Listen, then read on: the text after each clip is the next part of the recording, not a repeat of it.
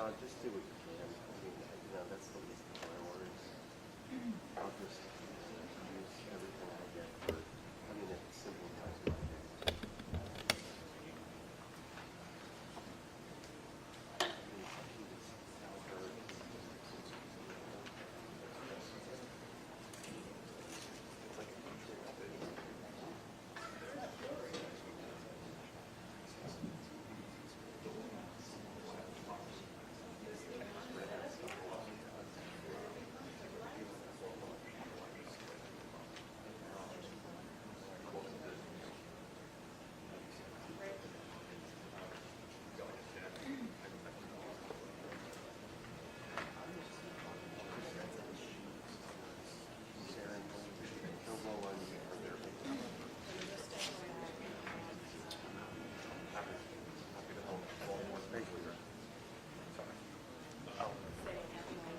I know the place.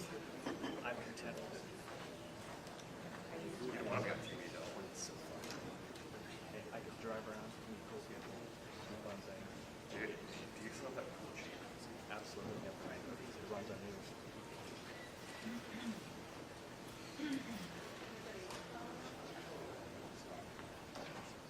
Although waiting for the clouds to go so it's got the snow comes. I was thinking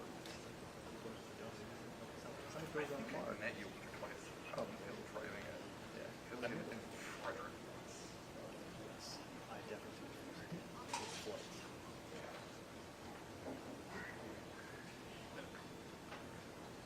Then I moved into a giant E350 for the next break. And then they gave me a brand new Escape, so I can't I had a front lawn E350 with a KU dish and City Club mask. I think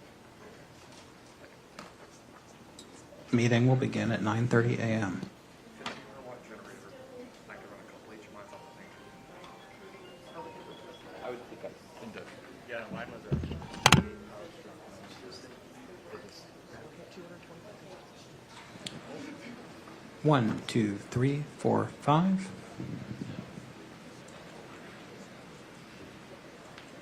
Check. 1, 2, 3, 4, 5. Ready. Caption check. 1, 2.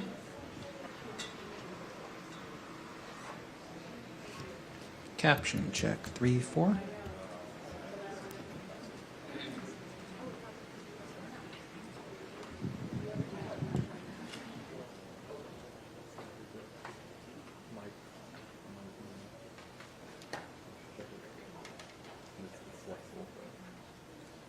Check. 1, 2, 3.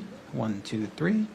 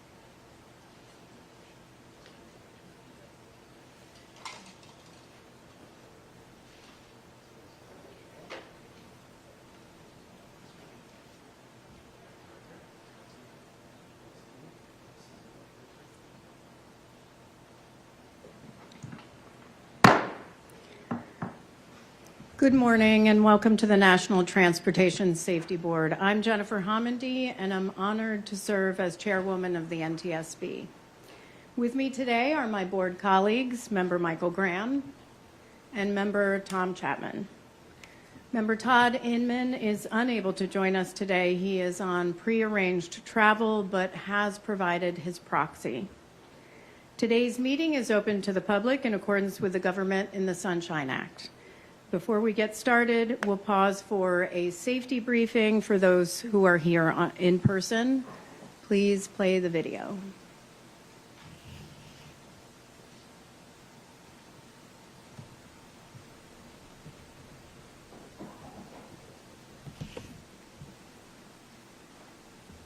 Hello and welcome to the NTSB boardroom.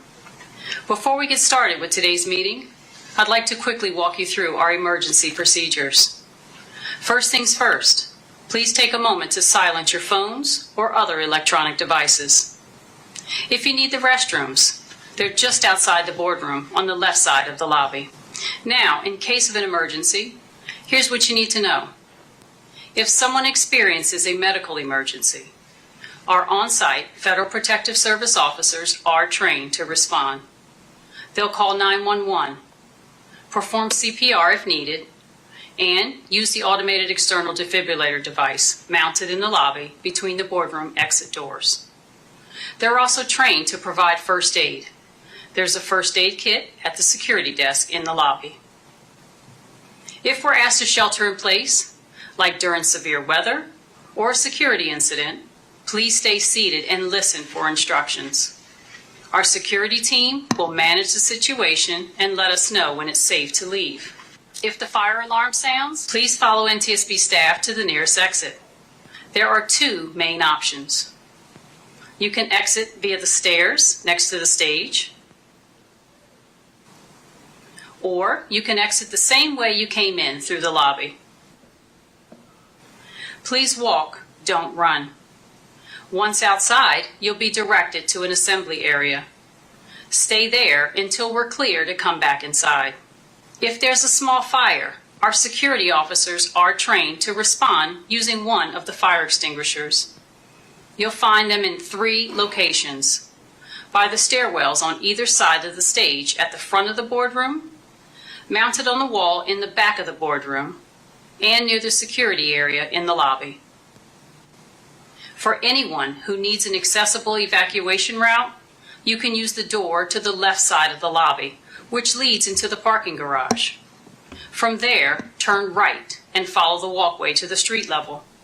NTSB staff will be available to assist anyone who needs help. And finally, safety is everyone's responsibility. If you see anything that seems off or concerning, please let a staff member or security officer know right away. Thank you for helping us maintain a safe and secure space. Thank you, Sherry, for that video. On March 26, 2024, about 1:29 a.m. Eastern Standard Time, the container ship Dolly was transiting out of Baltimore Harbor in Baltimore, Maryland, when it experienced losses of electrical power, propulsion, and steering, and struck Pier 17, the southern pier that supported the central span of the Francis Scott Key Bridge. A substantial portion of the bridge subsequently collapsed into the river, and portions of the pier, deck, and truss spans collapsed onto the vessel's bow and forwardmost container bays. Tragically, 6 workers who were on the bridge died as a result of the collapse. A 7th worker survived but suffered serious injuries. An inspector escaped without physical injuries, and one of the 23 crew members aboard the Dolly sustained minor injuries. On behalf of the entire agency, I want to extend our deepest sympathies to those who lost loved ones in this terrible, terrible tragedy.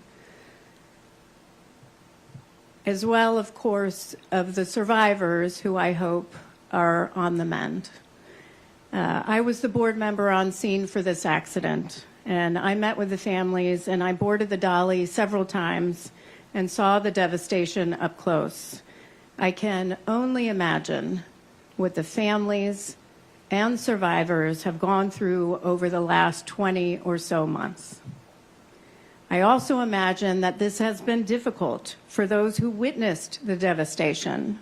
The senior pilot who called for help as the vessel approached the bridge, the pilot dispatcher who notified the Maryland Transportation Authority, the MDTA police who were on the bridge at the time and who within seconds closed the bridge to traffic, saving countless lives, and the crew aboard the dolly, many of whom are still in the United States.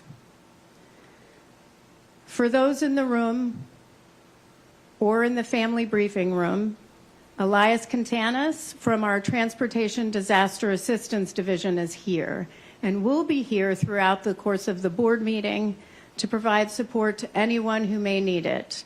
Elias and I think that's Max back there, Max Green, if you could just raise your hand. If anyone needs support, please come see them. They'll be at the back of the room. The fact is, none of us should be here today. This tragedy should have never occurred. Lives should have never been lost. As with all accidents that we investigate, this was preventable. Throughout this meeting, you're going to hear exactly how. I'm not going to get ahead of the staff presentations, but what I will do is express our deep, deep appreciation, first, to those who responded to or assisted with the response to this accident. And it is a long list, but they deserve our recognition, so thank you for your patience as I go through the list.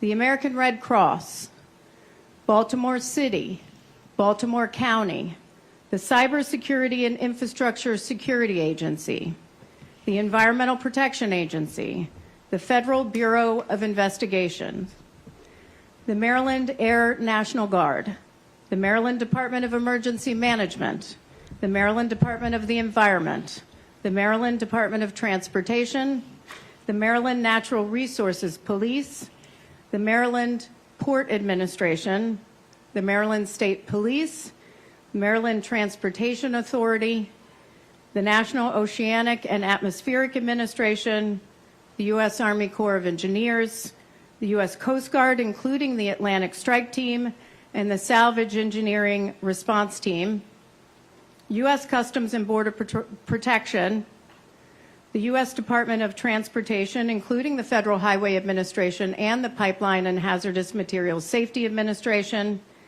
the U.S. Navy Supervisor of Salvage and Diving, and Whit O'Brien's, who was Synergy's emergency response company.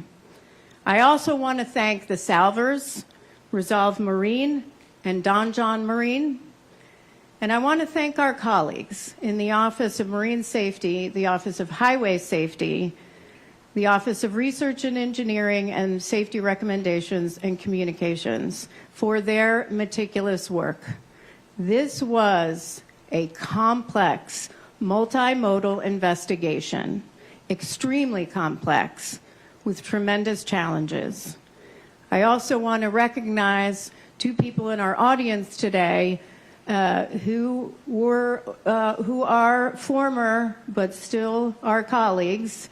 Rob Hall, who was our Director of Rail Pipelines and Hazardous Materials, and Paul Stansel, who was our head of the Hazmat Division, and Paul was on scene for this, not just for Hazmat, but for the pipeline that was running through the channel as well. So thank you both for being here.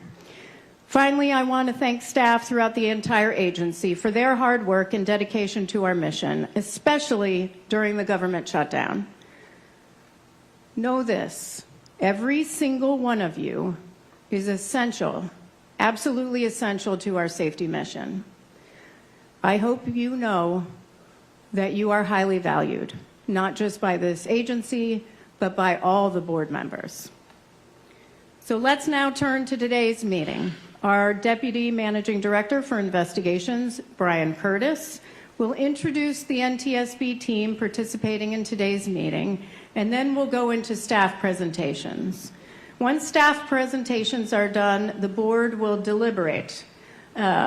We will ask questions about focused safety issues that we want to raise and highlight in the board meeting. This is the first time the board has gotten together to deliberate the findings in this investigation. But there's some issues that we want to really highlight stemming from the investigation. Then we'll consider a set of findings, the probable cause or causes, and a set of recommendations that are aimed at improving safety and making sure that this never, ever happens again. So with that, good morning, Mr. Curtis.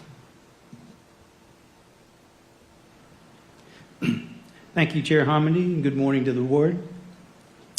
I'll now introduce staff for today's meeting. Unless otherwise noted, staff are from the Office of Marine Safety.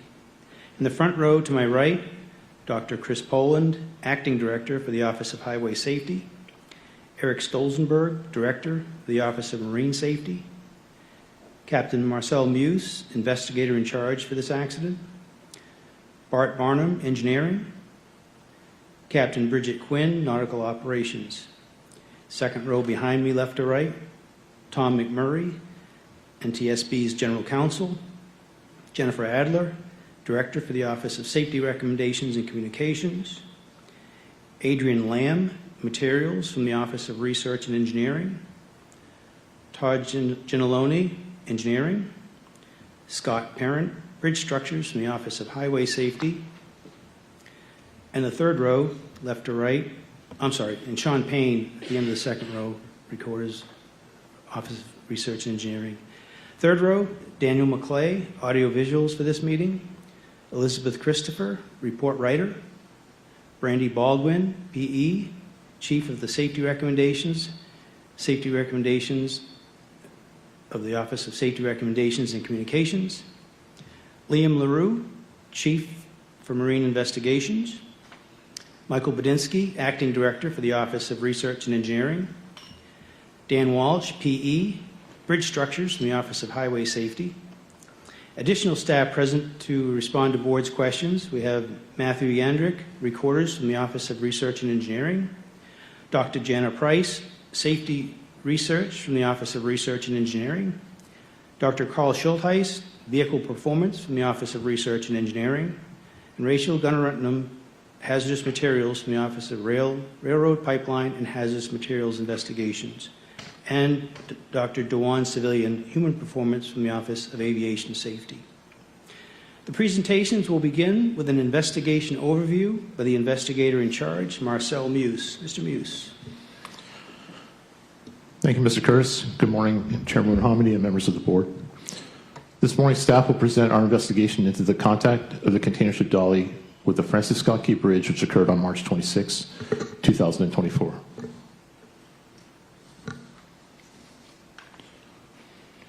In addition to those who are participating in today's meeting, I'd like to acknowledge the staff noted here for their support and assistance during the investigation and report development.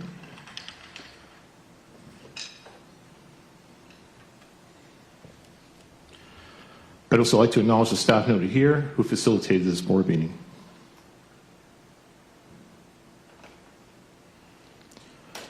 Parties to the investigation are listed here, and we thank them for their assistance throughout the investigation.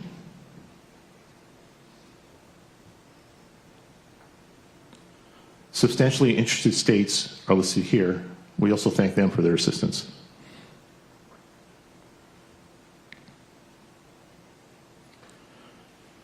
The Dolly was a 984-foot-long Neo-Panamax container ship built in 2015 in Ulsan, South Korea.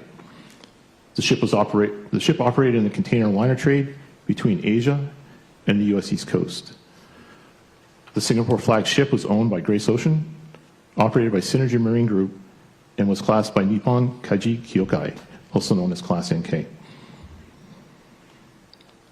The Francis Scott Key Bridge carried Maryland Route 695 over the Patapsco River from Baltimore to Dundalk, The bridge was owned and operated by the Maryland Transportation Authority and opened to traffic on March 23, 1977. On the morning of March 26th, a crew of 7 highway workers and 1 inspector were working on the bridge, repairing potholes. The Dolly arrived in Baltimore at the Seagirt Marine Terminal, shown here, on the north side of the harbor on the morning of March 23rd.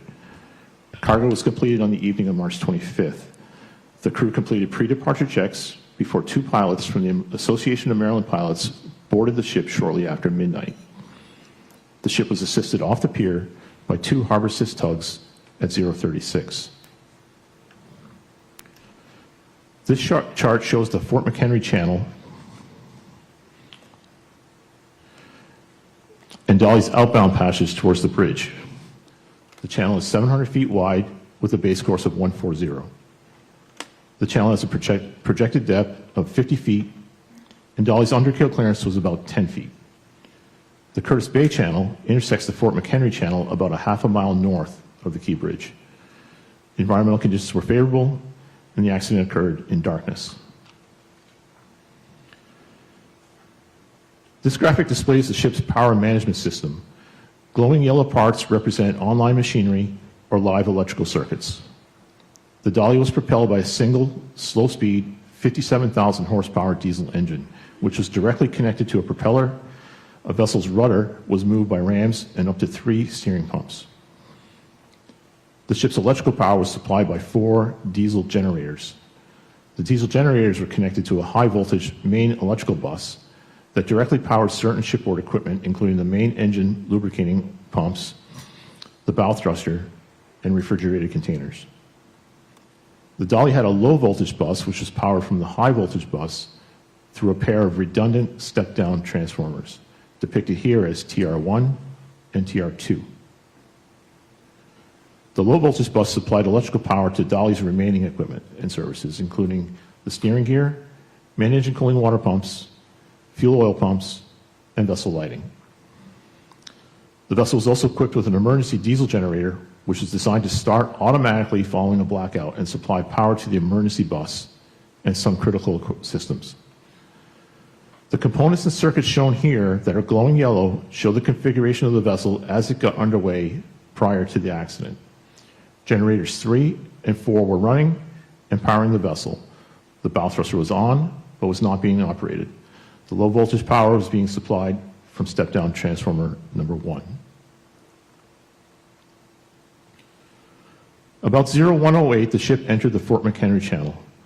The senior pilot let the assist tugs go, and as the ship lined up in the channel, he turned the con over to the pilot in training. Speed was then increased to slow ahead.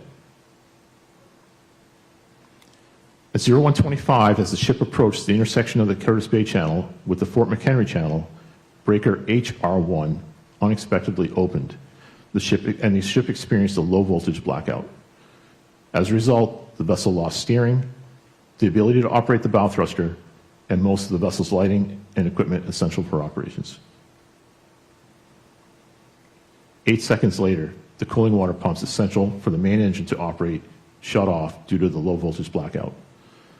Loss of the cooling water pressure triggered an automatic main engine shutdown, causing the vessel's propeller to come to a stop. The main engine, as well as the bow thruster, remained off throughout the remainder of the casualty. At 1:25 and 58 seconds, almost a minute after breaker HR1 unexpectedly opened, causing the blackout, the vessel's engineering crew manually closed breaker HR1 and LR1, restoring low-voltage power.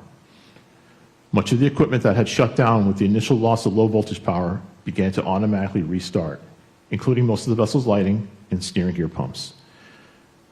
The electric pump supplying the fuel to generators 3 and 4 was not capable of restarting automatically following the restoration of power and remained off. To restart this pump, a crew member had to do so manually from a local station. Generators 3 and 4 remained running by consuming the remaining fuel in the supply line.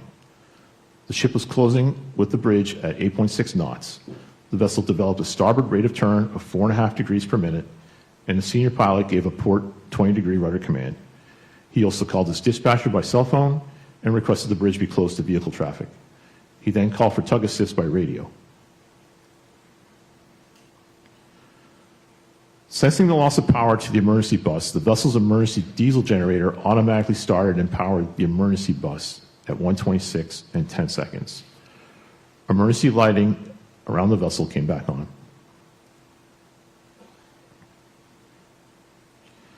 As the fuel pumps for generator 3 and 4 had still not been manually restarted, what fuel remained in the supply line was insufficient to keep the two generators running, and the generators began to stall. Sensing the underperformance of generators 3 and 4, the vessel's automated power management system automatically started standby generator number 2.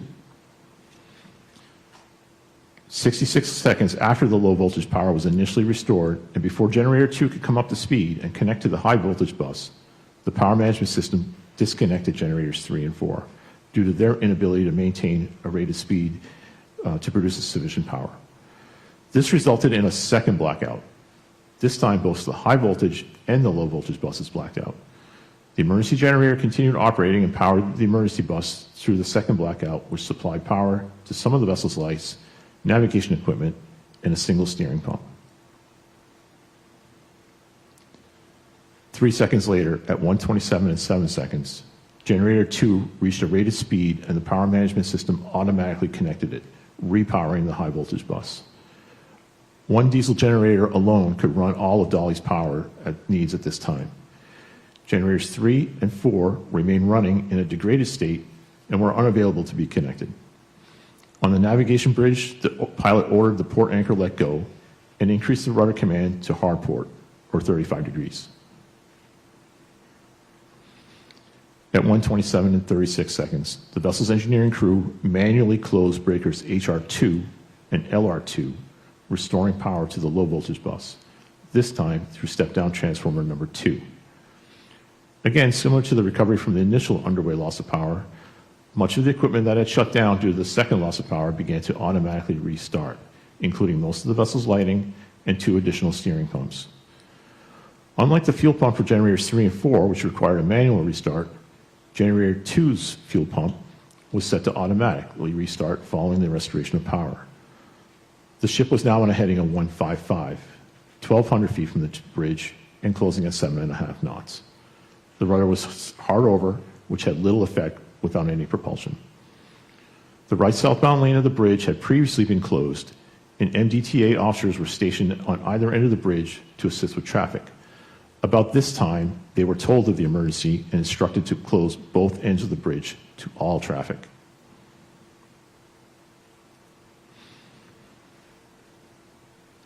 About a minute before the contact, the crew manually restarted the fuel supply pumps for generators 3 and 4.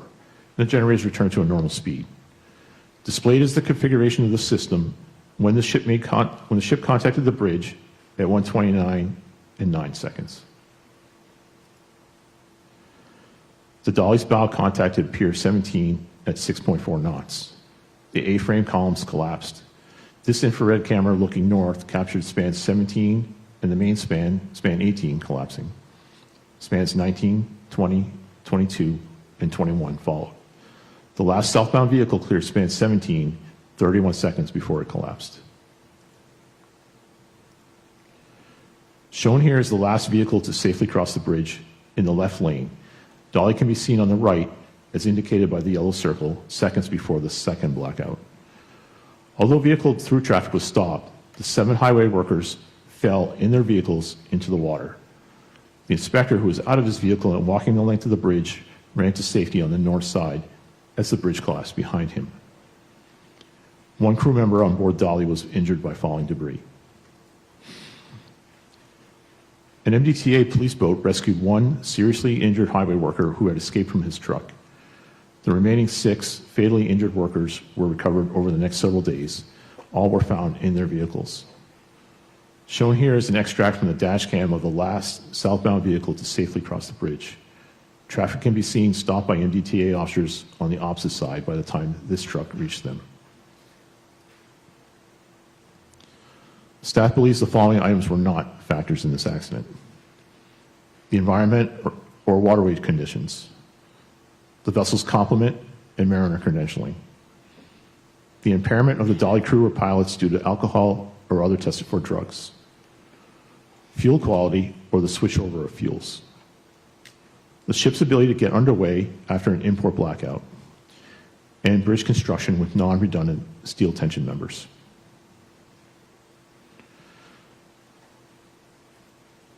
Staff will discuss the following safety issues: the improper placement of wire labeling banding on terminal connection wires, the lack of specific guidance for inspecting terminal connections, the configuration of machinery and electrical systems needed to prevent the loss of propulsion, the lack of effective means of emergency communications to warn motorists and notify highway workers,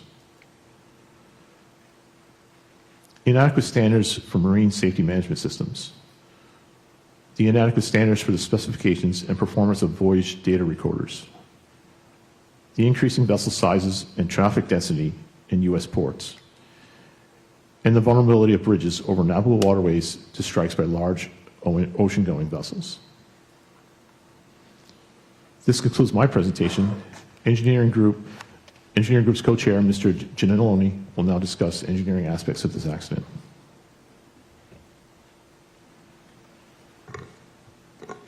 Thank you, Mr. Muse.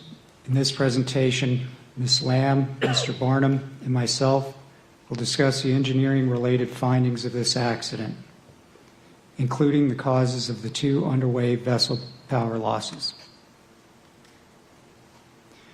As part of the post-accident investigation, the engineering group focused efforts on determining why HR1 unexpectedly opened, causing the initial underway low-voltage blackout. After several weeks of electrical examinations and troubleshooting, a loose signal wire associated with breaker HR1 was discovered. This wire, referred in this presentation and in the draft report as Wire 1, was found to be loosely connected to an electrical connector identified as terminal block 381, creating an intermittent electrical connection. We will now play a short animation that discusses the control wiring and terminal blocks aboard the dolly.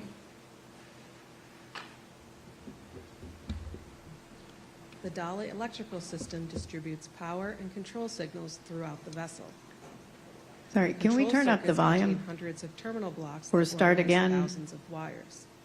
with a higher volume? The wires on the dolly were terminated with metal sleeves called ferrules that allowed for easier assembly into the terminal blocks. Each wire was identified with a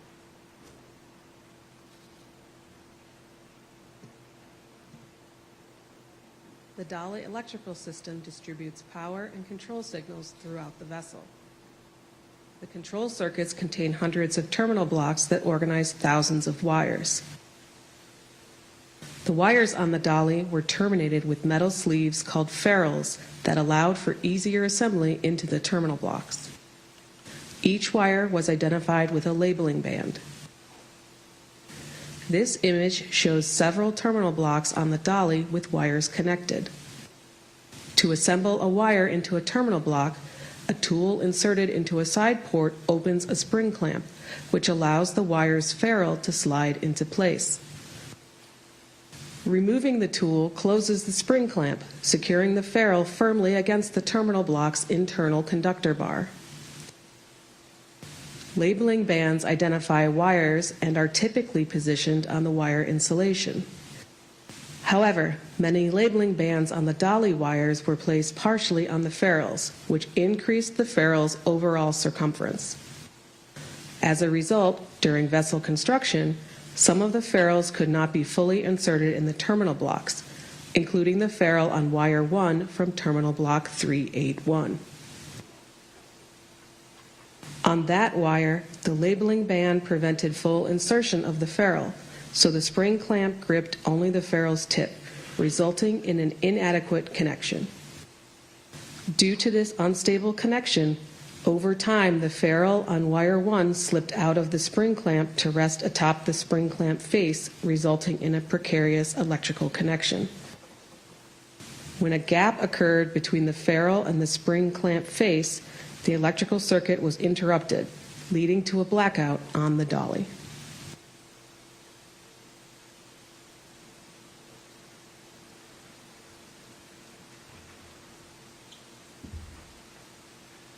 The Dolly Electrical Staff found that the initial March 26 low-voltage blackout was caused by wire 1 electrically disconnecting from terminal block 381 within the HV switchboard, which resulted in high-voltage breaker HR1 opening, interrupting power to step-down transformer TR1 and the LV bus. Further, staff believes that the position of the wire label banding on the ferrule of terminal block 381's wire 1 prevented wire 1 from being fully inserted into the terminal block spring clamp gate, causing an inadequate connection and leaving wire 1 loose and vulnerable to becoming electrically disconnected. Staff proposes one recommendation to HD Hyundai Heavy Industries, and one recommendation to Wago Corporation, and one recommendation to Class NK. Synergy, the vessel operator, required the crew to complete high-voltage switchboard inspections periodically. However, the work instructions for these inspections did not provide practical guidance for inspecting the individual signal wires and terminal connections within the switchboard, including wire 1. Wire 1 was one of thousands of signal wires within the switchboard and throughout the vessel. Checking thousands of wire connections by hand would be extremely labor-intensive and would also prove operationally challenging, as the vessel's electrical systems would often have to be turned off while crew members inspected the individual connections. Furthermore, continued manual manipulation of the small and delicate signal wiring and terminal connections could introduce additional risk due to human error and could lead to premature failure over time. Infrared thermal imaging, or thermography, is an inspection and maintenance technique that allows inspectors to identify possible points of failure that may not be visible to the human eye without touching the electrical components being examined. It was not being used aboard the Dolly prior to the accident. Thermography uses an infrared camera to observe the surface temperature of a wire. It can be used to help identify inadequate termination of conductors, such as wire 1 in a terminal block 381, as well as overloaded circuits by detecting increased local temperatures in electrical systems. It can also help detect faults early before they come to serious problems. Infrared thermal imaging is used widely for inspections in the maritime shipping industry and is a condition-based monitoring technique approved by various classification societies. The National Fire Protection Association, as well as marine insurance groups, recommend thermal imaging surveys of electrical systems be conducted periodically. Further, Wago Corporation, the manufacturer of Terminal Block 381, uses thermal imaging during their production and quality assurance processes to ensure that its components are not defective. Staff believes if infrared thermal imaging had been used to inspect wire connections within the HV switchboard before the accident as part of the Dolly's preventative maintenance program, the loose signal wire may have been identified. Staff proposes one recommendation to Class NK and one recommendation to Synergy Marine Group. Mr. Barnum will now continue. Thank you, Mr. Ginalone. Modern ocean-going vessels are complex pieces of engineering. They are essentially floating cities designed to spend years continuously operating in challenging environments, transporting goods and people around the world. Like most modern equipment, vessels are dependent on electricity to maintain their functionality. Therefore, an unexpected blackout has broad implications for the vessel. Although blackout events are rare, they do occur for various reasons. Given the complexity of a vessel's machinery, recovery from an unexpected blackout is factored into vessel design.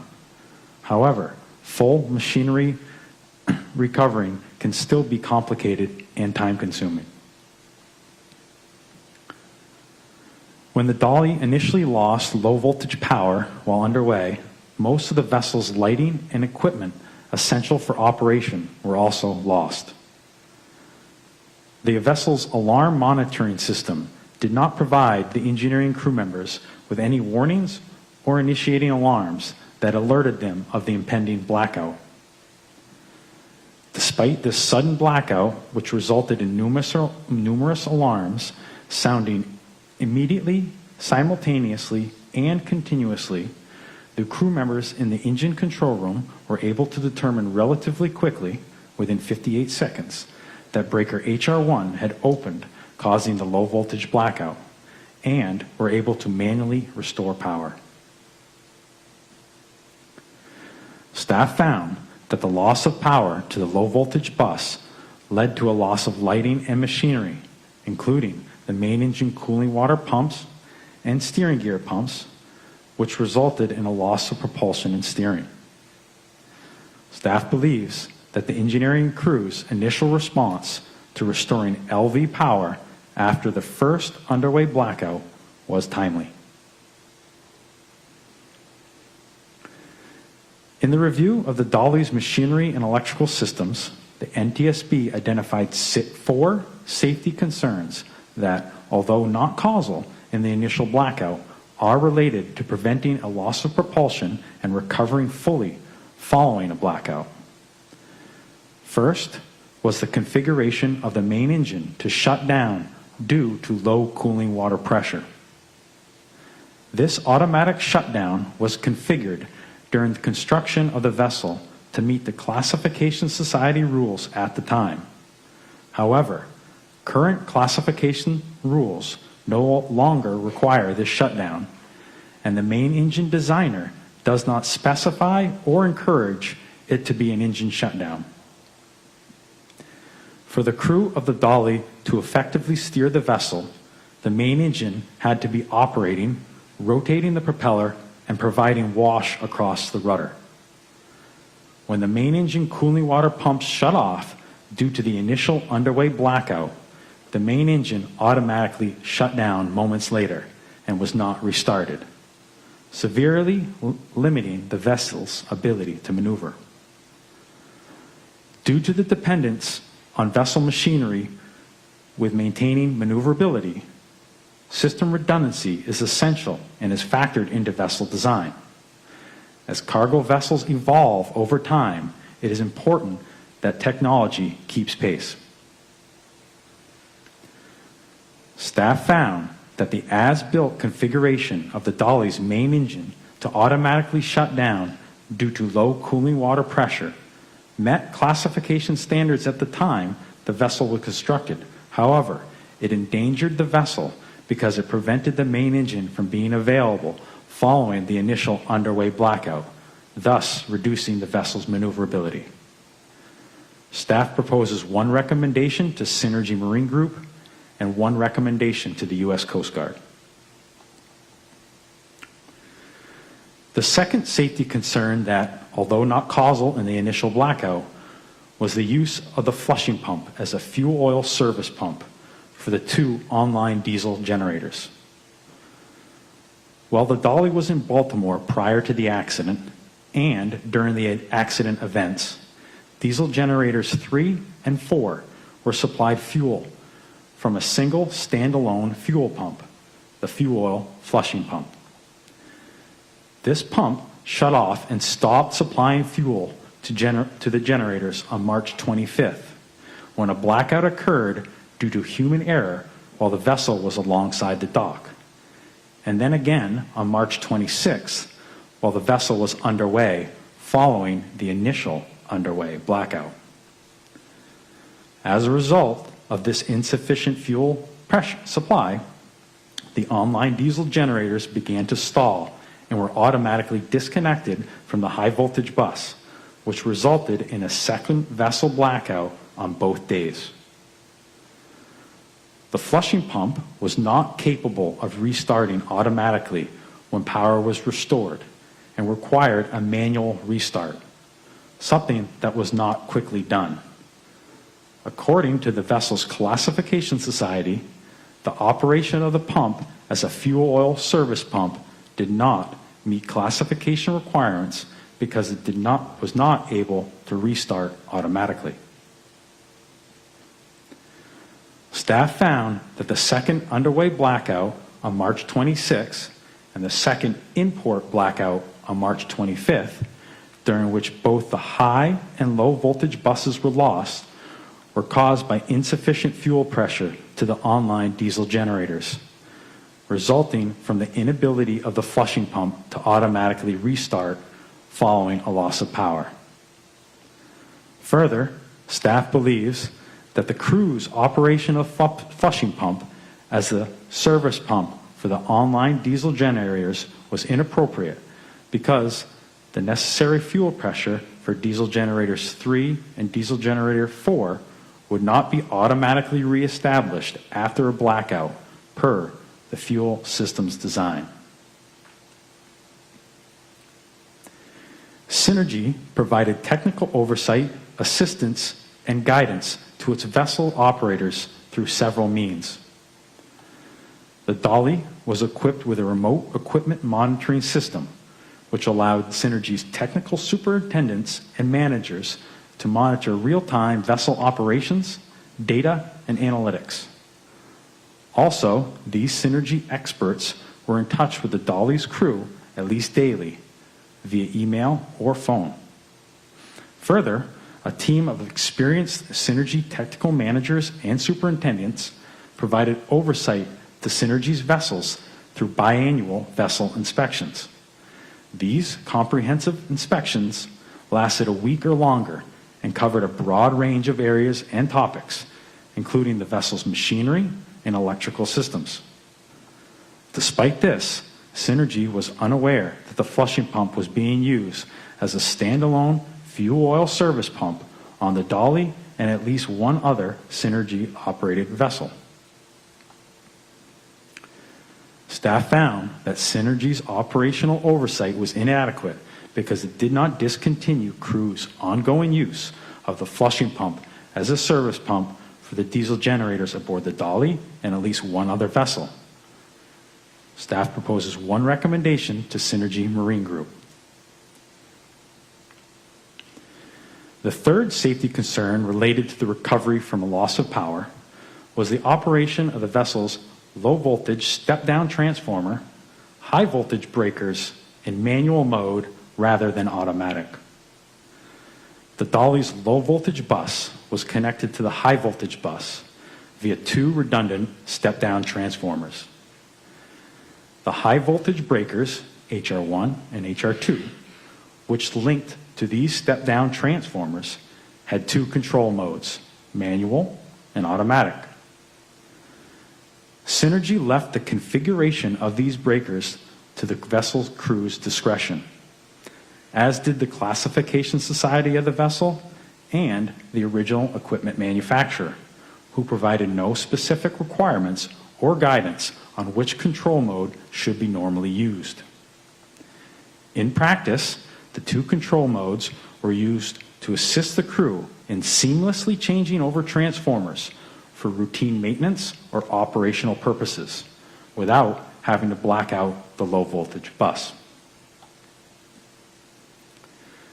An ancillary outcome of operating both HR breakers in automatic control mode, which was tested and confirmed by investigators following the accident, was that upon an unexpected trip of the connected HR breaker, such as the Dolly's initial underway blackout on March 26, the vessel's other step-down transformer would automatically connect after about 10 seconds, restoring power to the low voltage bus. During maneuvering situations, response time is critical to avoiding an accident. Therefore, vessel systems should be configured to ensure maximum redundancy and the quickest possible recovery from the failure of critical systems. In this accident, the crew may have had critical systems available to aid in maneuvering sooner if the HR breakers had been in automatic. Staff believes that keeping the high voltage breakers control modes set to automatic rather than manual would not have prevented either underway blackout, but it would have shortened the duration of the initial underway blackout from 58 seconds to 10 seconds, providing more time for the crew to attempt to recover critical systems, such as propulsion, as the vessel approached the key bridge. Staff proposes one recommendation to Synergy Marine Group. Mr. Ginalone will now continue. Thank you, Mr. Barnum. The fourth safety concern related to recovery from a loss of power was the effect of the emergency diesel generator radiator damper positions on the generator's ability to start. The dolly was equipped with an emergency diesel generator able to power essential onboard systems during a loss of low voltage power. Regulations required the generator to be able to automatically start and power the emergency bus within 45 seconds of the loss of normal low voltage power. However, during the accident, it took 70 seconds. For the generator to automatically start and power the emergency bus, it had to be in standby start configuration, something that the crew and pre-departure paperwork confirmed to investigators following the accident.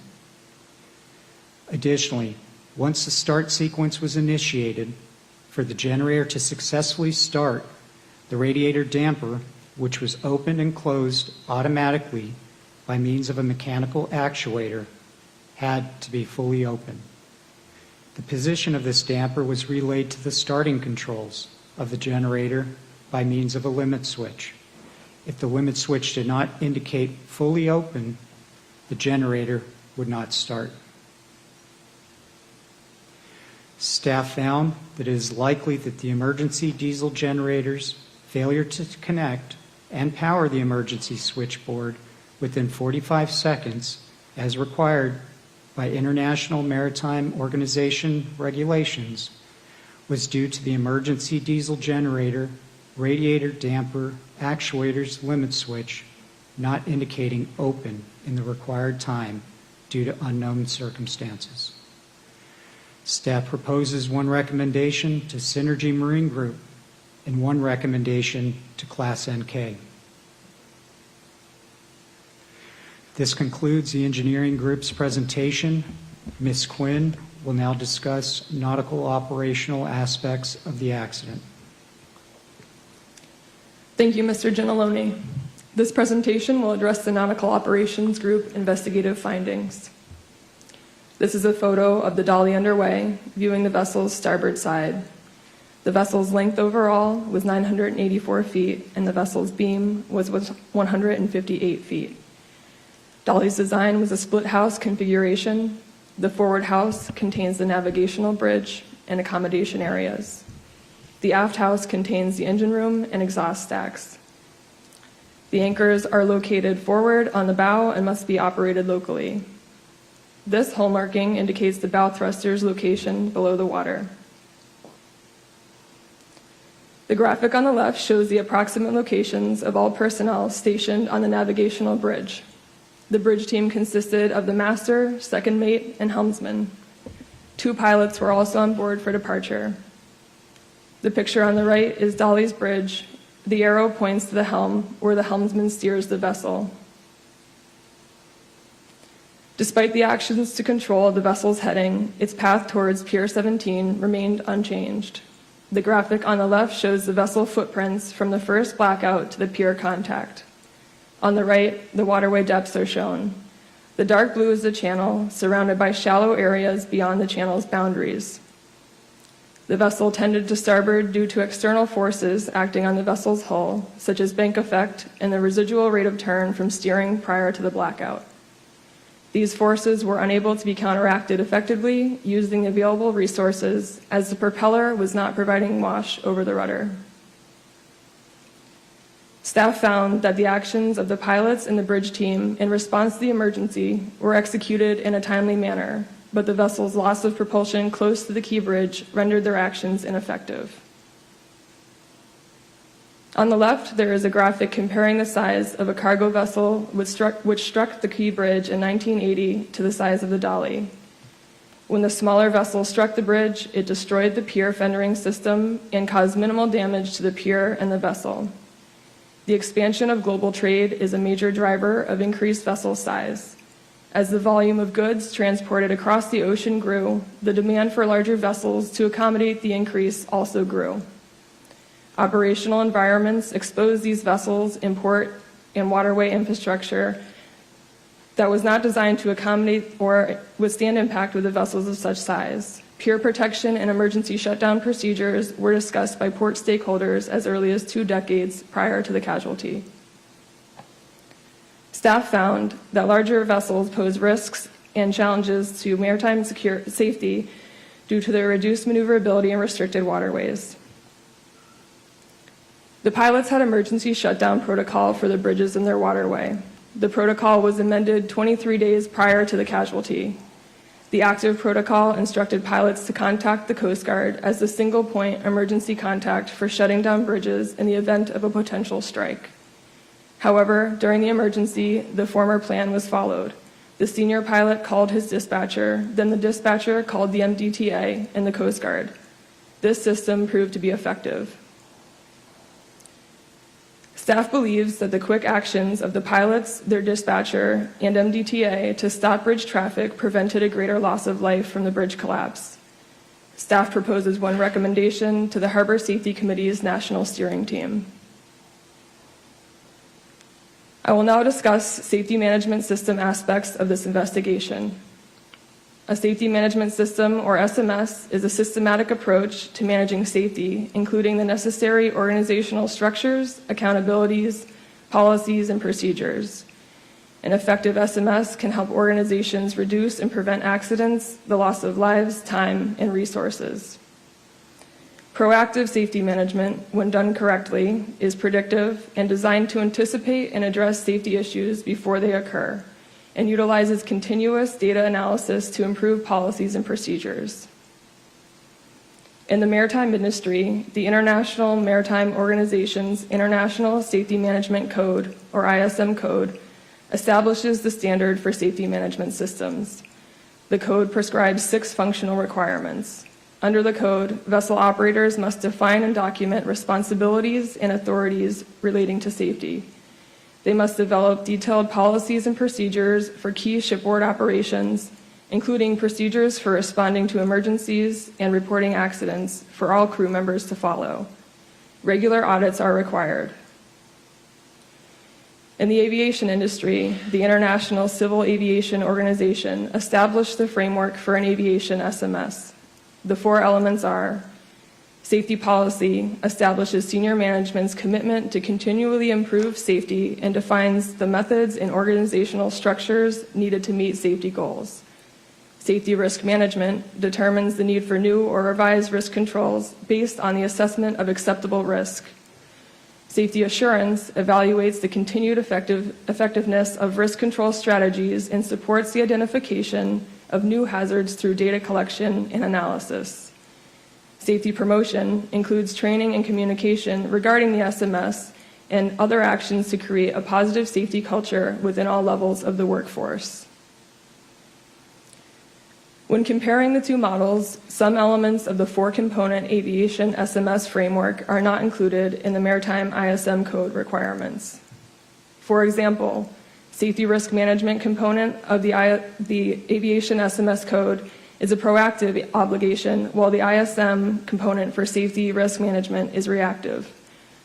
Proactive risk mitigation strategies in the SMS programs have been proven to increase safety by identifying hazards prior to their occurrence.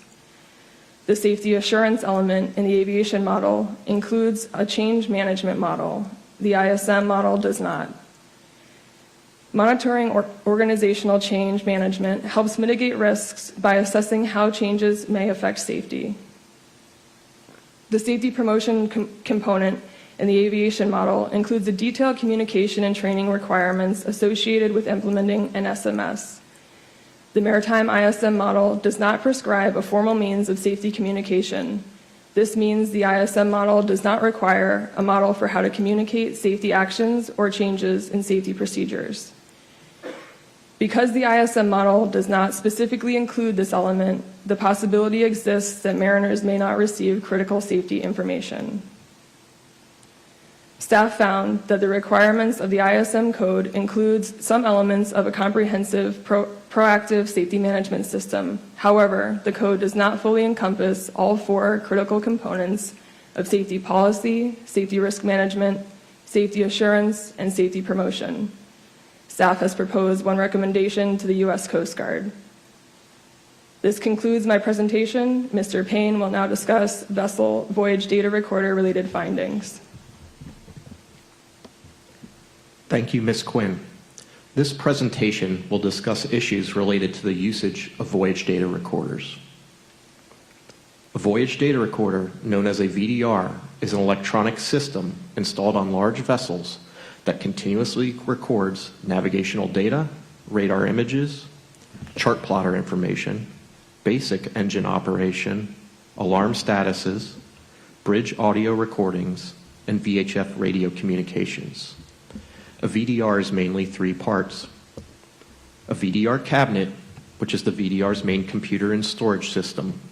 It is inside the ship and contains at least 30 days of data.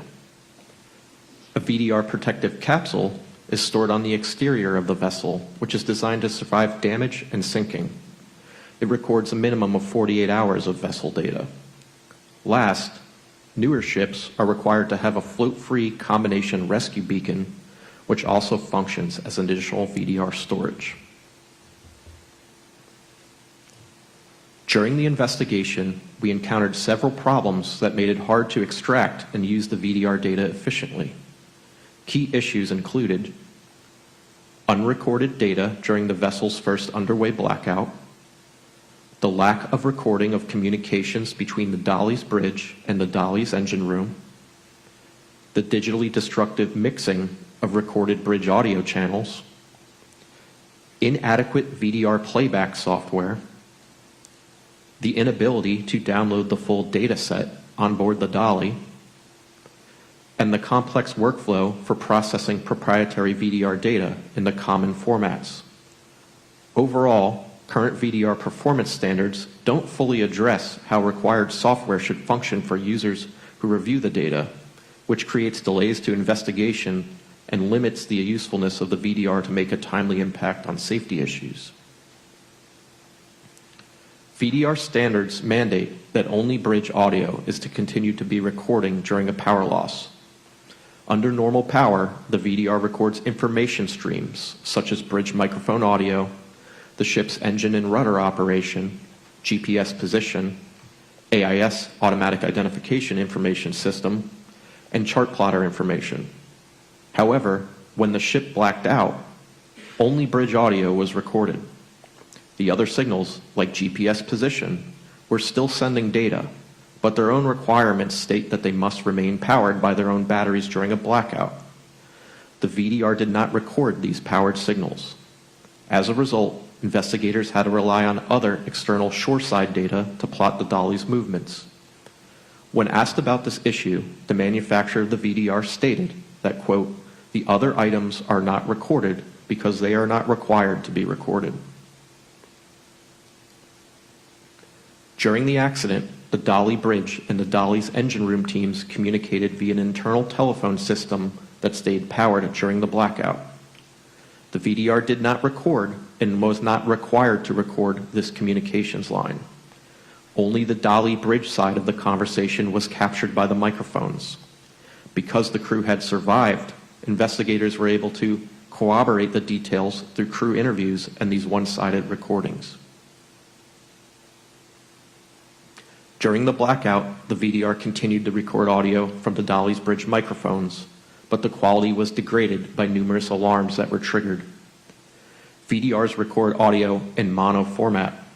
Mono mixes audio channels in a way that can't be reversed. This is called destructive mixing. Alternatively, stereo mixing mixes audio channels in a way that can be reversed. This is called non-destructive mixing. The diagram shows the placement of the microphones on the dolly, and the color lines show how the mics were connected digitally. Microphones sharing a color were mixed as mono. Because mono audio cannot be separated, alarms near one microphone can obscure conversations elsewhere, making it difficult or impossible to determine what the crew said during an incident. Current VDR standards allow destructive mono mixing. A lack of defined specifications for playback software creates challenges for safety-related users. For example, the software on the Dolly's VDR could not perform a full download of the VDR data set, forcing the removal of the VDR and for download at the manufacturer's facility. VDR software also lacks many basic features to review data. The audio playback feature is primitive and does not allow the user to rewind in short increments. Recorded vessel data cannot be displayed in basic graphs either. Because the software lacked these features, analysts are forced to export the data, but the VDR standards do not define any acceptable methods to do this either. For instance, the Dolly's VDR exports audio in tens of thousands of short files instead of a simple continuous recording. The VDR standards allow these types of illogical protocols. Because of these issues, investigators must rely on alternative means of playing back VDR data. The practice has become so commonplace that investigative authorities around the world share and maintain a database of alternate VDR software. The standards for VDRs are two parts. First, performance standards, which generally outline VDR specifications. And second, technical specifications, which address the technical details of the VDR systems. The International Maritime Organization, IMO, sets the overall VDR performance standards. The International Electrotechnical Commission, the IEC, develops the VDR technical specifications for VDR manufacturers to follow. The IEC develops technical standards that the member states or countries agree meet the IMO standards. In the United States, the U.S. Coast Guard is the U.S. representative to IMO. On the technical side, the American National Standards Institute, or ANSI, is the U.S. representative to IEC. Staff has found the VDR was designed to shut off data during the blackout despite the availability of important incoming data streams. Bridge and engine room communication were not required to be recorded. The VDR standards allow independent bridge audio recordings to be destructively mixed, which worsens the quality of the audio. VDR standards do not define any performance requirements for VDR software to be useful in a real-world environment, and VDR users often seek alternate methods of playback. Staff has proposed one recommendation to the American National Standards Institute and one recommendation to the U.S. Coast Guard. This concludes the Recorders Group presentation. The Bridge Structures Group Chair, Mr. Parent, will now discuss the bridge aspects of the accident. Thank you. Thank you, Mr. Payne. My presentation will first discuss the urgent recommendation report and recommendations issued in March 2025, including the lack of vulnerability assessment for the Key Bridge and the more widespread issue of the lack of vulnerability assessments for other bridges frequented by ocean-going vessels. Next, I will discuss the need for motorist warning systems on bridges. And lastly, I will address the highway workers on the bridge when it collapsed and the need for effective and immediate communication. The overall length of the continuous steel through truss bridge was 9,086 feet, and the bridge had a maximum vertical clearance of 185 feet within the main navigational channel over the Fort McHenry Federal Channel. The Key Bridge was designed according to the 1969 American Association of State Highway and Transportation Officials, or AASHTO, standard specifications for highway bridges. These specifications predated the regulatory requirements for bridge protection systems from vessel contacts. Despite not being a requirement, the Key Bridge was originally designed with pier protection systems for piers 17 and 18, including 4 dolphins shown by the yellow circles and pier fendering systems shown by the yellow rectangles. However, the pier protection systems had not been evaluated to consider impacts by today's ocean-going vessels. The bridge and pier protection were subjected to regular safety inspections in accordance with the National Bridge Inspection Standards, and the most recent inspection prior to the collapse resulted in a satisfactory rating. As a result of the NTSB investigation and recommendations after the 1980 collapse of the Sunshine Skyway Bridge in Florida, the Federal Highway Administration, or FHWA, drafted a proposed design code to evaluate bridges for vessel collision, which led to the 1991 adoption of the AASHTO Guide Specification and Commentary for Vessel Collision Design of Highway Bridges. While FHWA requires that new bridges on the National Highway System be designed to minimize the risk of catastrophic bridge collapse from vessel collision, they can only recommend these vulnerability assessments be performed on bridges designed before the release of the guide specifications. It's important to note that the intent of performing vessel collision vulnerability assessments on existing bridge systems is to identify structures that are particularly vulnerable to catastrophic collapse, thereby allowing bridge owners to be aware of the high-risk safety needs requiring immediate or short-term action, as well as information to prioritize the long-term needs for bridge rehabilitation or replacement. The guide specifications references 3 methods for conducting vulnerability assessments: Method 1, Method 2, and Method 3. Bridges over navigable waterways with commercial barge and ship traffic should be evaluated using a vulnerability assessment in accordance with Method 2. The Maryland Transportation Authority, or MDTA, had not performed the AASHTO Method 2 calculations prior to the collapse of the Key Bridge to determine the bridge's vulnerability as recommended by AASHTO in the guide specifications. As part of the NTSB's investigation, we performed the AASHTO Method 2 calculations to determine vulnerability to collapse for the Key Bridge and found that prior to its collapse, the Key Bridge was nearly 30 times above the AASHTO acceptable risk threshold. As a result of our vulnerability assessment for the Key Bridge, we were concerned there might be other bridges that could be vulnerable to catastrophic collapse from impacts by ocean-going vessels. We worked with the FHWA and identified bridges across the nation that cross navigable waterways used by ocean-going vessels.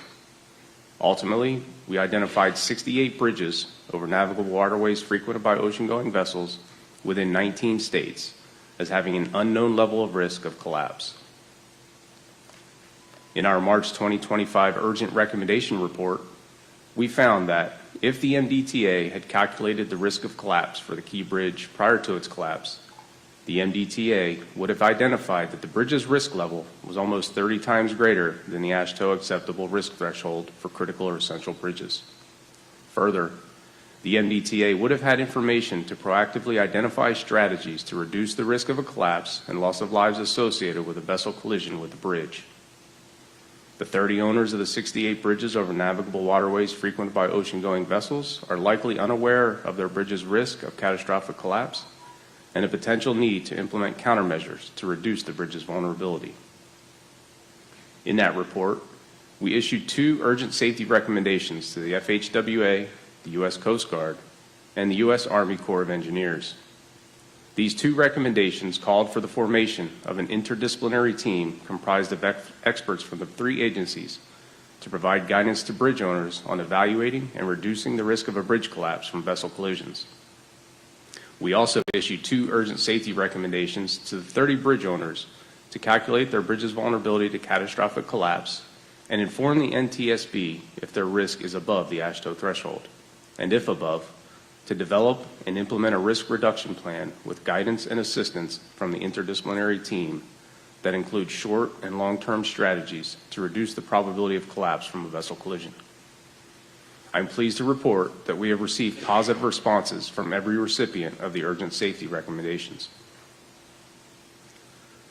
The next issue area I will discuss is the need for motorist warning systems on bridges.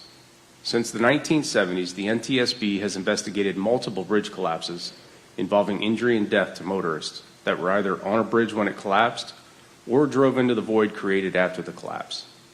3 examples are shown here, including the 1980 collapse of the Sunshine Skyway Bridge in Florida, the 2001 collapse of the Queen Isabella Causeway in Texas, and the 2002 collapse of the I-40 bridge in Oklahoma.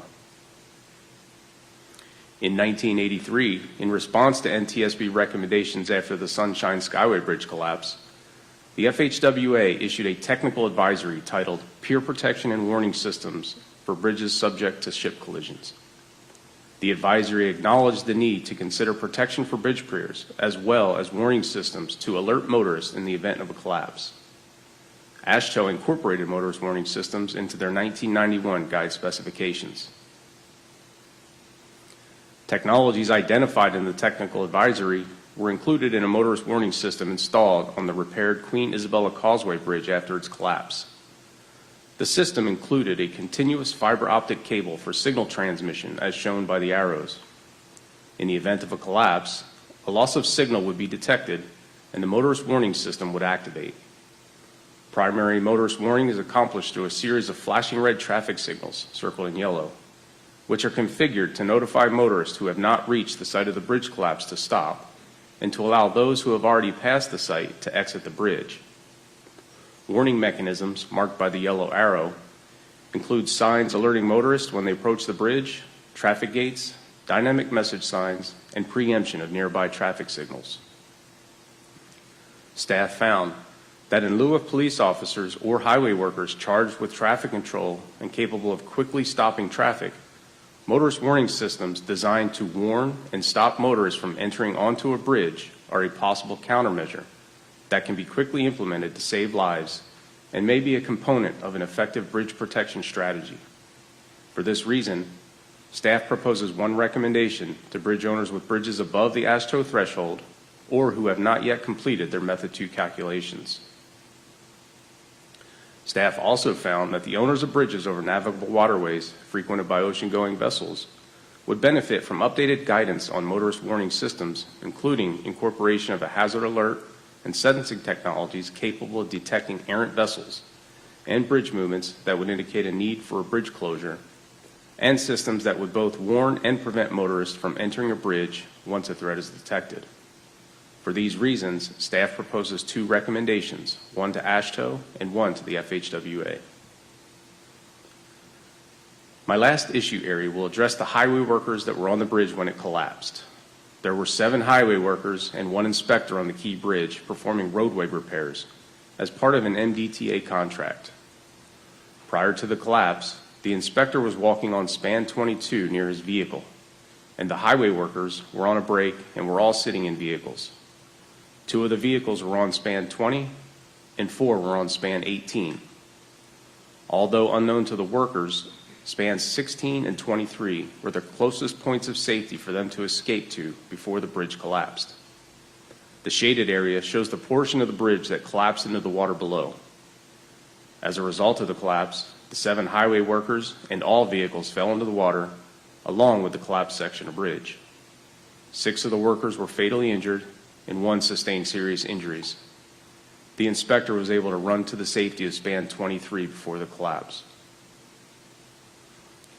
The highway workers on the bridge did not receive advance warning of the impending impact between the ship and the bridge. The MDTA contract for the work being conducted included a traffic control plan that required the contractor to provide a means of communication to the MDTA police detachment as a safety requirement. The contract specified acceptable forms of communication such as a mobile telephone, a citizens band radio, or a portable two-way radio. Prior to the start of the maintenance activities, the inspector exchanged cell phone numbers with the MDTA police officers that were providing traffic control for the work being conducted, thereby meeting the requirements of the contract. Staff examined the timeline of events leading up to the workers becoming involved in the collapse of the bridge. We found that 2 minutes and 25 seconds before impact, the pilot's dispatcher called the MDTA duty officer to notify them of the need to shut down the key bridge. 1 minute and 16 seconds before impact, the MDTA duty officer radioed the police officers performing traffic control to shut down all traffic lanes. 48 seconds before impact, the police officers blocked all traffic from entering the bridge. At 1:29:09 a.m., the starboard bow of the dolly impacted Pier 17. 13 seconds later, the pier collapsed, and shortly after, the other piers and spans collapsed. Despite previously exchanging cell phone numbers, the police officers did not call the inspector to warn him of the dolly's emergency. Instead, one of the officers planned to drive to the worker's location on the bridge to advise them once he was relieved by another officer. Had the highway workers been notified of the dolly's emergency at the same time as the MDTA police officers, there would have been about 1 minute and 29 seconds to evacuate before Pier 17 collapsed. All of their vehicles were parked facing south within the closed right lane of the bridge. Therefore, their likely route to evacuate from the bridge would have been to drive south, as shown by the arrow. Unknown to the workers, span 16 would have been the closest point of safety, which was 2,928 feet away from the northernmost highway worker. The American National Standard Institute Standard A1047 applies to workers engaged in construction, utility work, maintenance, or repair activities on any area of roadway. This standard includes provisions for pre-job planning to determine appropriate needs such as safety controls, equipment, and traffic control plans. However, there are no ANSI standards for highway workers to receive emergency information before or during dangerous or life-threatening events within work zones. Staff found that had the inspector and highway workers been notified of the dolly's emergency situation about the same time the MDTA police officers at each end of the bridge were told to block traffic, the highway workers may have had sufficient time to drive to a portion of the bridge that did not collapse. Effective and immediate communication to evacuate the bridge during emergency is critical to ensuring the safety of bridge workers. For this reason, staff proposes one recommendation to the ANSI A10 committee. Thank you. This concludes my presentation. The staff is ready to answer any questions you may have. Thank you very much, Captain Muse, Mr. Giannalone, Mr. Barnum, Captain Quinn, Mr. Payne, and Mr. Parent for your excellent presentations. We are going to take, and I'm sorry, there's some issues with the streaming. So people who are tuning in virtually are unable to watch. So we're going to take a 20-minute break so that we can reset the system. And so, we'll just do 5 after 11. So a little less than 20 minutes. And then we'll come back and deliberate.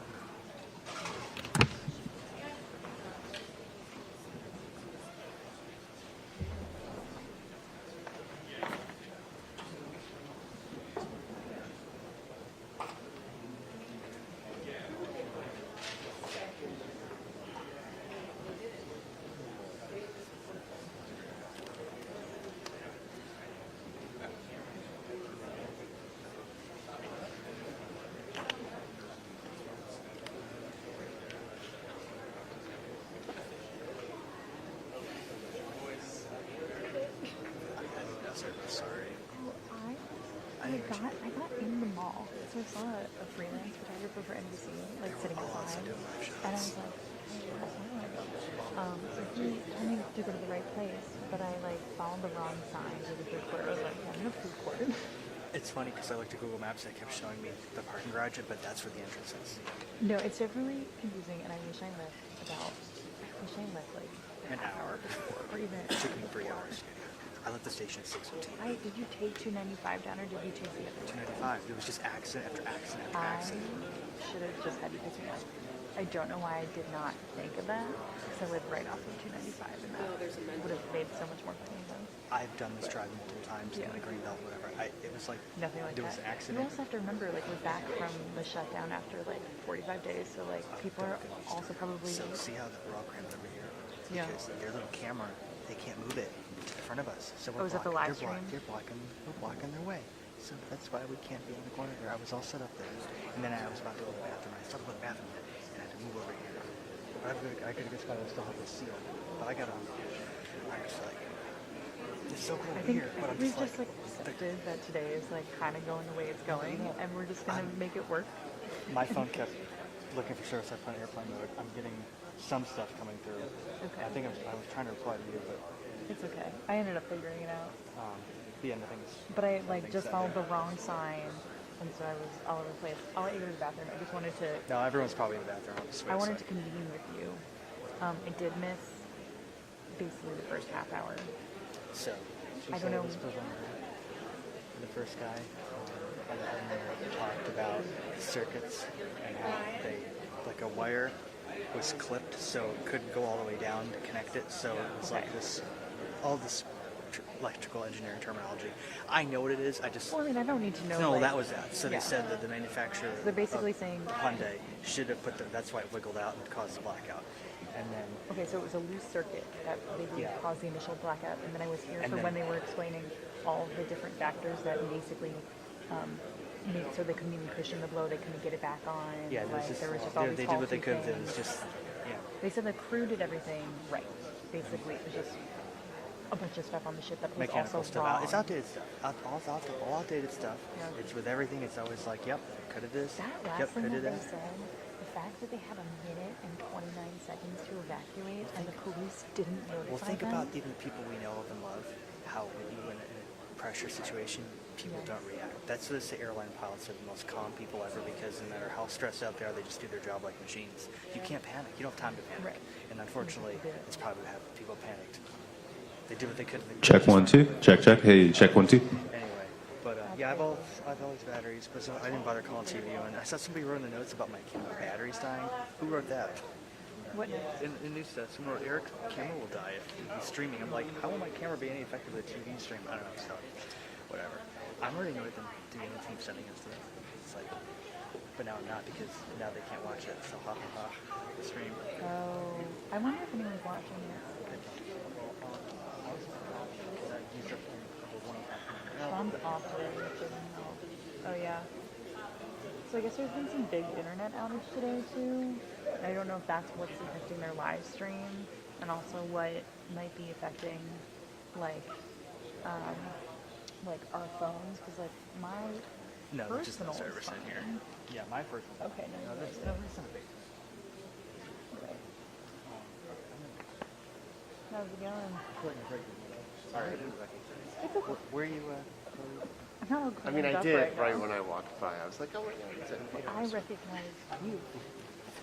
Well, So I I was had looking my for my credentials. Oh, you Baltimore. did. I was looking for my Baltimore people, but I guess it's just I don't think it's Jay-Z or Fox. Right? I don't think so. Did you see Kate? Yeah, she was. She's I up walked. there. No, she's right here.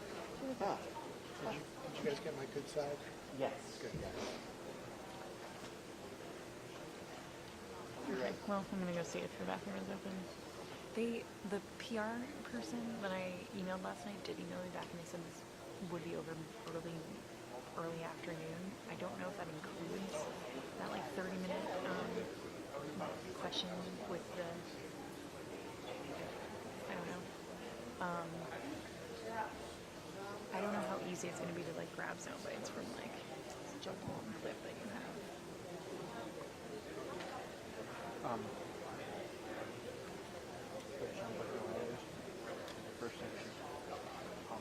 Was it? We shouldn't be here today. No. Okay. I like that one though. She was like, we shouldn't be here today, but here we are.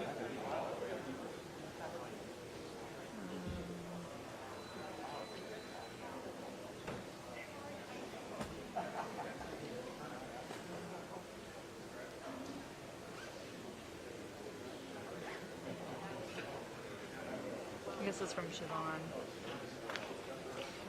Would your stuff not have died because you can plug in your live view here?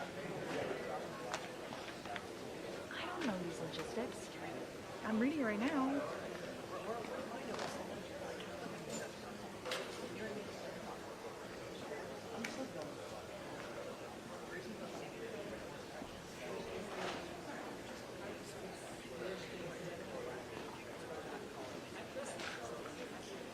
Yeah, you and me both, brother.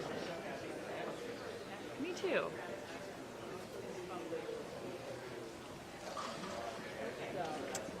I'm not seeing any assignments yet, so I guess they haven't decided, or they haven't put it in what shows we're in. Well, I mean, I was the one who was like, should we bring a TV? Like, do you think we're gonna be live? Like, I don't know what time it's gonna end. Like.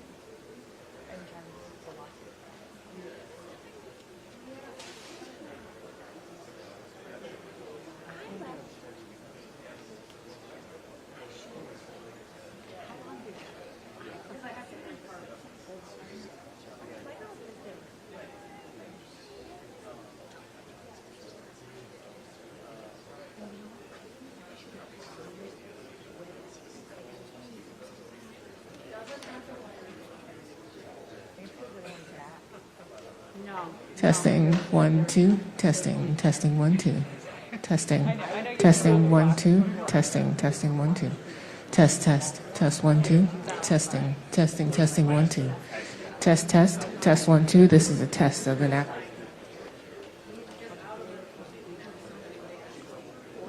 Test 1 2. Test 1 2. Test 1 2. Test 1 2. 1 2 3. 1 2 3. Yep, stay down there. Yeah, sure. Testing.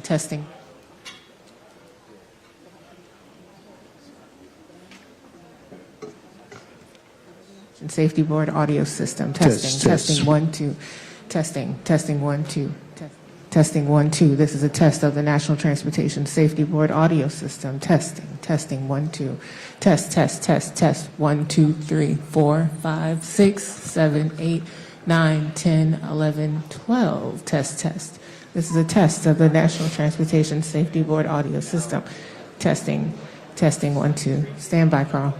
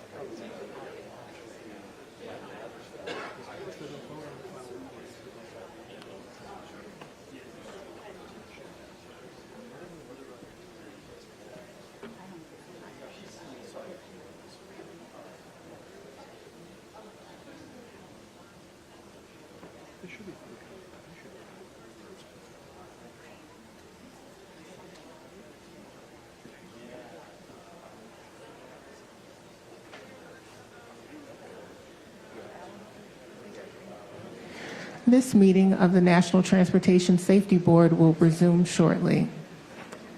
This meeting of the National Transportation Safety Board will resume shortly.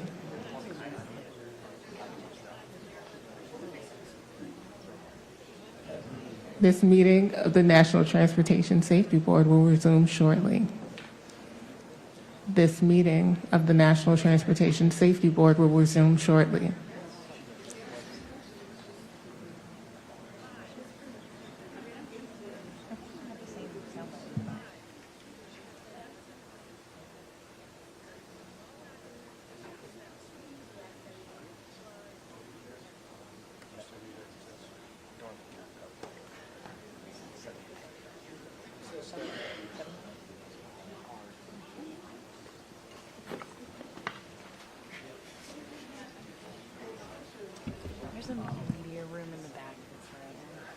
because I didn't want to walk in. It was a half hour later.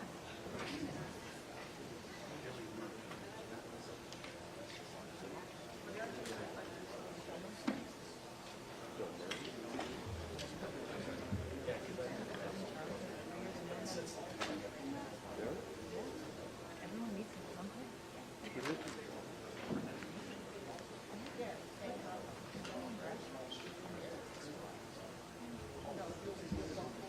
And he funded the minor so he's all my friends are like, and then chill out.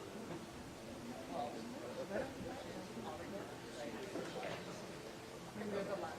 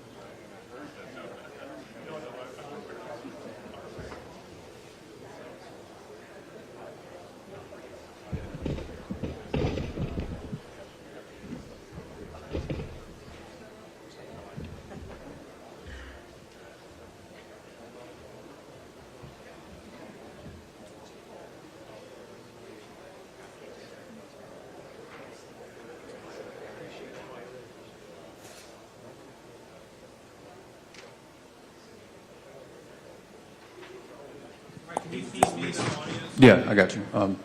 This meeting of the National Transportation Safety Board will resume shortly.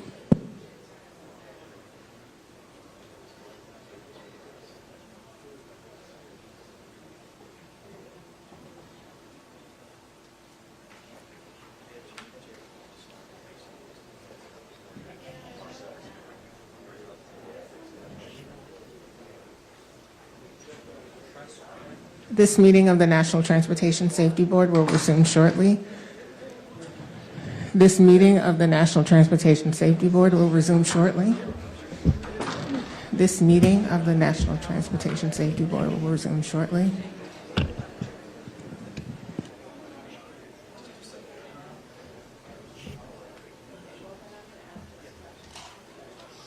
This meeting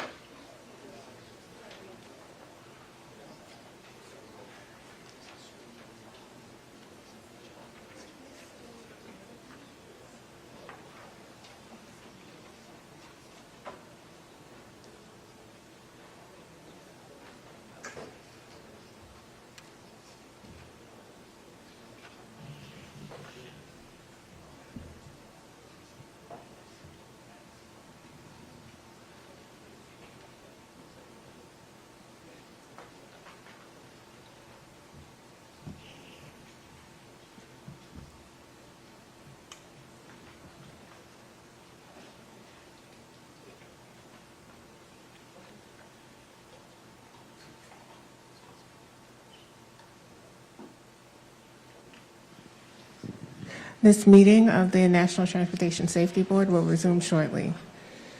This meeting of the National Transportation Safety Board will resume shortly.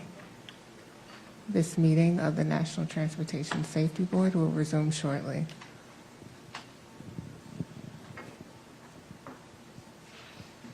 Deidre, does that mean we can go ahead and resume?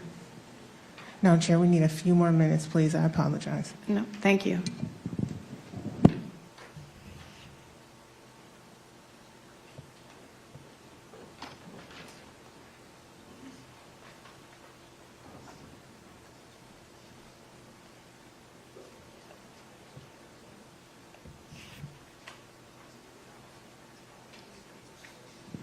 This meeting of the National Transportation Safety Board will resume shortly. This meeting of the National Transportation Safety Board will resume shortly. This meeting of the National Transportation Safety Board will resume shortly.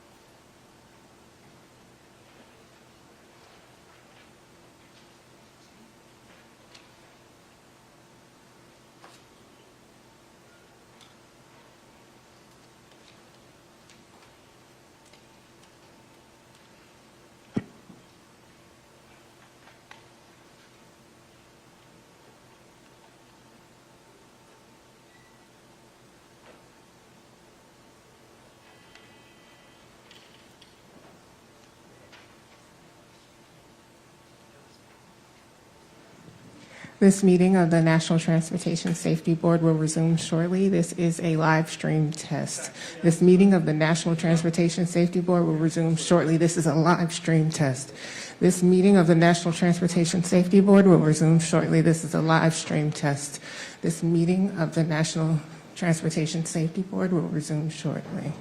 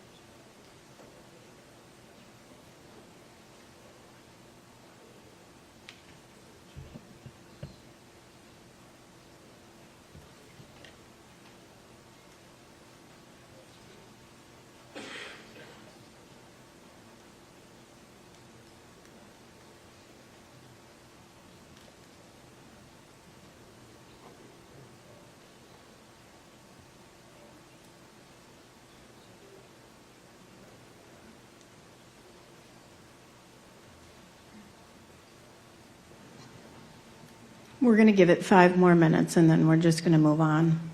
Thank you for your patience.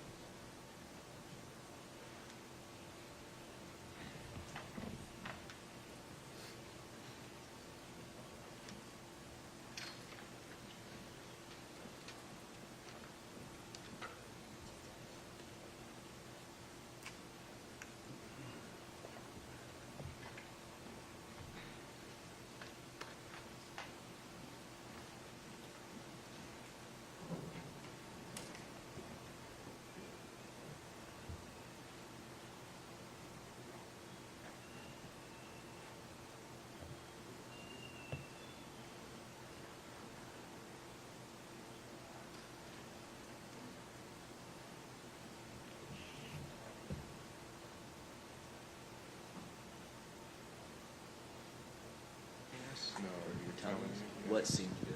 Chairwoman, we're ready when you are. Thank you very much, and thank you for your patience, everyone. And thank you again to the staff for your excellent presentations. We're going to get into some of your work. We'll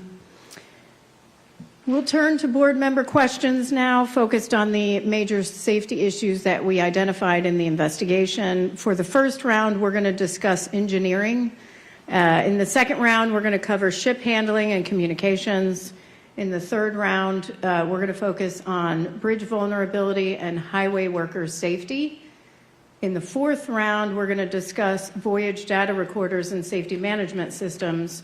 We'll have a final round for any other questions we want to ask about any other safety issue or additional questions on the safety issues we discussed.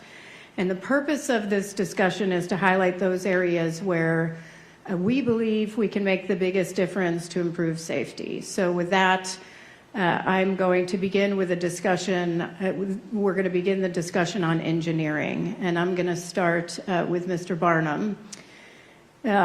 And just for you all, our investigators routinely accomplish the impossible. And this investigation is no different. Certainly our parties are also key to our investigation. The Dolly is almost 1,000 feet, and it's as long as the Eiffel Tower is high, with miles of wiring and thousands of electrical connections. Locating a single wire that is loose among thousands of wires is like looking for a loose bolt in the Eiffel Tower. So, Mr. Barnum, can you talk about your work, certainly your work with the party, but the extensive and meticulous work to find a loose wire? And you can have my entire 5 minutes. I see my clock wasn't started. You can have the entire time. Thank you, Chair. And you are correct. This was an extremely challenging investigation. Myself and Captain Quinn were among the first people on board directly following the casualty. That's where the work really began. But, the nature of international shipping, this is rather typical, this type of vessel. The vessel was owned by a Singaporean company. It was registered to a Singaporean flag state. It was managed by a company predominantly composed of Indian nationals, as well as the crew were from India. The vessel was built in Korea. The vessel was classed in Japan. The engine manufacturer, the licensor, was a German company. The engine controls were a Kongsberg company. And the accident obviously was in America. So that was the first challenge to overcome, is setting up our parties, our groups. We were able to do that, and it's really a testament, I believe, to our party system, which was crucial in this incident. Everybody within the party was extremely helpful and supplied expertise. So that's that part, and then naturally we moved to the trying to determine why the vessel blacked out. It was a mystery to the crew on board at the time. They were extremely helpful. Often in these types of casualties, the vessel is moved to a dock, or it sinks or is damaged. But in this instance, the crew remained on board. The vessel had to be continually manned and operated, so they were there the entire time. They were able to assist us in our troubleshooting. When we initially formed our group, we didn't necessarily have the appropriate people, but because we didn't know what happened. But as we narrowed our search into HR1, trying to determine why it unexpectedly opened, we were able to coordinate with Hyundai Heavy Industries, the manufacturer of the vessel, and the high voltage switchboard, and they were able to get us the technical experts that they needed. They faced challenges getting their people here, but eventually were able to do that. Another impediment to determining the cause of the blackout was the manner in which it failed. This was an intermittent electrical failure. So meaning it didn't fail all the time. We saw in the animation that once the breaker opened and the wire became disconnected, it again reconnected. So following the blackout, we attempted to reclose HR1. It actually did not reclose, most likely because the wire was disconnected at that time. So we ended up getting additional support from HHI, high voltage breaker experts. And when they came, we tried to test again and it worked. So we were chasing the fault for a while. We ended up having to leave the system configured the way that the system was configured during the casualty events. We let it set for a couple days, and sure enough, the fault occurred. The wire became disconnected again, and we came back on board and tried to identify why that happened. It took another team of specialists from Hyundai that came over, and we hooked up specialized equipment to monitor the electrical outputs of the switchboard. And we tested again the functionality of HR1 and other electrical circuitry. The fault didn't reoccur. The system worked. So again, we were left trying to troubleshoot it. We let it set again, and again it failed a couple days later. Eventually, we were able to analyze that data that we had received from the specialized equipment that was hooked up. And another visit, we were able to, with the help of naturally HHI, the crew, Synergy, and our other parties, find this single, loose signal wire in a cabinet that was not directly associated with HR1. It was actually in an ancillary cabinet, several cabinets away, just for convenience. Most likely during construction, that was the closest spot where they could connect these two wires. But the HHI technician was checking each wire point to point, and he was able to identify that this wire had become disconnected and was loose. He reinserted the wire, and we tested the functionality of the breaker. It tested satisfactory, and we simulated a disconnection. So we actually removed the wire while the breaker was closed, and it simulated a blackout. It occurred. The same thing that occurred during the casualty events occurred again. The breaker opened, and the LV bus blacked out. So I hope that answers your question of the complexity and the challenges that we faced and why it took us so long to determine the probable cause there. Yeah, excellent work and very meticulous. I'll turn it over to Member Graham. Thank you, Chair. And before I begin, I too want to express my condolences to the families and loved ones of those who lost their lives or who were injured in this terrible tragedy.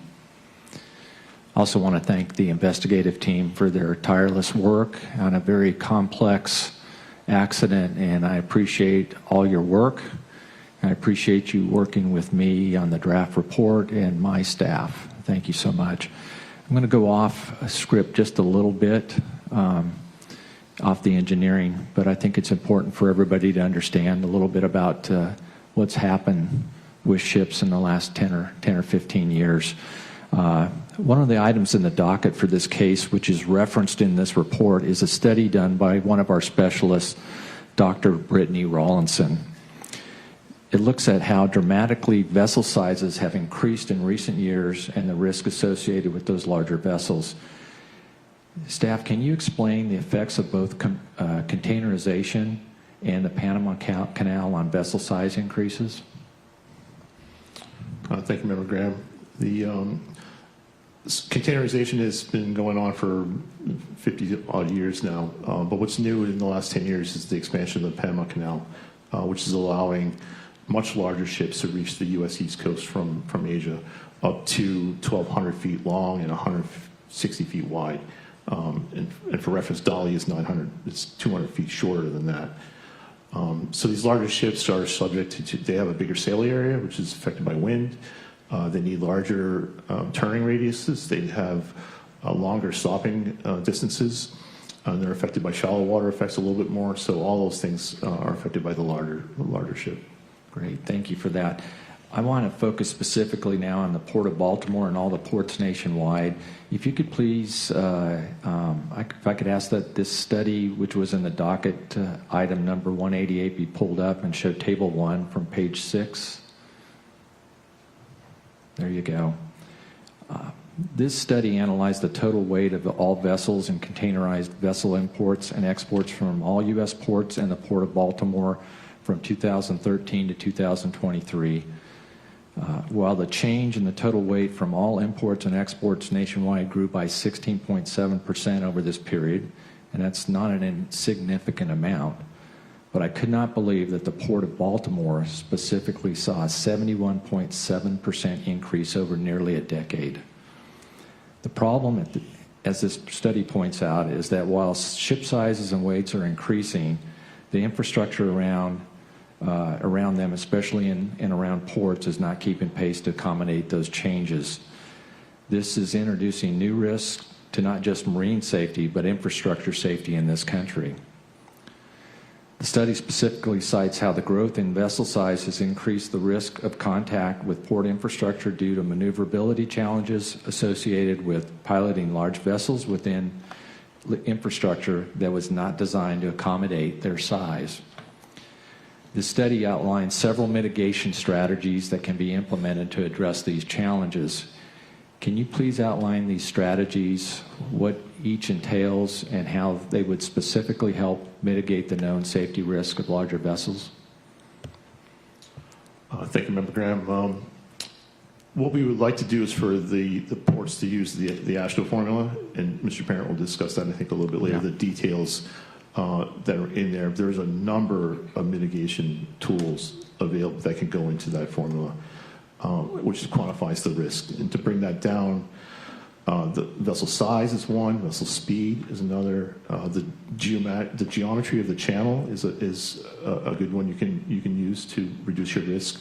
The use of tugs is one. There's a long list of variables in that formula. That's what we're encouraging ports to use to quantify the risk and bring it down. And you think mitigating these risks will decrease the risk of contacts like these? Okay. I also note that these risks by larger vessels could be addressed through a comprehensive safety management system in the marine industry, and I'll get more into that in round 4. Thank you. Thank you. Member Chapman. Thank you, Chair, and certainly I join in expressing condolences on my own behalf and all of us at NTSB to the family and friends of those who were lost or harmed by this accident. We're going to do everything we can to make sure that this doesn't happen again. And to our staff, it is just so impressive, the work that was done to locate the source of the first underway blackout and then narrowing the search to a loose wire that at times became electrically disconnected. It's just incredibly impressive. Mr. Barnum, you talked about how long it took you all to find that. I think it's remarkable that you were able to find the source of the problem in such a short period of time, in my own opinion. It's just amazing work. I do have a question, and I think this one is for you, Mr. Barnum. What is an undervoltage release, and also how can a single loose wire cause a blackout? Yeah, certainly, Member Chapman. Yes, it is an engineering group question, but I'm going to ask Mr. Ginalone to field that one. Okay, thank you. Thank you, Member Chapman. Undervoltage release, that is an electrical mechanical device that mechanically, when de-energized, mechanically disconnects a breaker. So in this case, HR1. The device requires to be powered at all times, and when it's de-energized and initiates the trip, it also will prevent the breaker from closing again. The second part of your question was how could a single loose wire do this? It was this specific wire and its location is the reason why the breaker tripped. That loose wire was in series with the UVR that I just explained. It needs to be energized at all times to keep the breaker closed, and also when de-energized, it will open. So had it been a loose wire somewhere else, it could have been an indicator light that flickered. It just so happened to be in a location that energizes the UVR circuit.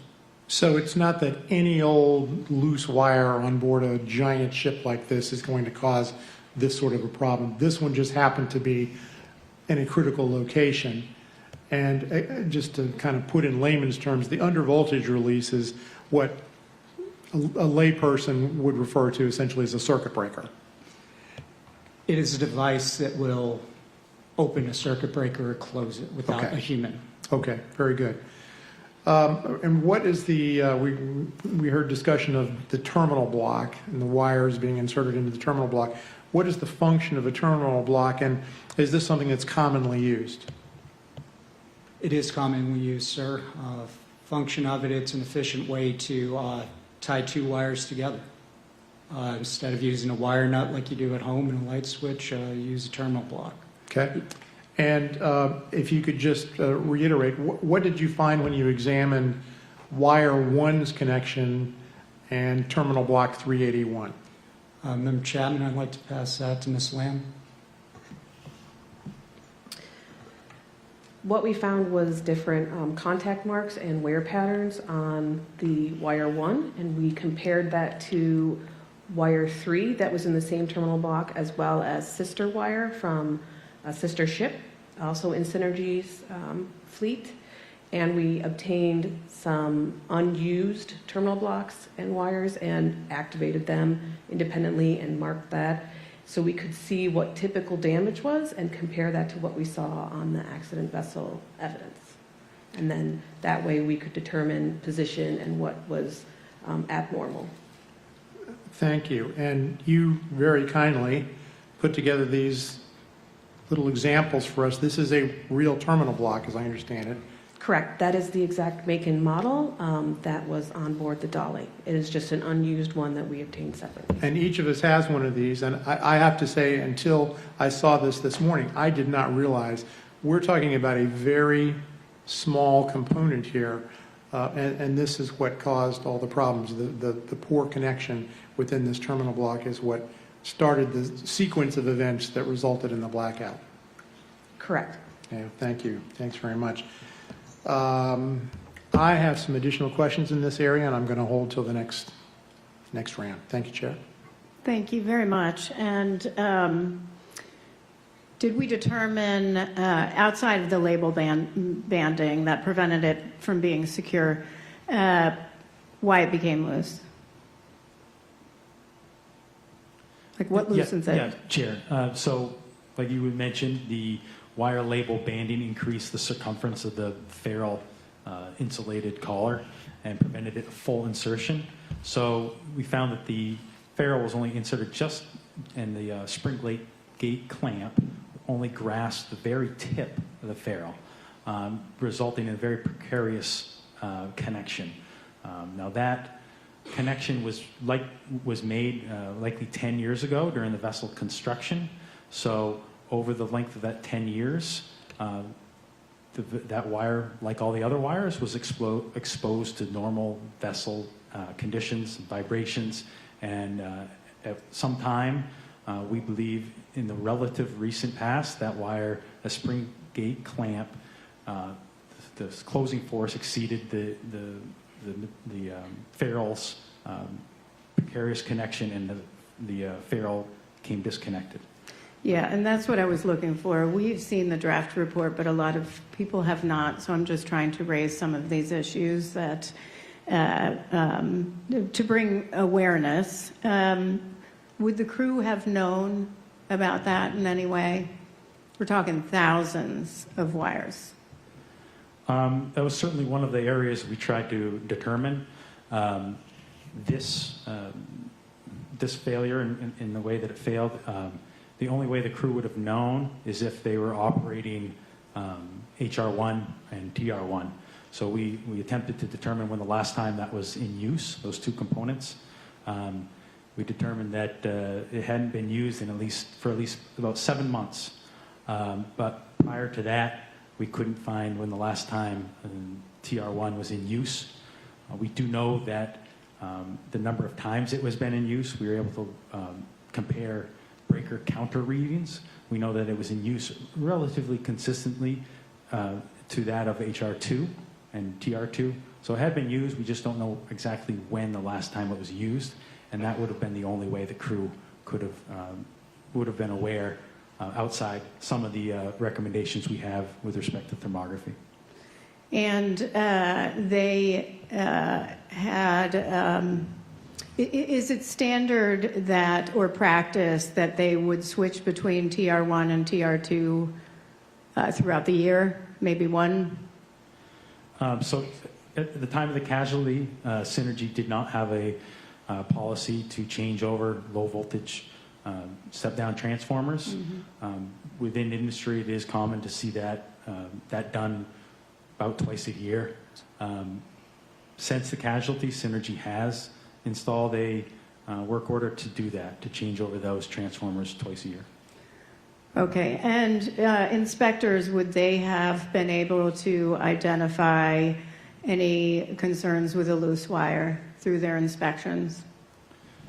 Certainly we have, findings and recommendations that speak to that proposed, but Synergy did have both a 60-month and a 60-day, I believe 30-day, 60-day, I'm sorry. They did have inspections that the high voltage switchboard. We feel that those inspections weren't specific enough on how to inspect it. Therefore, that's what we recommend, that they incorporate a thermography survey into their SMS and their preventative maintenance system.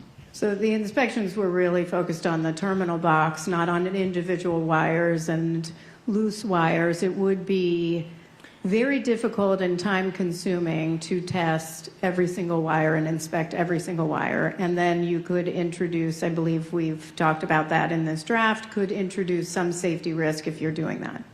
Yes, ma'am. We discussed in the presentations, but yeah, it's mostly a visual inspection. It can be harmful to the operator to be manually manipulating live wires. It can also be detrimental to those small signal wires. So that's why we feel that thermography is such a valuable option here. So infrared thermal imaging, can you just talk about, so the class societies allow for that, the use of that. Is that used throughout the marine industry? And that's Yes. the end of my questions after that. Yes, ma'am. It is a widely used method, yes. I have a follow-up to that, but I'll go after these two. Member Graham. Thank you, Chair. I want to move to redundancy, have a little discussion about that, and I want to thank the team for you fielding all my questions over the past few weeks on redundant systems. With my experience and background in aviation, redundancy is very critical on board an aircraft, and there's certification requirements and everything that have given aviation a good safety rating out there. But and I've learned this is one of the main differences between the marine industry and aviation. For example, the Dolly did not have a second engine, but as the team has educated me on this, can you talk about all the redundant systems surrounding the main engine on board large vessels like the Dolly to help people understand that the redundancy already exists? Yes, sir. So, like you said, the Dolly did have vessel redundancy, machinery redundancy built into the vessel design, kind of like in three baskets. So initially, an engine's like the Dolly, like you mentioned, a large slow-speed diesel engine that rely on electricity. Redundancy is built into that power generation. So Dolly had redundant generators, had 4 generators that could produce sufficient power. We discussed earlier that 1 generator was often sufficient enough to power the entire vessel, so 4 certainly was in excess. They also had a redundant ability for redundancy within their switchboards. They had redundant step-down transformers like we've discussed. They also had the ability to split both the high voltage and low voltage switchboards if for some reason one became inoperable. That's kind of your first layer and actually trying to prevent a blackout in the first place for redundancy. Secondly, you have redundant pumps. So large diesel engines require cooling water, lubricating oil, fuel oil to operate. Those are supplied via large pumps. On this vessel, they had multiple pumps that could be used. If one failed, another one would automatically connect. If power were to be lost and then regained, those pumps would automatically start. So that's kind of like the second layer of redundancy that this vessel had. And then third layer, you spoke about the single means of propulsion. Yes, there was one diesel engine, but this is a very, very large diesel engine that, if need be, you could actually take out. If one cylinder became inoperable, you could take that out of the formula and basically, at a reduced speed, still utilize the engine to return to port or safe harbor with the remaining cylinders in use. Thank you for that, because that was going to be my next question. What happens when you lose an engine? But there's a workaround for that too. A little different than what I'm used to, and I think most people are used to. Thank you for that. Are there different standards when it comes to redundancy for passenger ships compared to large cargo vessels? Yes, in my knowledge, yes, it wasn't a direct issue that we've investigated in this report, but yes, it should be noted that modern larger passenger vessels, their propulsion systems are different. Most of them are diesel-electric propulsion systems, but there are return to safe harbor regulations in place that require these vessels that are built, I believe, after 2010 to be able to return to port safely in the event of the loss of one propulsor or one single propulsion system. They need to have a redundant one, and they're able to do that. So they're able to return to port if they lose an engine. Yes, that's their requirement for passenger vessels, but not container ships. Yeah, larger, modern passenger vessels, yes. Yes, thank you. As we've already discussed, larger vessels pose an increased threat to the port infrastructure that was not designed for them. Given this increased risk, do you believe increased redundancy for critical systems such as the main engine and steering help mitigate these risks in restricted waters? Yes, staff certainly believes that anything that can be done to increase redundancy is a benefit. All right, thank you. Member Chapman. Thank you, Chair. Mr. Barnum, I think this is for you. Can you explain, please, just a little bit more about what is thermography, how it works, and why we're recommending, or will be recommending, why that would be helpful? Yes, certainly. We can discuss that. I will ask Mr. Ginalone to discuss it.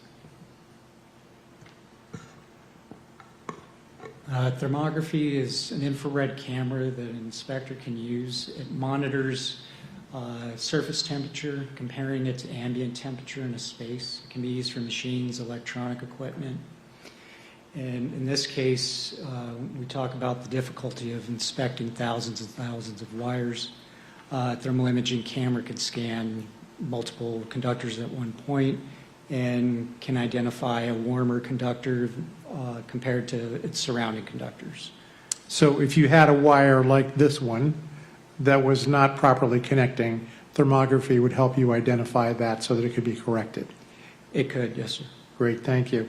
There's a lot of information in this report to digest, and with that in mind, I want to ask, and whoever's appropriate, please take this, if you could just discuss a little bit more some of the critical equipment with respect to the investigation, starting with what is a flushing pump, and why was it non-standard for the flushing pump to be being used as a service pump?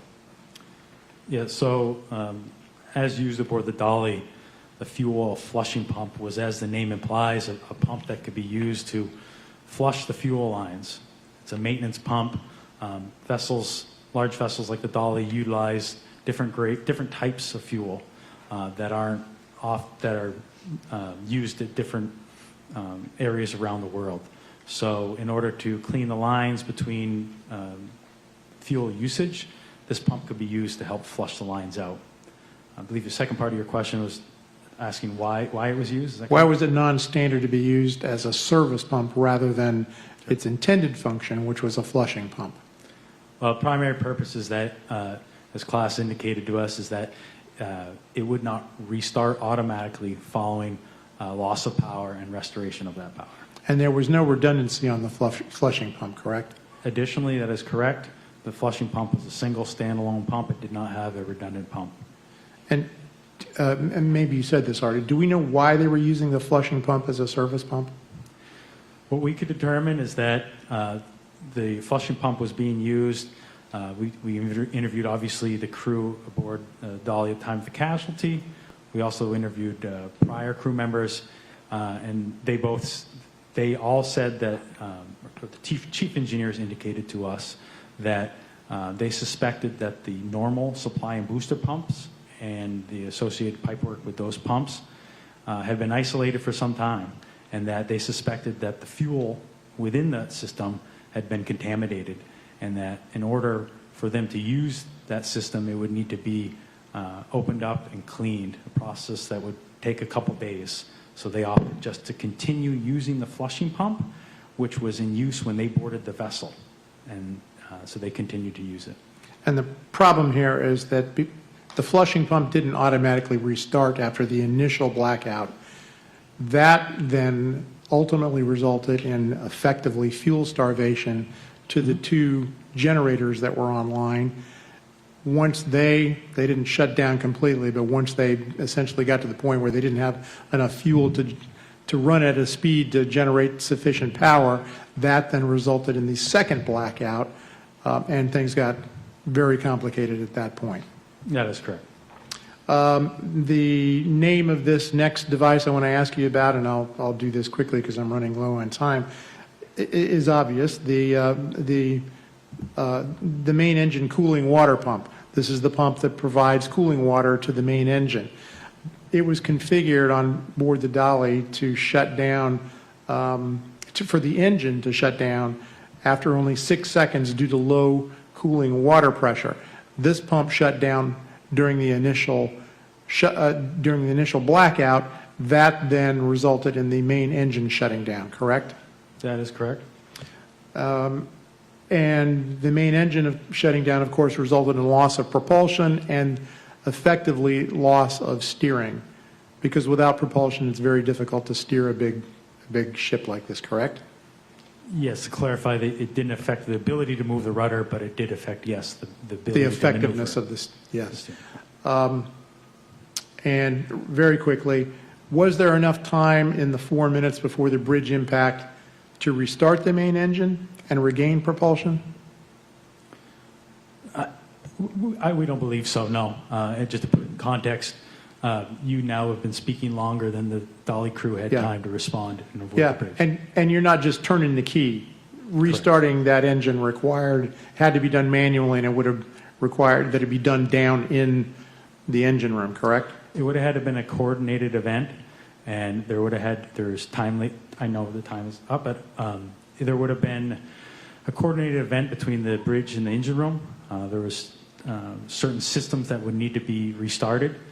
They would be automatic, but there is time delays associated with them. It would have taken about 40 seconds for those conditions to be met, and then another roughly 40 seconds once the engine was restarted to achieve a sufficient RPM to sufficiently provide wash across the rudder. Thank you. That's helpful. Chair, thanks. Sorry to go over. Thank you. I'm going to continue on the flushing pump. And you mentioned that it had been isolated for some time. In 2020, when emissions requirements changed and to comply with the requirements, Grace Ocean, with approval from the Classification Society, installed an exhaust gas scrubber system, which would clean certain pollutants from exhaust gas before being released into the atmosphere, allowing the vessel to burn heavy fuel oil in the main engine via diesel generators 1 and 2. Diesel generators 3 and 4 did not have a scrubber system installed, so they could only burn very low sulfur, heavy fuel, and marine gas oil, correct? Or just marine gas oil? Mostly the generators 3 and 4 could burn low sulfur marine gas oil, MGO. Yep. And they could also, were configured to, they could burn low sulfur heavy fuel oil. That's right. But the flushing pump was designed for maintenance, correct? Yes, ma'am. So the flushing pump in this situation was actually supplying the marine gas oil. Was there any evidence that there was a reliance on using the flushing pump for the use of marine gas oil to comply with emissions requirements? That was certainly an area of our investigation. We looked into this. There is precedent for that. I can speak to it if wanted about the regulatory requirements and the requirements on the crew. But the fuel flushing pump could only provide the engine with low sulfur marine gas oil. That's how it was configured. It could not take suction from the LS low sulfur fuel oil tank. The crew did not indicate that that was the reason why they were using the flushing pump, but that was, one of the shouldn't say reasons, but one of the methods of using it is that it could never be accidentally crossed over to a different type of fuel. And so, and again, I'm certainly supportive of strengthening environmental regulations, but we have to also look at safety impacts and make sure there are not unintended consequences by use of some other configuration to comply with those emission standards. And we raised this very issue in the draft report. I do want to ask if the flushing pump was running before a blackout, a crew member would have to manually restart it, as we talked about, to restart it once power was restored. But to do that, where does the crew member who is likely in the engine control room have to go?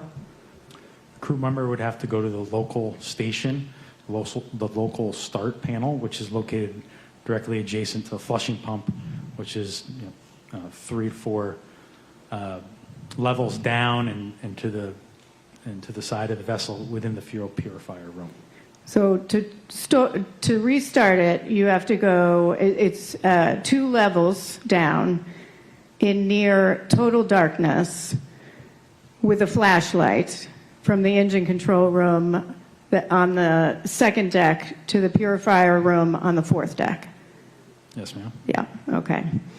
And can we talk, was the crew aware that they should not be using the flushing pump to supply fuel? This is an item that we have a draft finding for.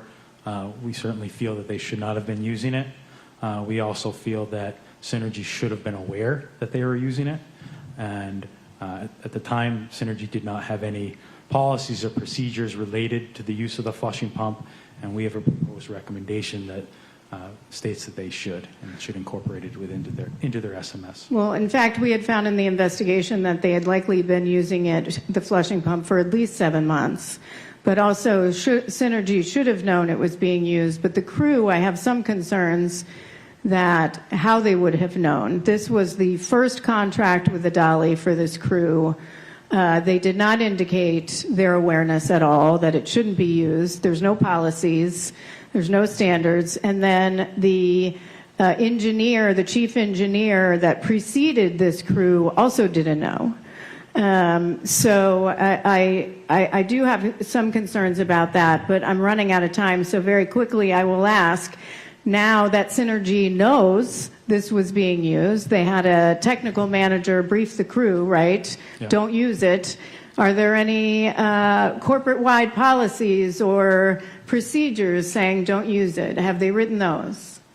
No. No, it's been 20 months, right? I mean, that's the reason you're a party to our investigation, so you should take that action. It's been 20 months. We're not talking about a regulation. We're talking about a corporate-wide policy to stop using the flushing pump, which has no redundancy whatsoever. Sorry, I went over time. Member Graham. Not a problem, Chair, and I'm going to jump on that too.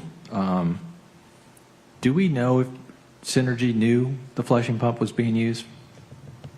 The representatives within Synergy that we interviewed following the casualty indicated that they did not know. as part of the investigation, we were able to review thousands of emails sent from the ship to shore. Contained within those emails, we found a couple from the previous chief engineer aboard the vessel that seemed to indicate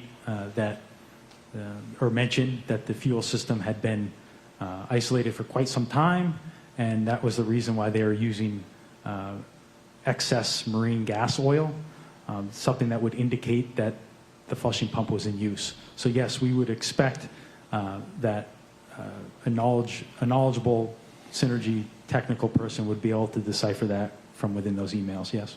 Thank you for that answer. I want to talk a little bit about MARPOL's emission regulations, since I believe there's a possibility these two issues are connected, in my opinion.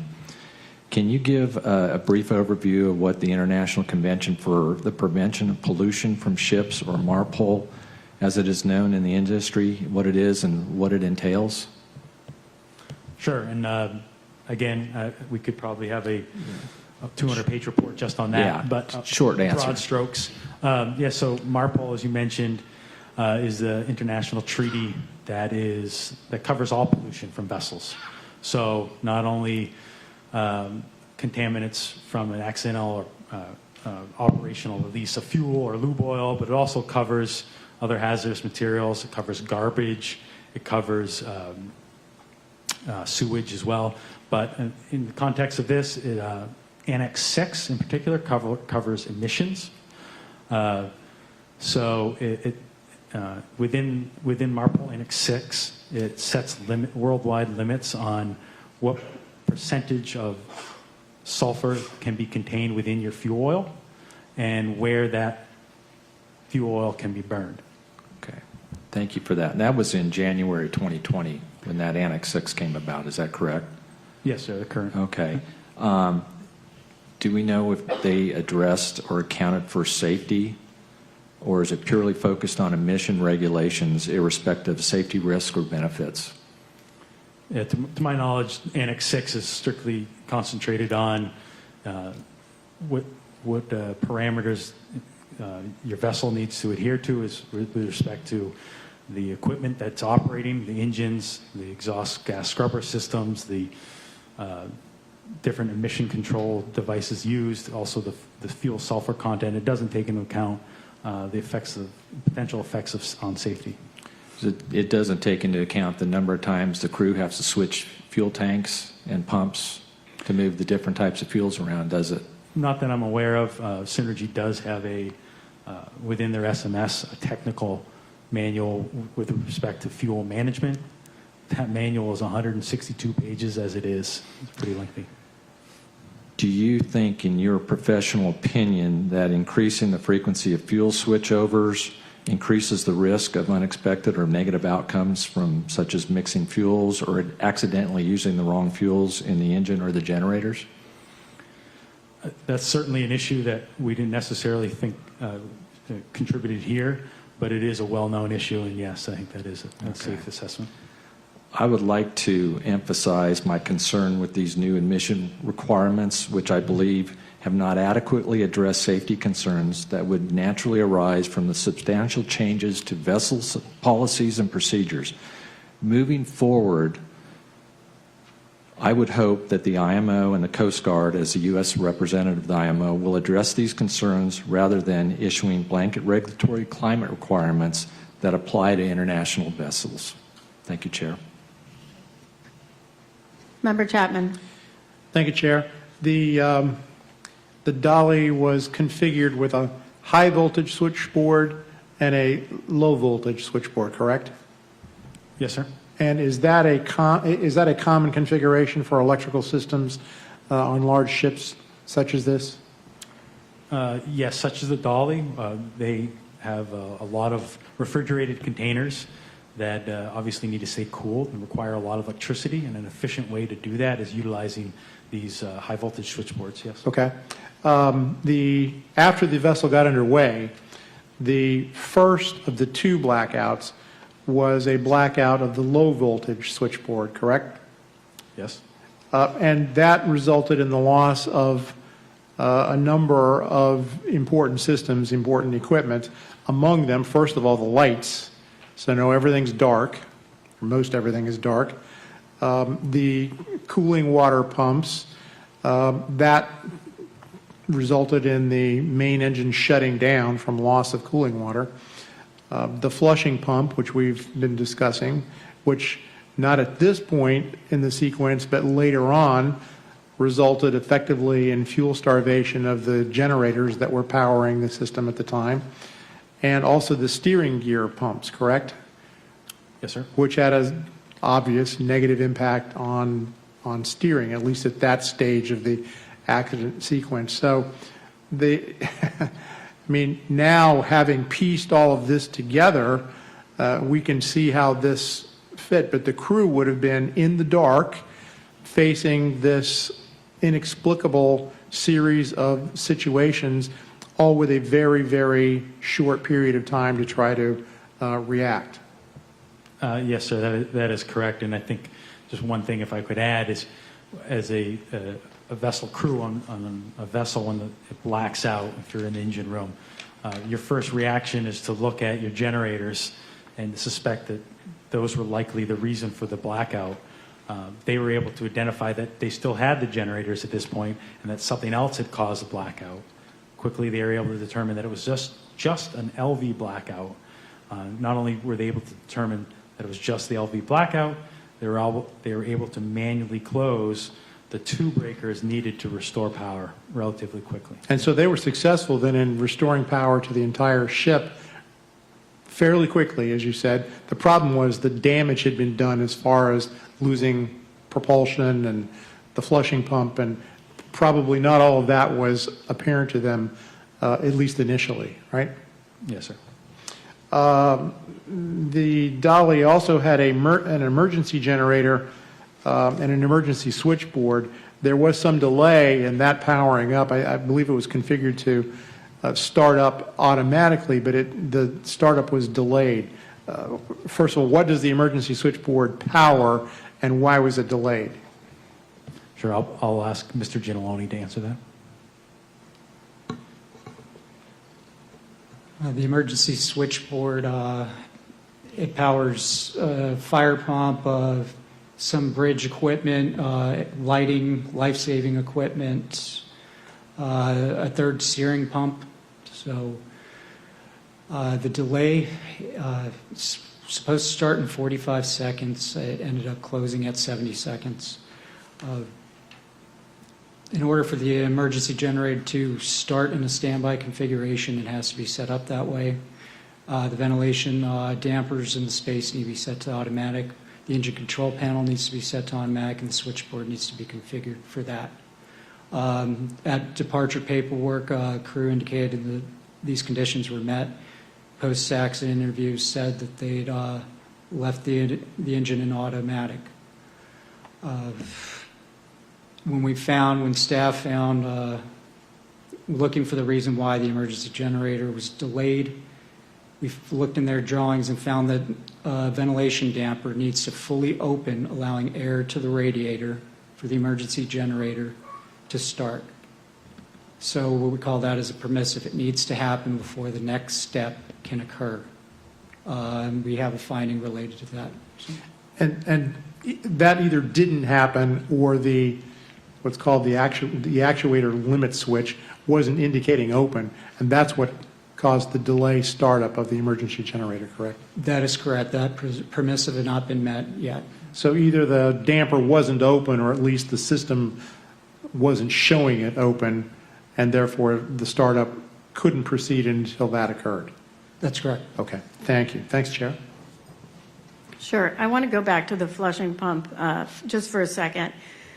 So the March 25th second blackout and March 26th second blackout, both the same, one didn't lead to the other, both the same sort of circumstance, which was the flushing pump. Would the second blackout on March 25th normally be reported to the pilots from import to underway? Would that be something that would be part of a crew briefing or by the pilots when they came on, whether the crew? So, Chairwoman, if there was something that materially affected the ship or degraded its ship handling in any way, that would be required to be shared with the pilots. In this case, they didn't believe that the blackouts from the day before materially affected the ship. And we concur with that. Correct. So we do concur with that. Yeah. So just really the last question. Do we know whether the dolly was the only one that Synergy used used a flushing pump to perhaps avoid emission standards or comply with emission standards on just the dolly or other ships? We spoke to the chief engineer at the time of the casualty who had worked aboard other Synergy-operated ships. He indicated that he had used the flushing pump on other ships in an effort to compare Synergy's operation. We did board the marine vessel Saison, sister vessel to the Dolly, to inspect their configuration. This was done after the accident, so while we were on board the vessel, we did notice that they were not using the flushing pump on that vessel. But we do know through crew interviews that at least one other time, one other vessel had been using it, yes. Okay, and is it possible that that other ships, that other vessels owned by entities other than Synergy could be doing the same? Without verifying the machinery that they have on board, I couldn't say. I think staff certainly hopes that they are not. Yeah, and exactly. And I just want to emphasize one more time that when we're talking about clean fuel and moving towards zero emissions, whether it's in aviation or any other mode of transportation, rail, marine, we have got to be very focused on unintended safety consequences of compliance using some other means. So again, that is just unfortunate. I'm going to turn to the main engine. The main engine obviously was configured for automatic shutdown due to low cooling water pressure. That was required by a German classification society when Hyundai built it. When the previous owner purchased it, they used a new classification society which didn't require the automatic shutdown. So Hyundai modified the configuration by making it a cancelable shutdown, meaning the crew could override the shutdown. And how many seconds did they have to do that? It was configured with a 6 second delay. 6 seconds. And you and I were on another vessel recently, the Sirach. I mean, how many alarms are you talking is happening? I mean, there are so many. Yeah, I mean, number might be low, but during the casualty, it was over 100 alarms. Over 100 alarms. So 6 seconds to override the shutdown. Hyundai picked the 6 seconds. As part of the design, and once you cancel, the engine remains running at 40%, in this case, of its rated speed. Its rated speed is 80 RPM, so the engine slowdown speed would be 32. Is it realistic to expect crew in this scenario to recover in 6 seconds? No, it is not. And one additional point to be made here is that the intention of that cancelable function is not intended for this immediate loss of cooling water pressure. That alarm, the operator is given there is a pre-alarm that's given. They're alerted by a low pressure alarm and then a low pressure alarm. It gives them time to start another pump. It's not intended for a loss of pressure that happens all of a sudden. It's not intended for emergencies. Not like this one. Yep. Okay, thank you. Member Graham. Thank you, Chair. Let's stay with that. So what would happen if we lose that cooling water, that pressure of the cooling water? What's going to happen to the engine? The engines like these are configured with a cooling water head tank, so that it's a tank of water that's connected to the system that's located at an elevated level. So there is a minimum, as long as that head tank stays full of water, there is a minimum amount of pressure that will stay on the system. Without that water circulating through the system, however, the engine's going to begin to overheat. Do we know how long it would take for that to happen?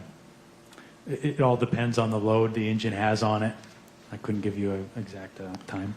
So do we know why, well, we did talk about why this engine was configured this way. Do we know of any other societies that are configuring engines this way? We reviewed the other IACS membered classification societies at the time of vessel construction, and the only one that required this to be a shutdown was GL. So no. So do we, is this a dangerous design feature for this engine? We feel that it's an unnecessary shutdown.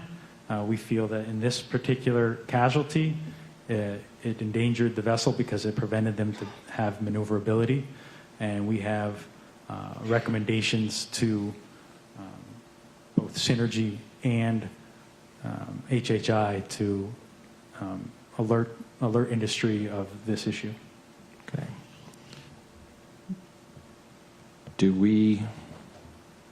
Is it easy for them to reconfigure this type of engine? Because they have it on other ships, is that correct?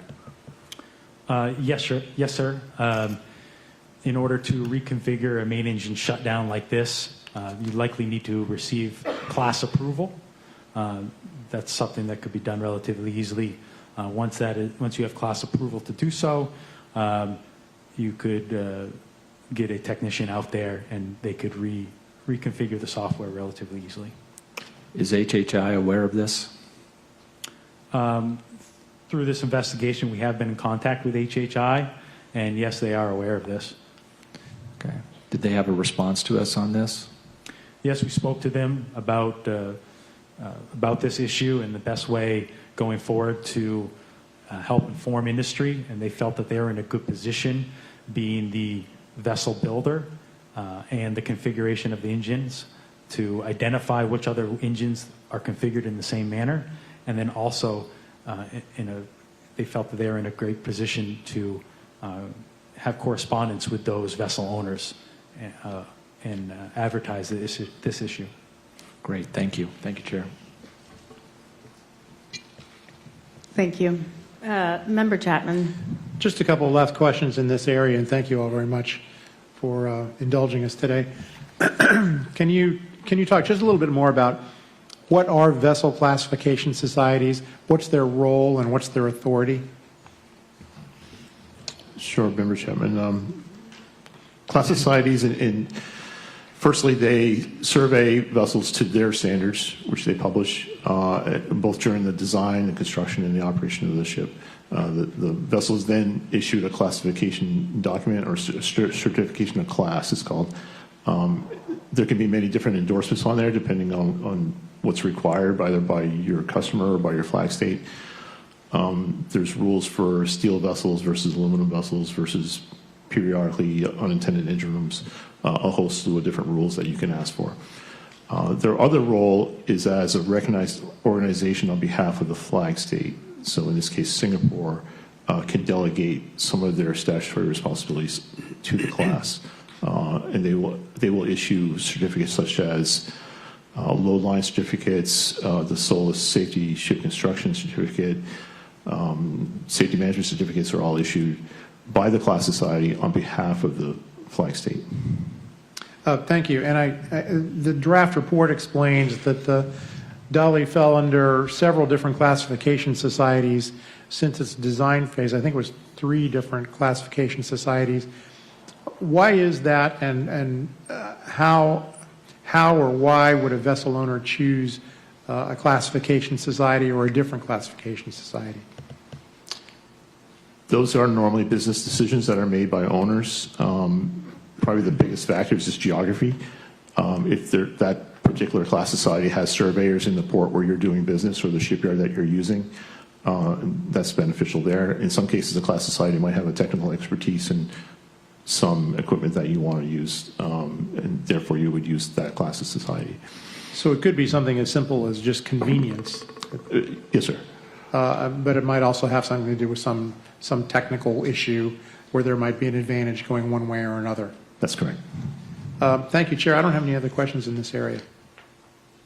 Thank you. I'm just going to read, just back to Member Graham's point, one statement by HHI in their letter dated November 12, 2025. HHI Hyundai Heavy Industries recommends, instead of addressing engine configuration or configuration in the Dolly, that we focus on ensuring that all crew operators and captains are properly trained to understand the safety features and proper functioning of the vessels they are operating, which I think is a pretty poor response. Any comments on that? No, I would agree with you there. We've already discussed about the intended purpose of that cancelable shutdown. And it's not practical in the case of this accident. Exactly. Okay, so no problems with the fuel. That was a question on scene. I just want to reiterate that. No problems with the switch over for the fuels or the fuel quality, correct? No, ma'am, we excluded that early. Okay. And you mentioned in your presentation that there were no warnings or alarms when the circuit breaker HR1 opened. Why? And were we able to replicate that in testing? Sure. I'll ask Mr. Ginalone to address that. That's correct, ma'am. There was no preceding alarms. The location of the loose wire that de-energized the UVR was in series with the same manual function if you wanted to open the breaker itself. Great. And is there, just quickly, is there a standard for recovery time for a full vessel blackout like the Dolly experienced? For vessels such as the Dolly, I believe regulations permit 30 minutes. Okay, great. Really quickly, I'm going to go over to Mr. McMurray. And I appreciate the work of our parties. Parties to our investigation help us gain technical information that helps us in the course of investigation. They are not part of the analysis. They don't help develop our findings or recommendations or our probable cause, but they help us obtain the factual information throughout the course of the investigation. The advantage to them is they get information early so that they can take safety action and don't have to wait until the end of our investigation. I want to call attention to the Maryland Transportation Authority's party submission. Mr. McMurray, MDTA states in its party submission that some of the information that they include in their submission to us, some of it has been reported in the NTSB's public filings. Well, first of all, MDTA was a party, correct? Yes. So they had access to information, right? Correct. Mm-hmm. It then goes on to say, however, the bulk of the information herein comes from formal discovery obtained in the federal lawsuit that was filed by the owner and manager of the Dolly, and that the state of Maryland is a party to that lawsuit. Is it appropriate for a party to rely on information from formal discovery in its party submission to the NTSB? No, ma'am. By regulation, the purpose of the party submission is to provide input based on the evidence that's independently developed by the NTSB. Yes. In fact, the regulation 49 CFR 831.14a states, in part, findings must be drawn from the evidence produced during the course of the investigation, not from litigation. So I'm pretty concerned about what was submitted. What I will say in this document, and just really quickly, because I'm probably going to run out of time because I will come back to this, did MDTA have any type of marine expert available for assistance in the investigation? No, ma'am. The party reps for MDTA were two detectives and their engineer. Yeah, and they did the best they could, and we certainly appreciate their support when we get to some of the response. They very clearly helped us with much of that. But I will say, if you look at our safety investigators in marine safety, they have over a combined 400 years of professional expertise in their field, and we're talking about it's the Maryland Transportation Authority.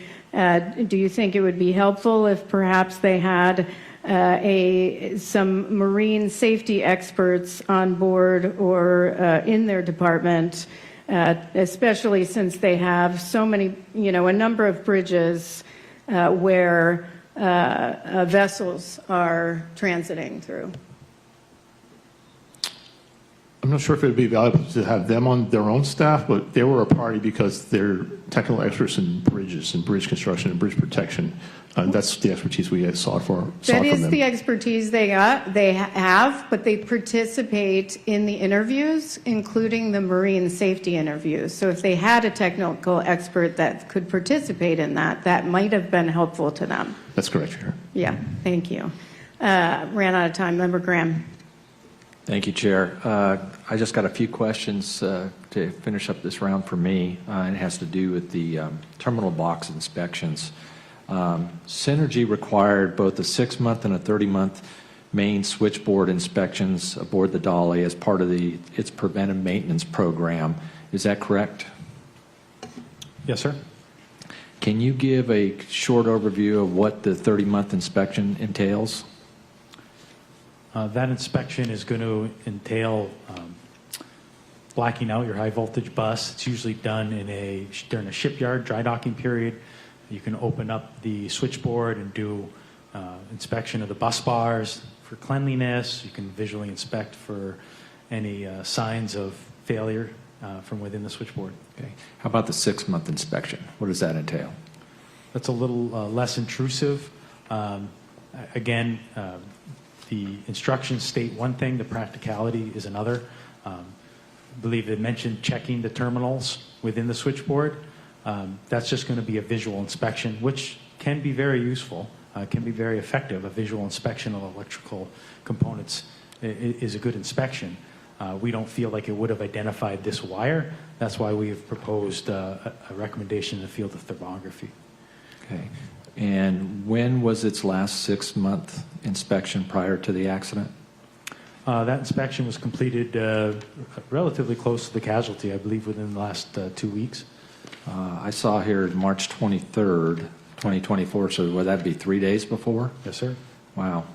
So did that really include conditions of the crimp terminals and renewing the crimp terminals if that was necessary or not? The instructions did not give a proper guidance on how to inspect the terminal connections within the high voltage switchboard. So do you believe the inspection guide from Synergy was insufficient in providing the detail on the inspection to successfully complete it? Yes, I do. You do? Okay. Has Synergy changed their process or procedure since then for this inspection? It's not. I'm not aware of that. They had post-casualty. They did hire a third-party inspector to come aboard the Dolly and the 2 sister vessels to do a comprehensive switchboard inspection. That was completed. They found no additional loose wires or any other issues, but they have not updated their SMS to incorporate more detailed inspections. They have not, no. That's very concerning. Thank you, and that's all I have in this round. Thank you. Member Chapman. No further questions. Thanks.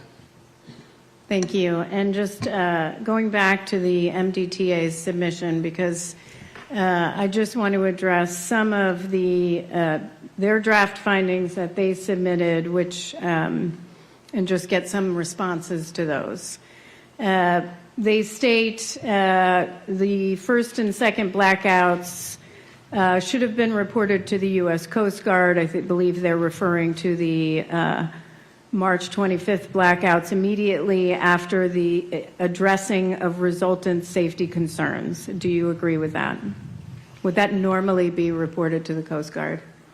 No, we don't agree with that. Staff feels that those 2 blackouts did not materially affect the vessel's ability to get underway. They knew relatively quickly what caused those blackouts, so no. Okay, and then another statement. They talk about aboard the Dolly, operation and maintenance of the electrical system was performed by an unlicensed electrician who lacked the electrotechnical officer certification. And then they go on about the unlicensed technician. Did we have any concerns about Mariner certifications or the electric? Can you talk a little bit about the qualifications of the crew? Do we agree with that? No. With respect to the electrician, he was a credentialed marine electrician. He worked under the guidance of senior engineering officers, including the chief engineer, who had a electrical technical officer's endorsement on his license. The crewing and credentialing of the crew aboard the Dolly met the minimum safe manning requirements for the vessel as set forth by Flag State. Thank you. And they also state the pilot card should have advised the pilots that the Dolly had experienced the 2 blackouts within the past 11 hours, that the diesel generator 1 could not be started, that the hydraulic brake control on the port anchor was inoperable, the steering gear had not been properly tested, should that card have included everything we had seen? I'll defer to Captain Quinn or Captain Muse regarding the pilot card. So, Chair, no, that pilot card is more for ship handling and includes weather, how much chain there is on the anchor, those kind of things. Unless there was a deficiency that materially affected the ship and how it was going to handle, then no. Speaking of chain and releasing of letting go of the anchor, how much time once it was let go passed? How much time right before collision? The VDR recorded it. You could hear the anchor chain. I'll invite Ms. Quinn to answer that. I believe about 2 minutes passed. 10 seconds. 10 seconds, excuse me. Yeah, 10 seconds. Once that anchor chain was running, 10 seconds before the bridge collapsed. MDTA states that the anchor chain release could have prevented the striking of the bridge. 10 seconds. No way. So, again, I am disappointed that it violated our regulations, and they did not comply with our regulations. I am pleased that with the 2 police officers who participated with us, I met them. They did a great job, I thought. It's just not their expertise, but they were certainly very helpful with the bridge part, which we'll talk about a little bit later. I just would point one other thing in their party submission, which is that you know what, I'm going to hold this until we talk about bridges. So, any other questions? Any other questions? All right, we're going to move on to a second round of questions, this time focused on ship handling and communications. And I will start with Member Graham.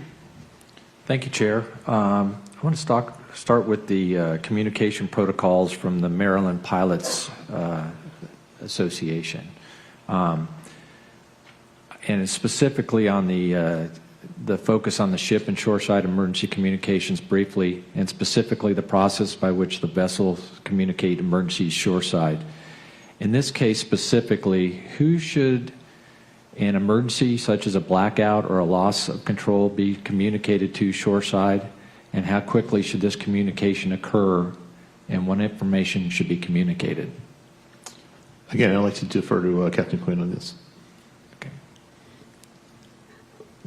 The speed at which you need to get shoreside response would depend on the capabilities of that specific port.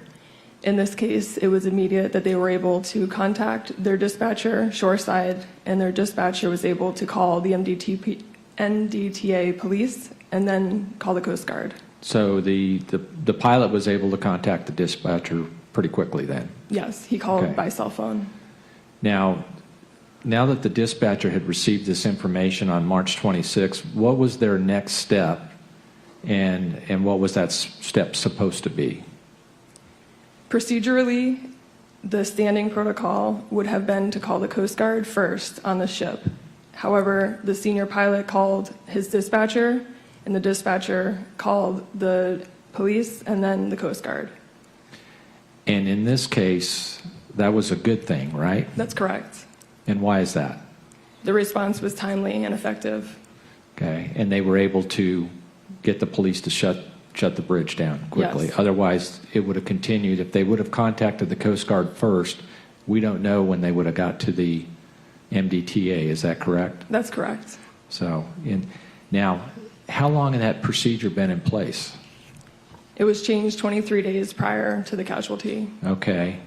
Have they changed it back to the original or back to the other way of contacting the bridge? Yes, MDTA? they have. They have. Okay, that's a good thing. That's a good policy change. And I'm so thankful that they found that number before the Coast Guard number. Because what would the Coast Guard have been able to do at that point? Based on the calls that were recorded that showed the Coast Guard's response, it seemed that the response might have been a little bit slower, for lack of better terms, in responding to closing down the bridge. Okay, great. Thank you for that. I see got a couple minutes left on this round. I want to switch to focus on March 25th, the import blackouts on the Dolly, and specifically, how were these communicated outside of the Dolly? Were they communicated outside? The two blackouts that occurred on March 25th while alongside the dock were not contacted at the time outside of the vessel, no. Okay. Can you tell me a little bit about the smart ship alert system and how it works and how it's monitored? So Smart Ship was a system that Synergy uses aboard their vessels to monitor vessel machinery, also vessel position and status, and different aspects. There is not a 24-hour continuously monitored system. When an alert or an event occurs aboard the vessel, it sends an automated email to a recipient. In this case, the recipient was a technical manager shoreside. It goes into their inbox, and whenever they review their emails, they can review these messages. The March 25th dockside blackouts did trigger an automated email that was sent to his inbox. At the time, it was not opened at the time. It was opened actually after the casualty. He reviewed that email. Okay. And I assume that person probably is technically monitoring other ships in the fleet? That is correct. He has several vessels under his supervision. Okay. All right. I'll come back to this later. Thank you, Chair. Member Chapman. Thank you, Chair. Can you talk about bow thrusters, please? What are they and how are they typically used for maneuvering?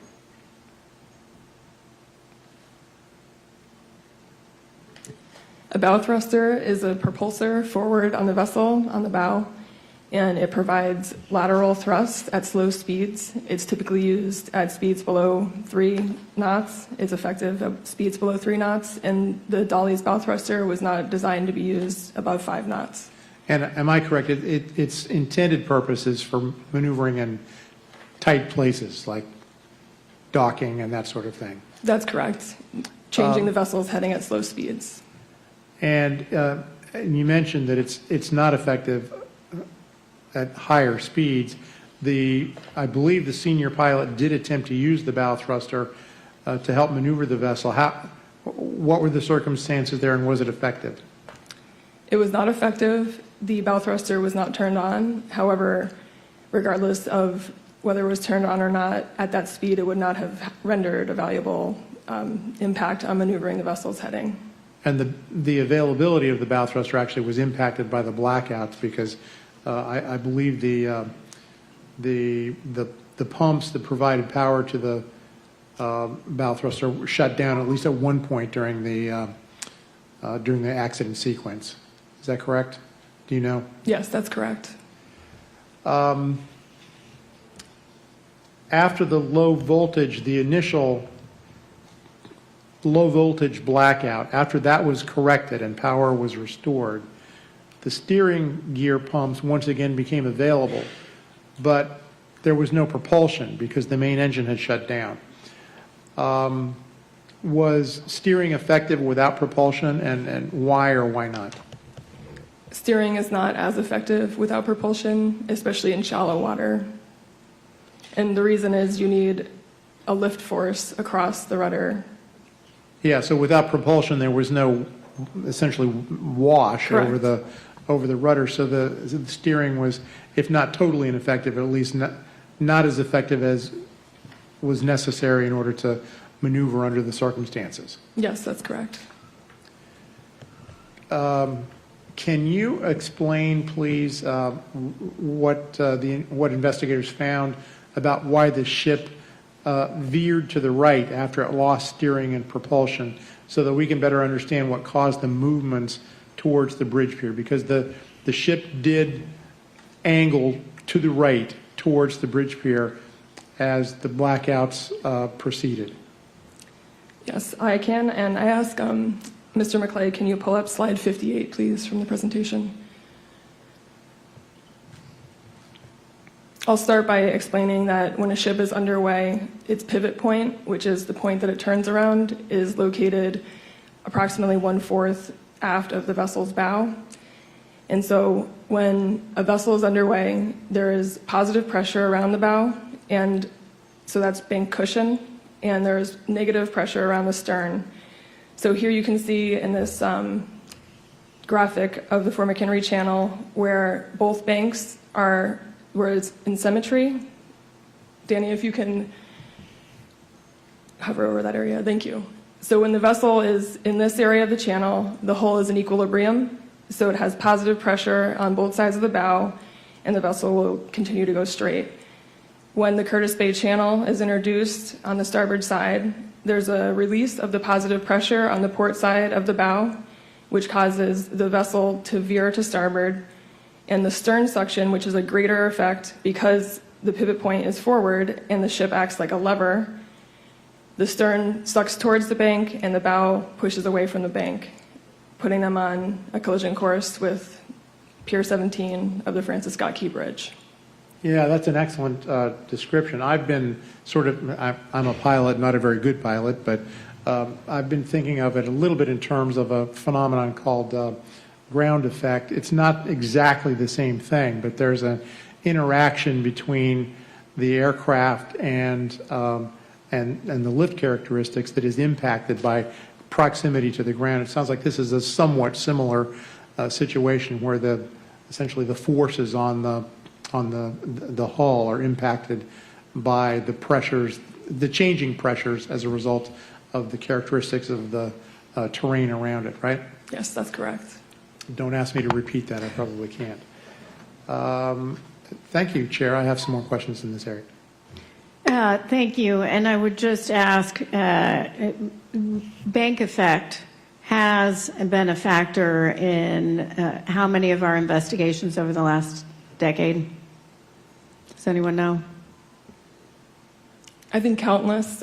We see it very frequently in the Houston shipping channel, but in that situation, it's when vessels are meeting and they use it to their advantage, but it is a very common cause of vessels grounding or hitting things faster than they would like to. Yeah, and we picked up 9, 2010, 2011, 2012, 2 in 2015, 1 in 2016, 1 in 2019, 2022, and 2024. So I just point that out. Member Graham. Thank you, Chair. I'm going to talk about the crew's response to the blackouts on the night of the accident, but let's first go back to the night before when there were 2 blackouts. While we know that the blackouts from the 25th were not directly related to the blackouts on the 26th, the night of the accident, and that's outlined in the report, I think it is still helpful for us to learn how the crew responded to a blackout on a vessel of this size. So on the 25th, when the initial import blackout occurred, how did the crew respond? Specifically, how did they identify the issue that caused the blackout, and how did they address that issue they identified? So, an important point here would be to mention that the vessel is in two very different operational status. So, while the vessel's alongside the dock, the engine room is unmanned. Crew are ashore or conducting maintenance. They're not stationed in the engine control room like they were while the vessel was underway. They were standing by, ready to respond. So when the initial dockside blackout occurred, a member of the vessel crew was conducting maintenance. He inadvertently closed an exhaust gas damper associated with the single generator that was supplying power to the vessel. In doing so, it essentially stopped any exhaust from leaving the engine, causing the engine to sputter and stall, and was unable to produce sufficient power to power the vessel. So the automated power management system, sensing this failure of the generator, disconnected it, blacking out the vessel. And then they determined that.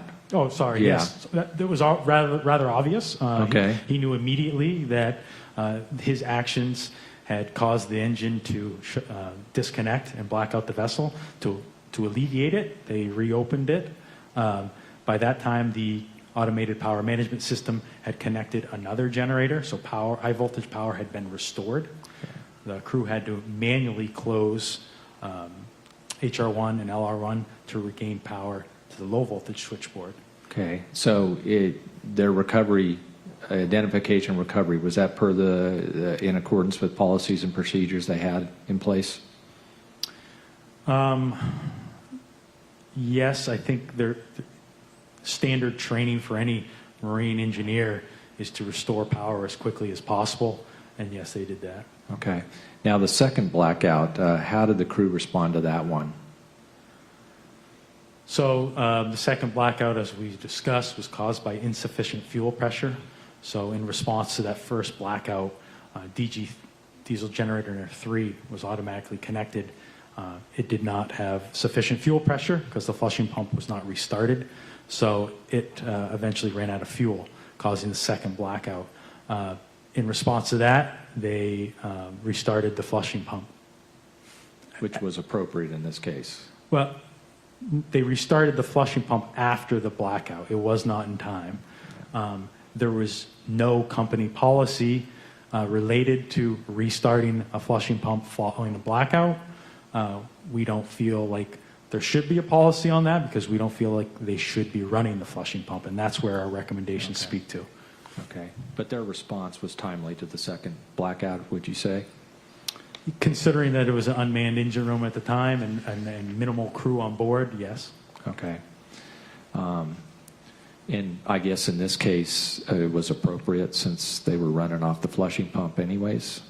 No, I think, I think that speaks to the fact that staff does not believe that the flushing pump should be being utilized, whether in port or underway. So I don't think necessarily it was appropriate because they shouldn't have been running that. Thank you. Now let's go to the night of the 26th. So the first blackout that night, how did the crew respond to that blackout? How did they identify the issue that caused the blackout, and how did they address it after they identified it? So like we spoke to earlier, we feel like they responded in a timely manner. They were able to ascertain that it was just a low voltage blackout, not a complete vessel blackout. And they were able to manually close HR1 and LR1 to restore power to the low voltage bus. And how quick did they do that? 58 seconds. 58 seconds with hundreds of alarms going off? Yes, sir. Okay.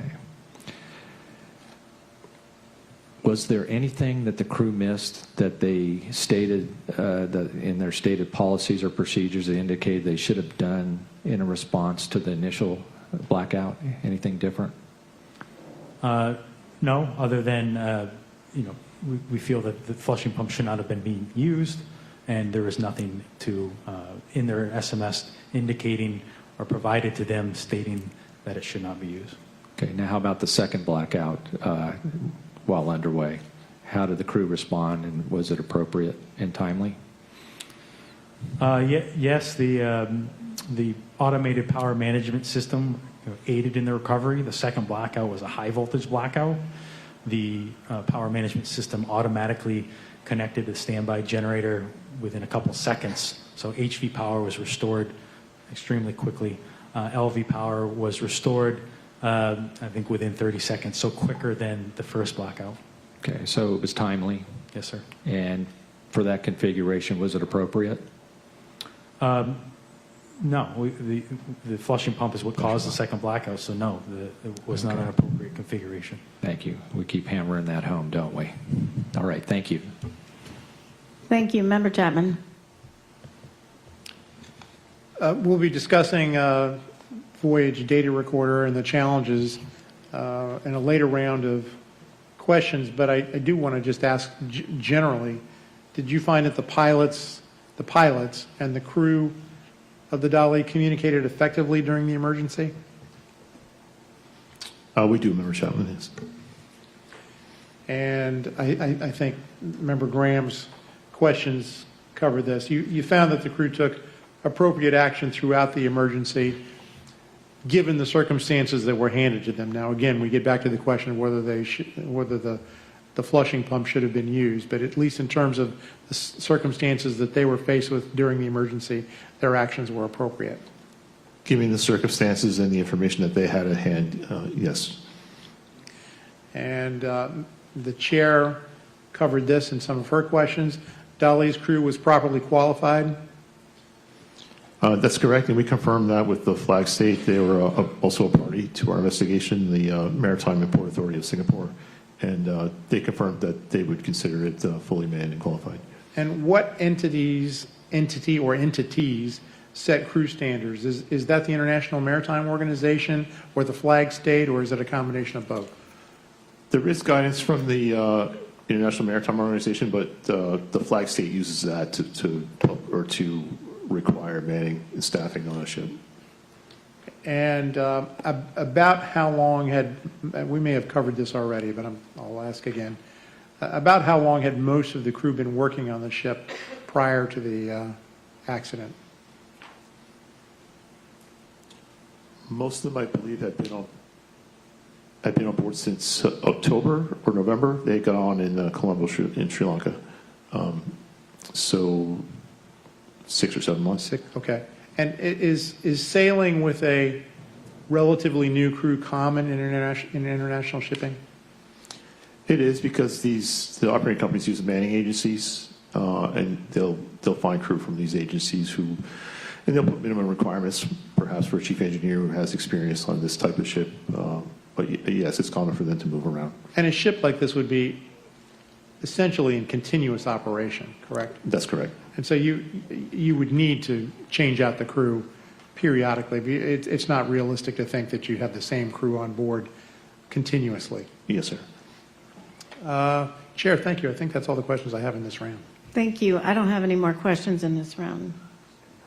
Member Graham. Just real quick, I want to just make sure I get this right, that before leaving or getting underway, there's a briefing between the master and the pilot before they get underway. Is that correct?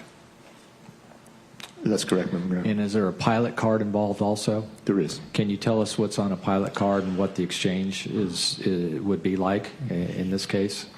So the pilot card will describe the ship's general ship handling characteristics, so stopping distance, turning diagrams, or turning radius, those kinds of things. And if there is any anomalies that need to be brought up, the captain will do that during their exchange. And I believe the team has already said that what had happened the night before with the blackouts, they don't feel was necessary to point that out to the pilot? That's correct. Okay. That's all I have. Thank you. You don't have any more? Okay, thanks. We are going to move on. Does staff need a break or continue on? Break? We're good, Chair, if you want to. Okay, great. So we're going to move on to the third round, which is bridge vulnerability and highway worker safety. We will start, we'll start with Member Graham. Okay, no pressure. I'm going to go back briefly to what I started with in round one about vulnerabilities and the report that one of our specialists had done on the vessel sizes. And just this report is really thorough, and it's a robust discussion of threat that larger vessels pose to our port infrastructure. And as we've discussed previously, and again, I want to thank staff for including this in the report. I think it's important, and we need to take these threats seriously. To that end, I want to talk briefly about the Coast Guard's Ports and Waterways Safety Board of Inquiry that was convened May 15, 2024. Can you tell us more about what this Board of Inquiry is, what the Coast Guard's Board of Inquiry entails, and why the Coast Guard said they initiated this one in particular? Member Graham, this Board of Inquiry was chartered to look at port vulnerabilities around the nation. They specifically excluded Baltimore because of our ongoing investigation, but they looked at there was 10, and they added one, so 11 ports. They evaluated their existing risk assessment tools and legislative authorities and made recommendations to that effect. The report, I understand, is still in draft form. We haven't seen it. Okay. How often do they convene Board of Inquiries? It's very rare. It's been several decades. Okay. And what is their product? What do they produce from a Board of Inquiry? Our understanding, this specific Board of Inquiry is trying to develop a risk assessment tool for the local captain of the port, the Coast Guard captain of the port, so that they can evaluate the risk given everything from sizes to weather to infrastructure. And that would be what, recommendations that they would come out of this? I believe they're developing a tool to use a risk assessment tool, and if there's legislative authorities they need to do that, then that would be a recommendation. Okay. Do we know when that might be published by chance? I do not know. Did not know. Okay. Do you believe that it's critical for all ports nationwide, not just the 10 that were studied for this Board of Inquiry, to conduct comprehensive risk assessments for the threat that larger vessels pose to their infrastructure? Yes, Member Graham. There is actually 11. They added one in the process. There's 11 ports they looked at. But the tools that they develop can be applied to any port. That's great. I would hope every other port that's not part of this inquiry would look at this and assess the risk of their own port and infrastructure, because we can see we're already aware of quite a few that we put out our urgent safety recommendations on. So thank you. Member Chapman. Thank you, Chair. The staff presentation explained that the Francis Scott Key Bridge predated current requirements for bridge protection systems. The bridge opened, I believe, in 1977. Is that correct? So it was designed, I think I'm correct on this as well, that it was designed according to the 1969 AASHTO specifications for highway bridges. Am I right about that? That's correct. I understand then that the guide specifications changed because of the, I believe it was the 1980 Sunshine Skyway Bridge collapse. That bridge collapsed after being struck by a ship. And then I believe they've been changed again since, in 2009, I think. Do I have all that right? I'll defer to Mr. Parent on that. Yes, Member Chapman, that's correct. Okay. And is it the 2009 AASHTO guide specifications that urge certain bridge owners to conduct the Method 2 risk analysis?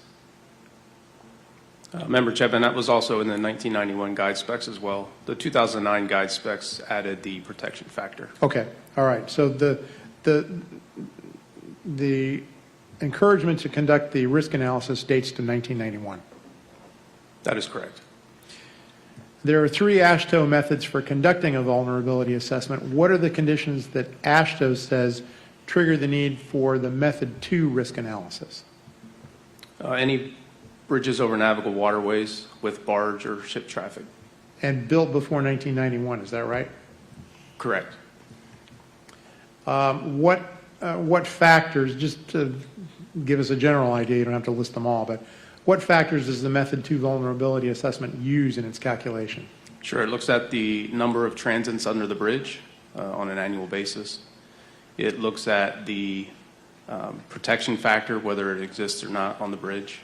It looks at the geometric probability of the bridge, in other words, the distance between the spans and the probability that the piers, and if one of those piers would be struck by an aberrant vessel. And it looks at the probability that a vessel would go astray from its course. Thank you. Now, when a bridge falls below AASHTO's risk threshold, what measures does or should a bridge owner take to mitigate the risk? I'm sorry, did you say below the threshold? Below the threshold. I'm sorry, if it falls above the risk threshold, what are the mitigation measures that should be taken by a bridge owner? So there would be any countermeasure that would affect any number of those variables that I just described. That could be installing pier protection to protect the piers. Another countermeasure could be using tug escorts to kind of reduce the probability of aberrancy, strengthening the piers against impact, which is why in our urgent recommendation we had the interdisciplinary team that was developed in order to answer some of those questions and give guidance to the bridge owners. And the likelihood is it's going to be a combination of those measures. It's not going to be any one thing, correct?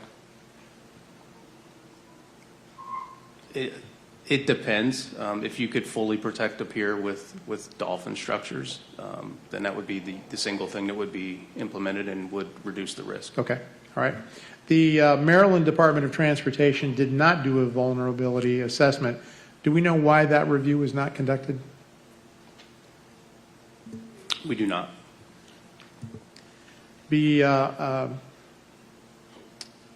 Chair, I have some additional questions in this area. I'm going to hold them because they might take a little bit. Thank you. Yep. So on the 1991 and 2009 AASHTO guidance, did the state of Maryland participate in the committee developing that guidance and the update? Yes, they were part of the committee that developed those standards. Oh, sorry, Mr. Parent. Good to see you back there. I'm so used to talking to everybody up front here. Thank you. They were part of that committee. What is the Baltimore Harbor Safety and Coordination Committee? That was a committee that was formed in the 80s.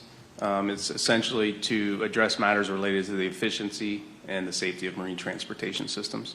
And still going? Yes. Okay. And did the committee, is Maryland part of that or MDTA part of that committee? They are.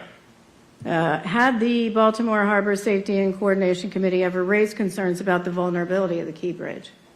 Yes, in 2006, an MDTA representative had mentioned that the pier protection was inadequate. Was any meaningful action taken? No. No.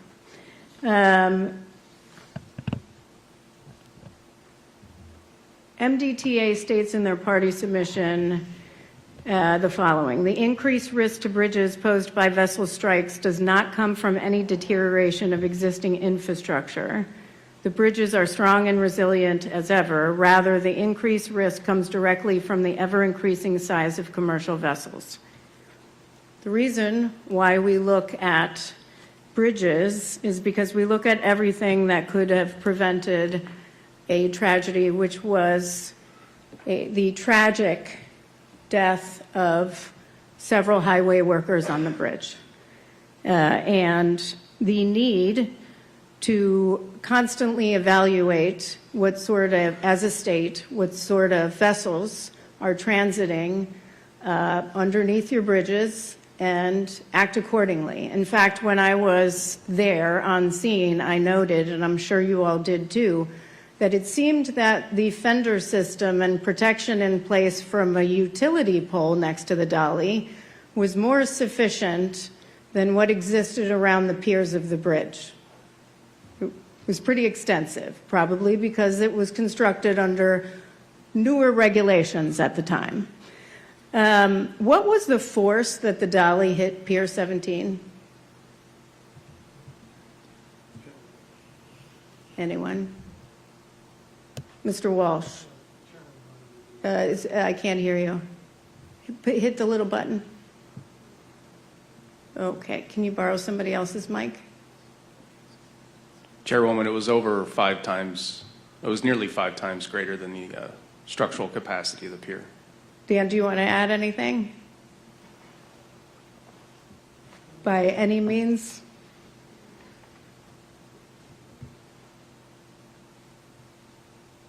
It was 7 times greater than the structural capacity. Was it 5 or 7? I don't remember. Okay, you just yell it at this point. I'll repeat it.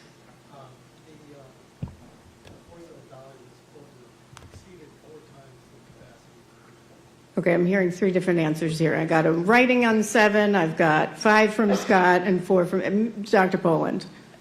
They calculate it based on AASHTO's estimate as being over 4 times what the capacity was for the pier. Okay, and what were 4 times? Over 4 times. It was nearly 5 times. That's what Mr. Parent was saying. It was nearly 5 times. So it was very close to 5 times above what the lateral capacity of the pier was. Thank you. And with that, when we have investigated other bridge collapses, Sunshine Skyway Bridge, a couple others that we mentioned in the report, one in Texas, one in Oklahoma, what happened after Sunshine Skyway? What was the new design? How did that compare to the previous design Sure. before that collapse? So the new design consisted of islands around the pier, as well as an array of dolphins of 60 foot in diameter. Yeah, I mean, because you want to take every precaution to ensure the safety of those transiting, or being transported or driving over the bridge, right? You have a responsibility as well, is my point. I have additional questions on this, but Member Graham, I've run out of time. Thank you, Chair. The AASHTO method 2, what variables go into that calculation? So you have the number of transits, you have the probability of aberrancy, you have the geometric probability, and then you have the protection factor. So if you had... I'm sorry, there's one more, probability of collapse. Okay, probability of collapse. So if you had, say, just one vessel pass under a bridge twice, going in and out in a year, would it be safe to say that that calculation would probably put that under the threshold? Well, you really can't calculate annual frequency of collapse just based on that variable of transits. However, given the number of 2, that's a fair statement to say that it probably would be below. So would it be fair to say, would it be fair to say just because you drop below the threshold that you're completely safe from a large ship striking a bridge and taking it down? No. No, because what this does, the calculation simply helps the bridge owner identify if additional mitigation strategies are necessary. Is that correct? That's correct. It just provides them with a number to evaluate their vulnerability. Great. Thank you for that. I want to switch to law enforcement in the construction zone the night of the striking of the bridge. And I want to say, I know we've already talked about it, but having the presence of law enforcement already there made a huge difference in this case, and I know we've already stated that. They clearly play a critical role in bridge safety, but I want to discuss exactly what that role is. Can you give a brief overview of what the American National Standards Institute's Standard A10 Work Zone Safety for Roadway Construction is, and what does it entail? Sure, it's a standard really geared toward keeping workers safe on the highways. Okay. And who uses this document, and when would they use it? Yeah, so highway workers, construction companies, federal agencies, regulatory agencies, and it's typically used during the pre-planning and site-specific traffic control plans. Okay, is this just for construction or is this also for maintenance? Maintenance as well. Maintenance as well, so repairing potholes? Yes. Okay. I just want to be clear, this is not a regulatory requirement, is that correct? That is correct. However, it has been largely adopted by the stakeholders. Okay, so it's a standard practice or guidance for the industry then? Okay. We know how important pre-job briefings and planning is across all modes of transportation, and I continue to believe it is one of the most effective ways to mitigate risk because it allows real-time discussions of current conditions and measures that may need to be taken to address new or changing conditions. Currently, the pre-job planning outlined by the ANSI Standard A10 requires method statements and a job hazard analysis to be conducted before work begins. What are the required elements of this pre-job hazard analysis according to the standard? Those requirements include safety issues and controls, materials and logistics, equipment, staffing requirements, traffic control plans, and lighting. And can you share where the team believes this standard falls short currently?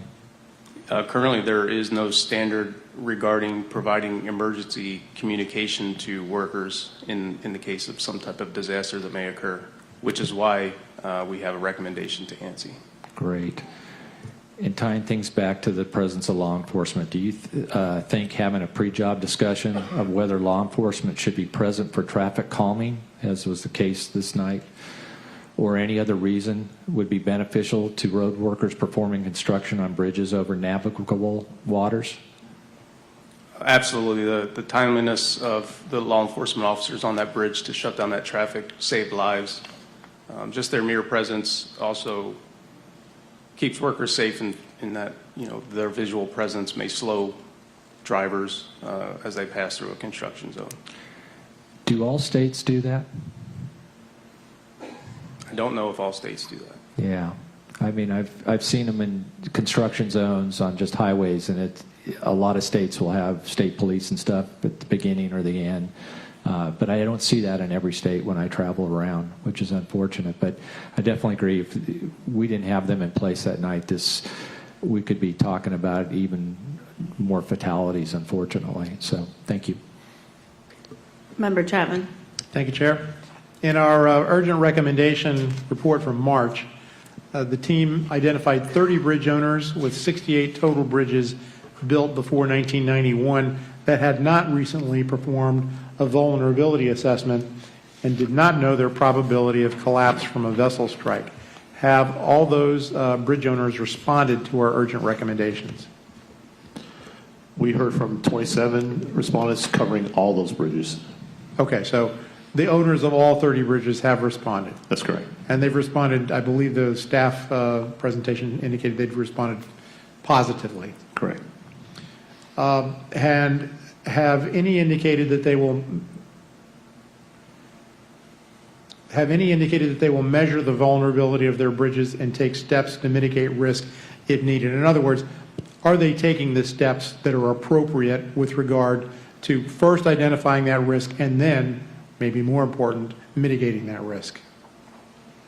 Member Chapman, we've gotten a response from numerous bridge owners. Some of them have reported that they've done the vulnerability assessment calculation and are below the AASHTO threshold. All right. Others have reported that they have performed the calculation and are above the threshold and are now working to implement short-term and long-term countermeasures to reduce the risk of their bridge. There are still other bridge owners that are still in the process. Some had to hire consultants to assist them with this calculation. And of course, Ms. Baldwin is available if you want to know the specific numbers of Sure. each in that category. Yeah, thank you. That's helpful. Just to know that we're moving in the right direction. There are, and they've been discussed, there are numerous mitigations available and appropriate.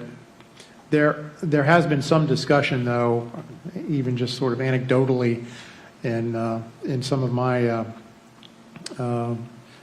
wanderings and musings on this issue, about the use of tugs to guide large vessels under bridges. And I know that that's sometimes an important mitigation measure, but it's, can you comment, is that something that's always available, and is it always appropriate as a mitigation?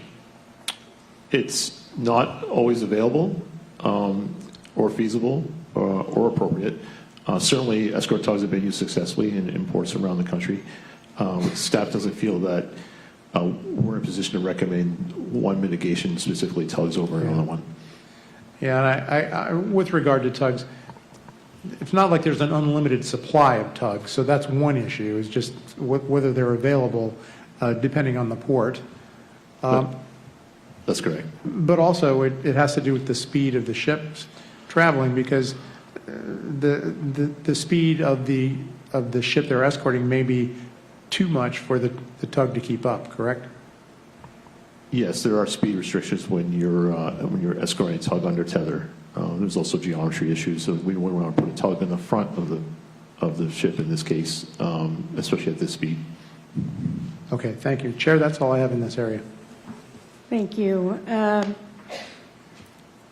In accordance with National Bridge Inspection Standards, the Key Bridge and its pier protection systems were subject to regular safety inspections. Mr. Parent, what do these inspections look for?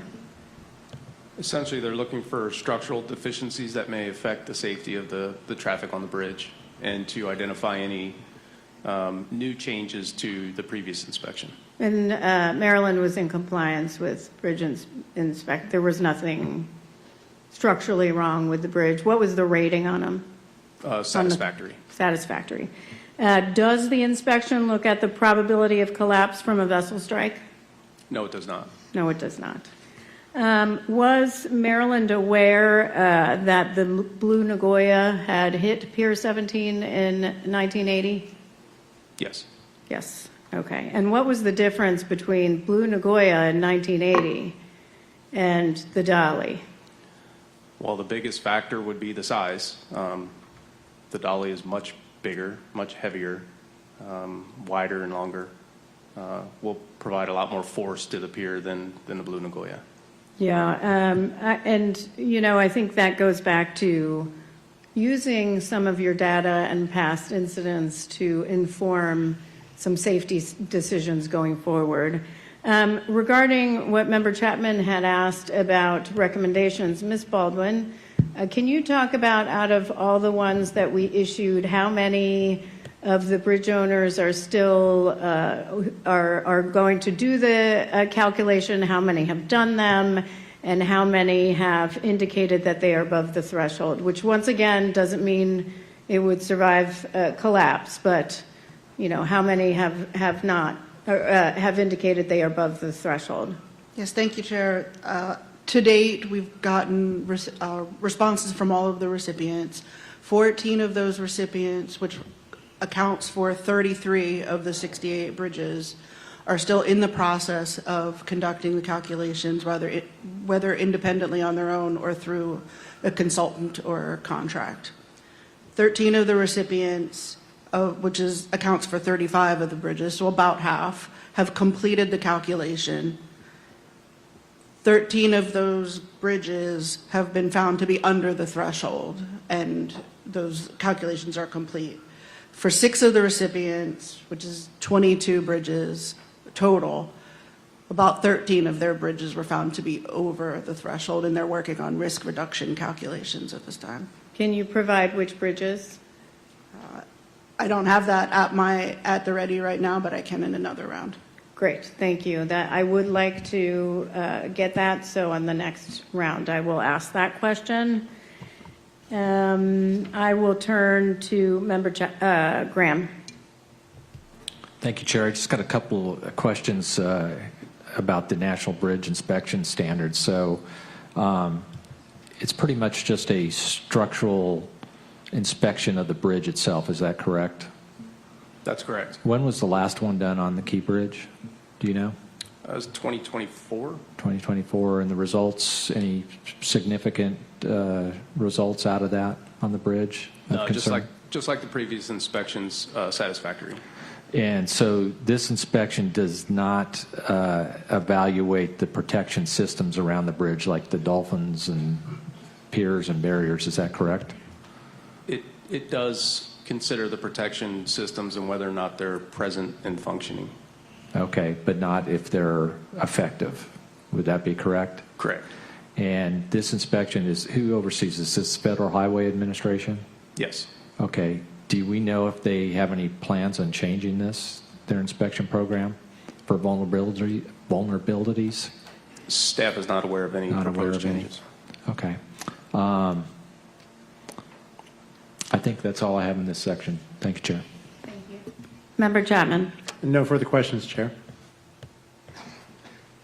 Okay, I would like staff, while we give Ms. Baldwin some time, I want to go back to the force of the dolly when it hit Pier 17 relative to the pier's capacity. And Mr. Parent, you had stated that the impact force of the dolly at the time of contact was over 4 times the capacity of the pier. What is impact force? And in plain language, what does that mean structurally?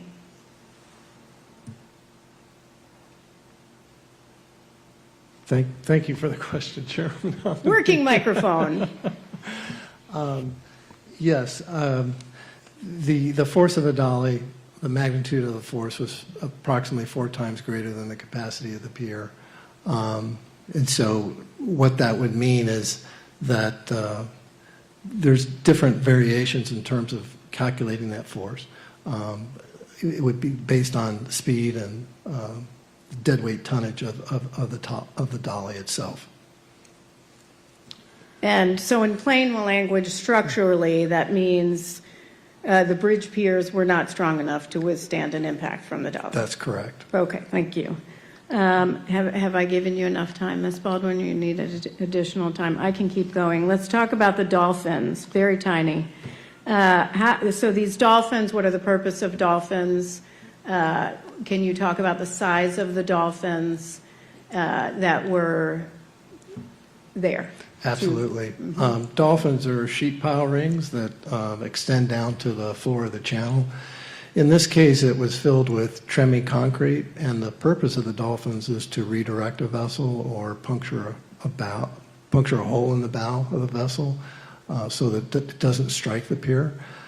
The dolphins at the Francis Scott Key Bridge were 28-foot diameter at the cap, and below the cap, they were 25 feet diameter down to the bottom of the channel.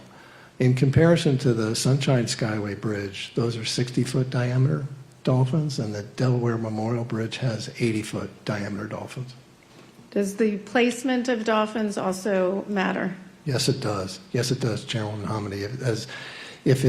For instance, the Delaware Memorial Bridge, they're placed very close to the pier itself, rendering the annual frequency of collapse to 0. So if you place them correctly, they will protect the pier itself. But there's a significant difference between the size of these dolphins and the size of the dolphins after the Sunshine Skyway Bridge collapse and redesign and the size of the dolphins in Delaware, correct? That's correct. Can you talk a little bit about the size difference? Sure. In terms of, again, the Francis Scott Key Bridge were the 25-foot diameter dolphins. They were not compatible in order to take a size of the dolly. They were woefully inadequate. The 80-foot diameter dolphins in the Delaware Memorial Bridge, depending on looking at the different aspects of the vessel itself, they will puncture a bow in the vessel before striking a pier. And did the dolly even hit these dolphins at all? Any dolphin at all? They did not. Right. Yeah. So placement and size here make a big difference. That's correct. Ms. Baldwin. Yes, thank you, Chair, and thank you for the extra time. So the bridges that we have had reports that are over the threshold, are the Walt Whitman and Betsy Ross Bridge in the New Jersey Turnpike, Seaway International Bridge, Detroit Avenue and Carnegie Avenue bridges in Ohio, the Vincent Cassiano Newark Bay Bridge, the Huey P. Long, Greater New Orleans, Crescent City Connection, Gramercy, and Sunshine Bridges in Louisiana, and both spans of the Chesapeake Bay Bridge. Great. Thank you very much for that. I appreciate that. Any more questions in this area? Yep. Okay. So we are going to go, we're going to go to round 4, which is voyage data recorders and safety management. Oh, Member Graham. Okay. I don't know if you guys need to do a little swap out there. We do. I'd like to invite and thank Dr. Civilian from our Office of Aviation Safety. Great, thank you. I'll go ahead and start with the marine side of this. Can you guys give me an overview of how safety management systems, also known as SMS, work in the marine industry? Kind of what is the definition of SMS for marine, and what are the requirement elements, and who mandates and oversees it, if you could? So the most common standard is the International Safety Management Code, which is published by the International Maritime Organization. That applies to all vessels on international voyages over 500 tons or carrying 12 or more passengers. That code, there's 12 functional elements. It requires safety and environmental policy, and then it also requires you to identify key shipboard operations which need to then develop procedures to follow in order to, and the goal is to prevent, in order to promote safety and environmental protection, along with regulatory compliance. Okay, thank you. And is SMS done kind of vessel by vessel, or is it done company-wide? The code applies to the operating companies, and also each vessel has its own certificate. Would you say would it be fair to say that marine SMS is heavily focused on compliance with policies and procedures? That would be fair to say. There's 2 of the elements are policy and 1 for procedures, but the other elements revolve around auditing and investigating nonconformities with those procedures. Auditing, okay. As part of our investigation, did we find that Synergy's SMS was in compliance with the IMO regulation? It was in compliance. They had a valid safety management certificate, and Synergy as a company had a valid document of compliance. The several audits, there was only a few nonconformities in the past 5 years. Did we find during the investigation that Synergy went above and beyond the IMO code for this? That's fair to say. Some of that may be attributed to what they call an integrated management system, because it also included ISO 14001 environmental management, information security management, energy management. There's a couple, but because of that, their SMS had a lot more in it than a system that only had SMS. So they went above the IMO regulation, you believe? That's correct. Okay. I'd like to welcome Dr. Civilian in here.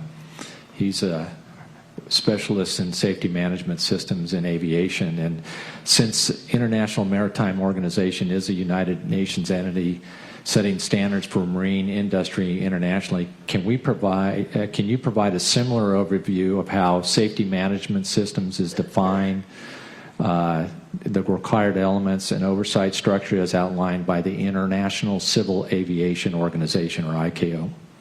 Absolutely. The International Civil Aviation Organization, or ICAO, establishes the protocol, if you will, for SMS, and the SMS components. There are 4 components for SMS, and that is safety policy, safety risk management, safety promotion, and safety assurance.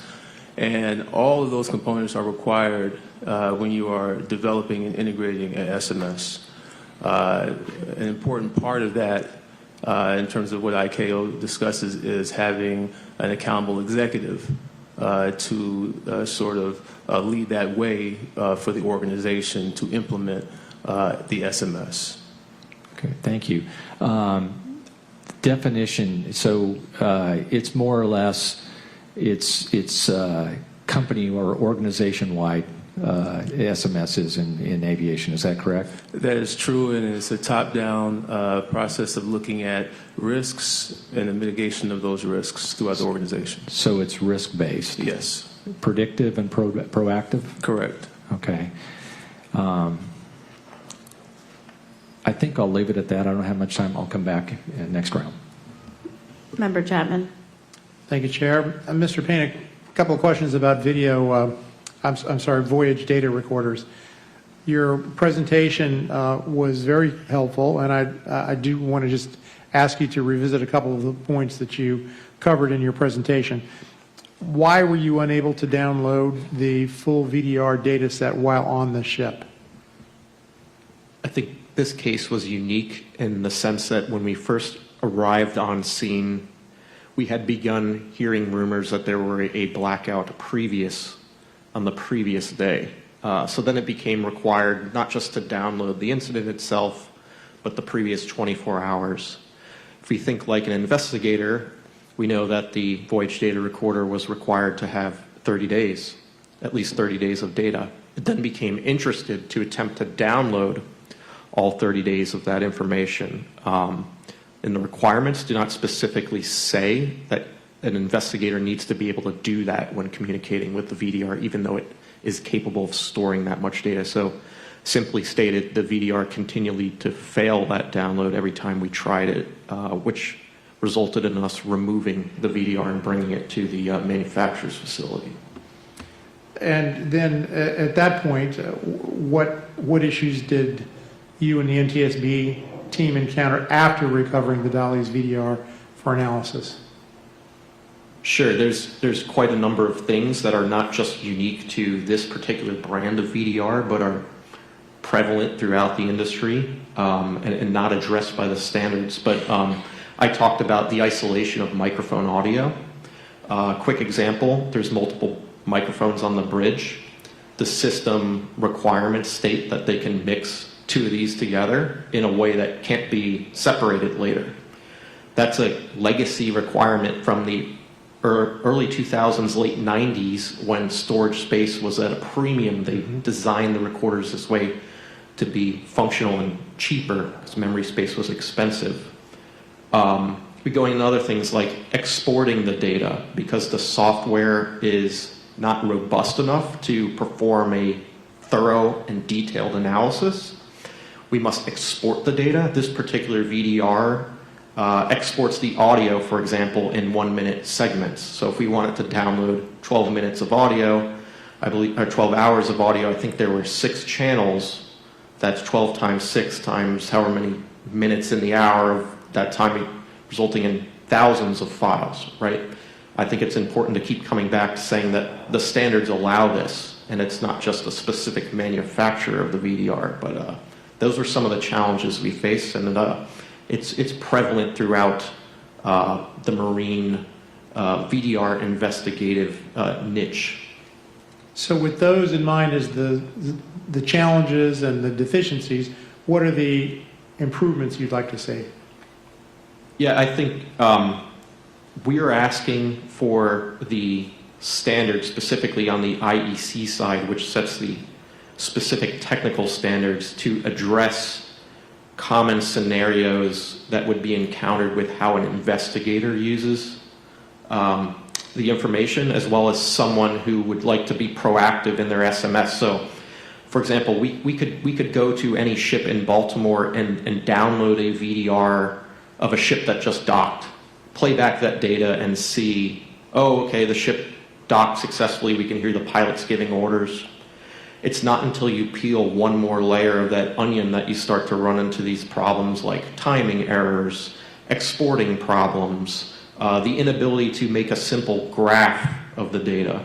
Our recommendations seek to have the technical committee address these types of things that would enable people that want to use the VDR for safety issues to address these things in a more understandable way.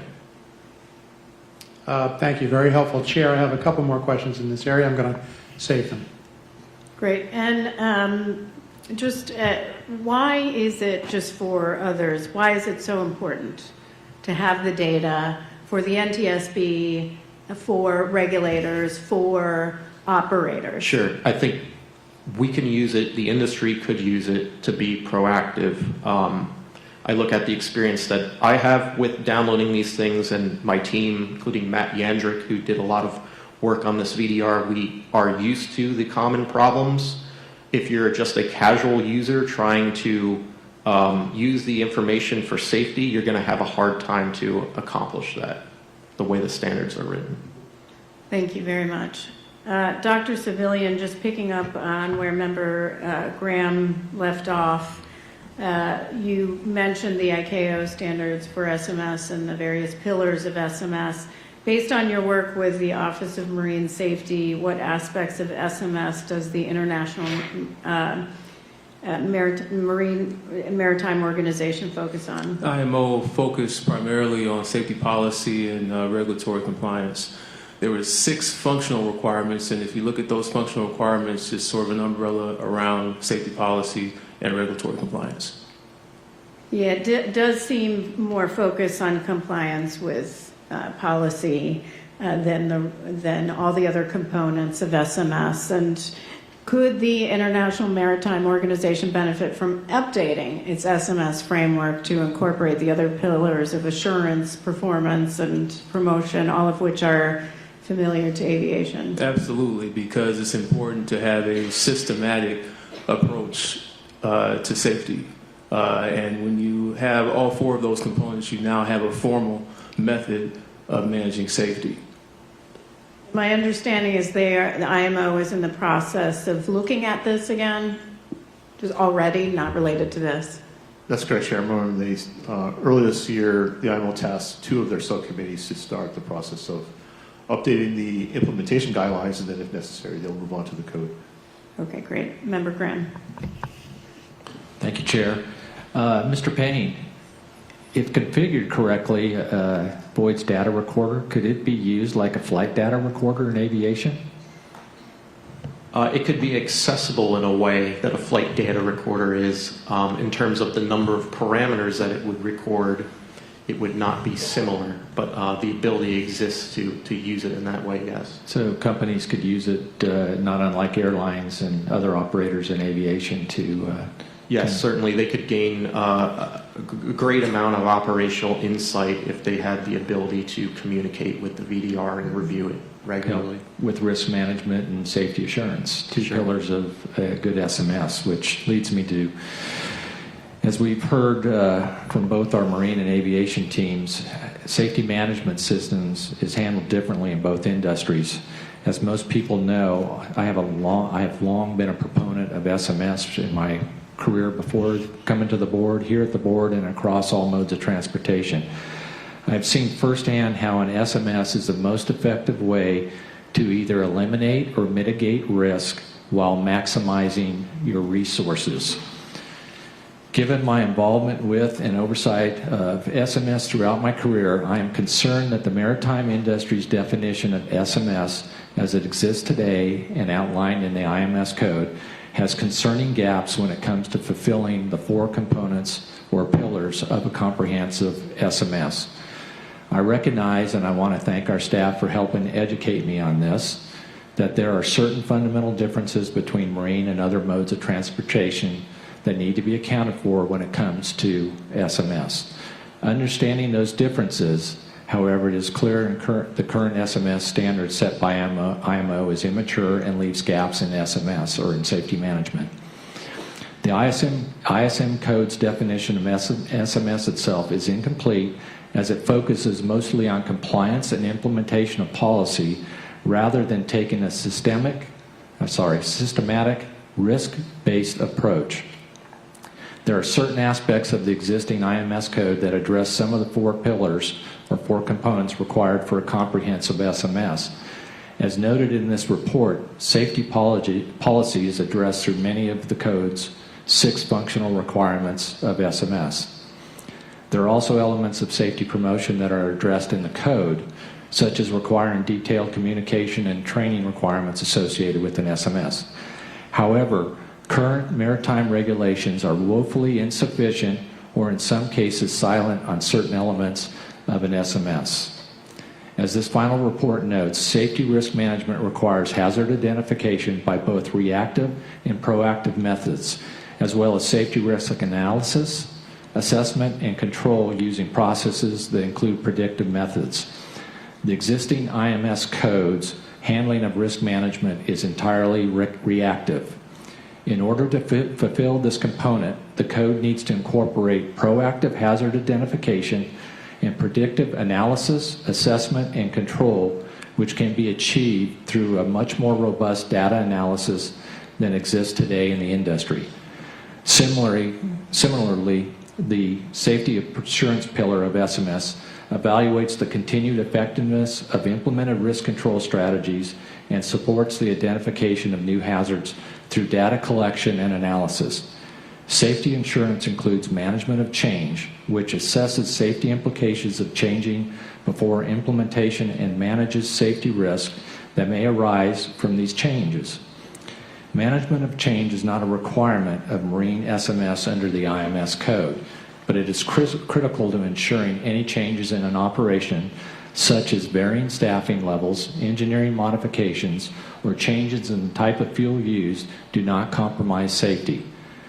The marine industry has the foundation for a holistic SMS, but they need to build upon the foundation in advanced SMS to meet the comprehensive, systematic approach that we have seen applied in the other modes of transportation. Many of these issues we have discussed today as part of this accident could have been identified, addressed, and either mitigated or eliminated if a comprehensive SMS was in place. I want to thank our investigative team for working with me on this issue, and Dr. Civilian for stepping in late in the game to help out. And I know we can improve maritime safety by advocating for the incorporation of all 4 components of SMS into the IMS code. And I look forward to working with our team, the Coast Guard, IMO, and any other organizations in the maritime industry in moving the ball forward on incorporating a fully mature safety management system. Thank you. Thanks. Members are just reminded that you have an opportunity to do a closing statement before I do mine. Member Chapman. Thank you, Chair. Just a couple of additional questions in this area. And again, for you, Mr. Payne, on VDRs. In your presentation, you included a helpful visual on the VDR regulatory framework. Can you just repeat for us, what's the relative role of the International Maritime Organization versus the International Electrotechnical Commission? Sure, it's slide 78. I'm not sure it's necessary. I'll just start speaking to it. The IMO generally sets overall performance characteristics for VDRs. In other words, it lists the parameters, for example, that the VDR is required to record, which is not very much, I might add. The Electrotechnical Commission, on the other hand, once it is determined on the IMO side how the VDR should generally behave and what it should record, if you are a company that sets out to build one, you would then reference the IEC's technical specifications. For example, what kind of microphone performance you would need, what kind of screenshots it should take of the radar screen, stuff like that. So these two kind of work in conjunction to set an overall standard. And as the graphic illustrates, the U.S. Coast Guard is the U.S. representative to the IMO, and the American National Standards Institute is the representative to the IEC, correct? That's correct. The draft report states that IMO standards do not require that a VDR record important communications between the bridge and the engine room. In our El Faro investigation several years ago, we issued a recommendation to the Coast Guard that included proposing to the IMO that it should, and I'm going to quote, that IMO should assess voyage data recorder problems, including not capturing both sides of internal phone calls on the bridge electric telephone. Mr. Payne, did the Coast Guard respond to our recommendation? Yes, they did. Ultimately, that recommendation, I think, was determined to have an unacceptable response.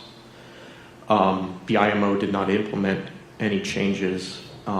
Specifically for that recommendation, although it did contain that portion of the language you stated, it did also contain other elements we were asking for that I think overall were difficult to bring to the table at IMO as one, if that makes sense. But ultimately, the response was it was not acceptable, and if I've said that incorrectly, maybe Brandy, Ms. Baldwin can correct me.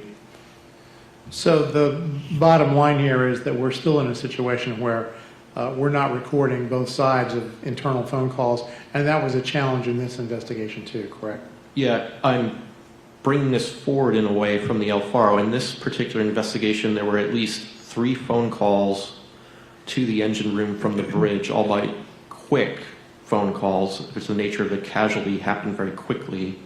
And there was one immediately post-accident in which the master of the dolly asked what happened to the engine room. I think holistically, the marine industry, we have bridge officers and we have engineers. The engineers are as critical as the bridge team in operating a ship. And when we have an accident, that communications line is often critical if it involves a machinery problem or equipment malfunction, propulsion issue.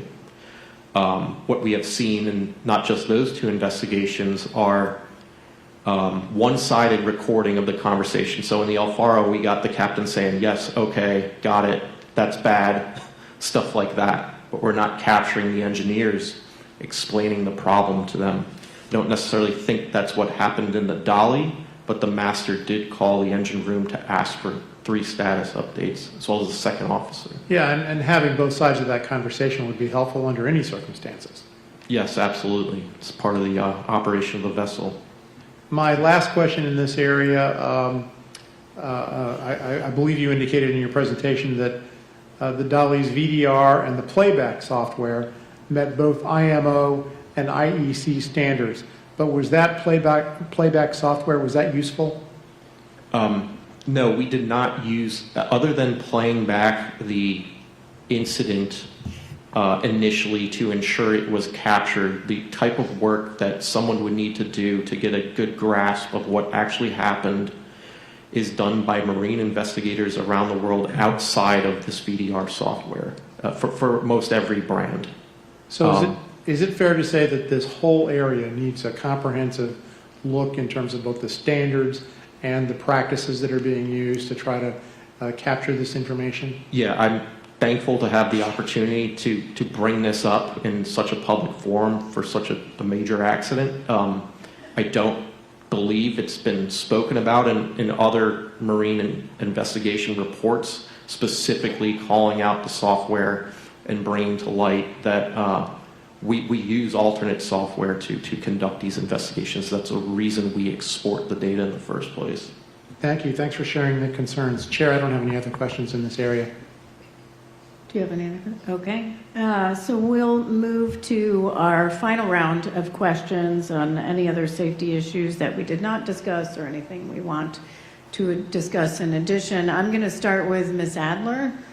I often say that the board meeting or closing out the final investigation with a final investigative report is really just the start of our work. Because it is up to us to work towards implementation of our safety recommendations, which are aimed at preventing this from happening again. So, Ms. Adler, can you talk about what we do after today?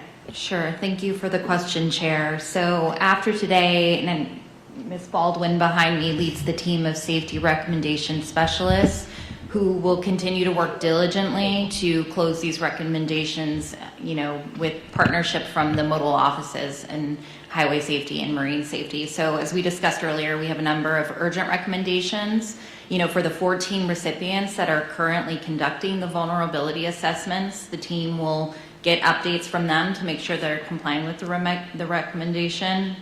And then additionally, for the 13 bridges over the risk threshold, the urgent recommendation directed these bridge owners to develop and implement comprehensive risk reduction plans. So the team will continue to monitor progress on that and bring that to the board for evaluation once we receive those updates. Now, the draft report and the team have proposed many new recommendations for consideration today, and if those are adopted, we'll meet with the recipients to ensure that they understand the recommendations and what we're expecting from them, and then we'll evaluate any actions that they take.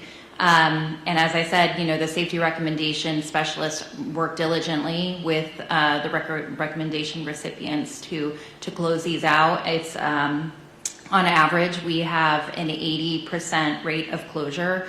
The recommendations are closed acceptably. So we have a really good response from the recommendation recipients when we get it. And then additionally, if we're not getting movement in some areas, we always look to our federal partners and we look to Congress and local and state elected officials to help us out. So we have a government affairs team that also continues to work in that way. Thank you. I think that's an excellent summary of our work after today. I did forget to ask Mr. Parent about the need for motorist warning systems. We're going to talk about a recommendation and some findings and what types are available, and the need for updating guidance. Sure. So the guidance is from 1983. It's an FHWA advisory, technical advisory. We looked at the Queen Isabella Causeway motorist warning system that was installed after the repair of that. It involves fiber optic cable that when severed, it activates the motorist warning system, which includes flashing red lights, which could be beneficial for workers on bridges as well as a visual cue to evacuate the bridge, not just trying to hear something if they're doing construction.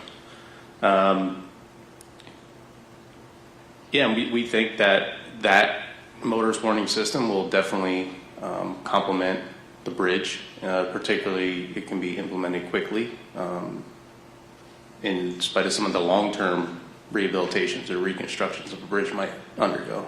And in this case, there was stopped traffic, but there could be other times where they're not, and it's aimed at getting all motorists off the bridge in a safe way. And not relying on a cell phone communication between an inspector and a police officer to then notify the workers. And as you mentioned, there was time that went by that could have been used for the workers to get off the bridge. So thank you for that. Member Grant. Member Chapman. Okay. With that, I think that closes out our questions. Is staff okay if we move to the findings? Okay. All right. Mr. Curtis, will you please read the proposed findings? Certainly, Chair. As a result of this investigation, staff proposes 24 new findings. Number 1, none of the following were factors in this accident. 1, environmental or waterway conditions. 2, vessel complement and mariner credentialing. 3, impairment of the dolly crew or pilots due to alcohol or other tested for drugs. 4, fuel quality or switchover of fuels. 5, vessel's ability to get underway after import blackouts. Or 6, the presence of non-redundant steel tension members in the key bridge's continuous steel through truss. Number 2, the initial March 26 low voltage blackout was caused by wire 1 electrically disconnecting from terminal block 381 within the HV switchboard, which resulted in high voltage breaker HR1 opening, interrupting power to step down transformer TR1 and the LV bus. Number 3, the position of the wire label banding on the ferrule of terminal block 381's wire 1 prevented wire 1 from being fully inserted into the terminal block's spring clamp gate, causing an inadequate connection and leaving wire 1 loose and vulnerable to becoming electrically disconnected. Number 4, If infrared thermal imaging had been used to inspect wire connections within the HV switchboard before the accident as part of the Dolly's preventative maintenance program, the loose signal wire may have been identified. Number 5, the loss of power to the low voltage bus led to a loss of lighting and machinery, including the main engine cooling water pump and the steering gear pumps, which resulted in a loss of propulsion and steering. Number 6, the as-built configuration of the Dolly's main engine to automatically shut down due to low cooling water pressure met classifications standards at the time the vessel was constructed. However, it endangered the vessel because it prevented the main engine from being available following the initial underway blackout, thus reducing the vessel's maneuverability. Number 7, the engineering crew's initial response to restoring low voltage LV power after the first underway blackout was timely. Number 8, the second underway blackout on March 26 and the second in-port blackout on March 25, during which both the high and low voltage buses lost power, were caused by insufficient fuel pressure to online diesel generators, resulting from the inability of the flushing pump to automatically restart following a loss of power. Number 9, the crew's operation of the flushing pump as the service pump for online diesel generators was inappropriate because the necessary fuel pressure for diesel generator 3 and diesel generator 4 would not be automatically reestablished after a blackout per the fuel system's design. Number 10, Synergy's operational oversight was inadequate because it did not discontinue crew's ongoing use of the flushing pump as a service pump for the diesel generators aboard the Dolly and at least one other vessel. Number 11, keeping the high voltage HV breakers control modes set to automatic rather than manual would not have prevented either underway blackout, but it would have shortened the duration of the initial underway blackout from 58 seconds to 10 seconds, providing more time for the crew to attempt to recover critical systems such as propulsion as the vessel approached the key bridge. Number 12, it is likely that the emergency diesel generator's failure to connect and power the emergency switchboard within 45 seconds, as required by International Maritime Organization regulations, was due to the emergency diesel generator radiator damper actuator's limit switch not indicating open in the required time due to unknown circumstances.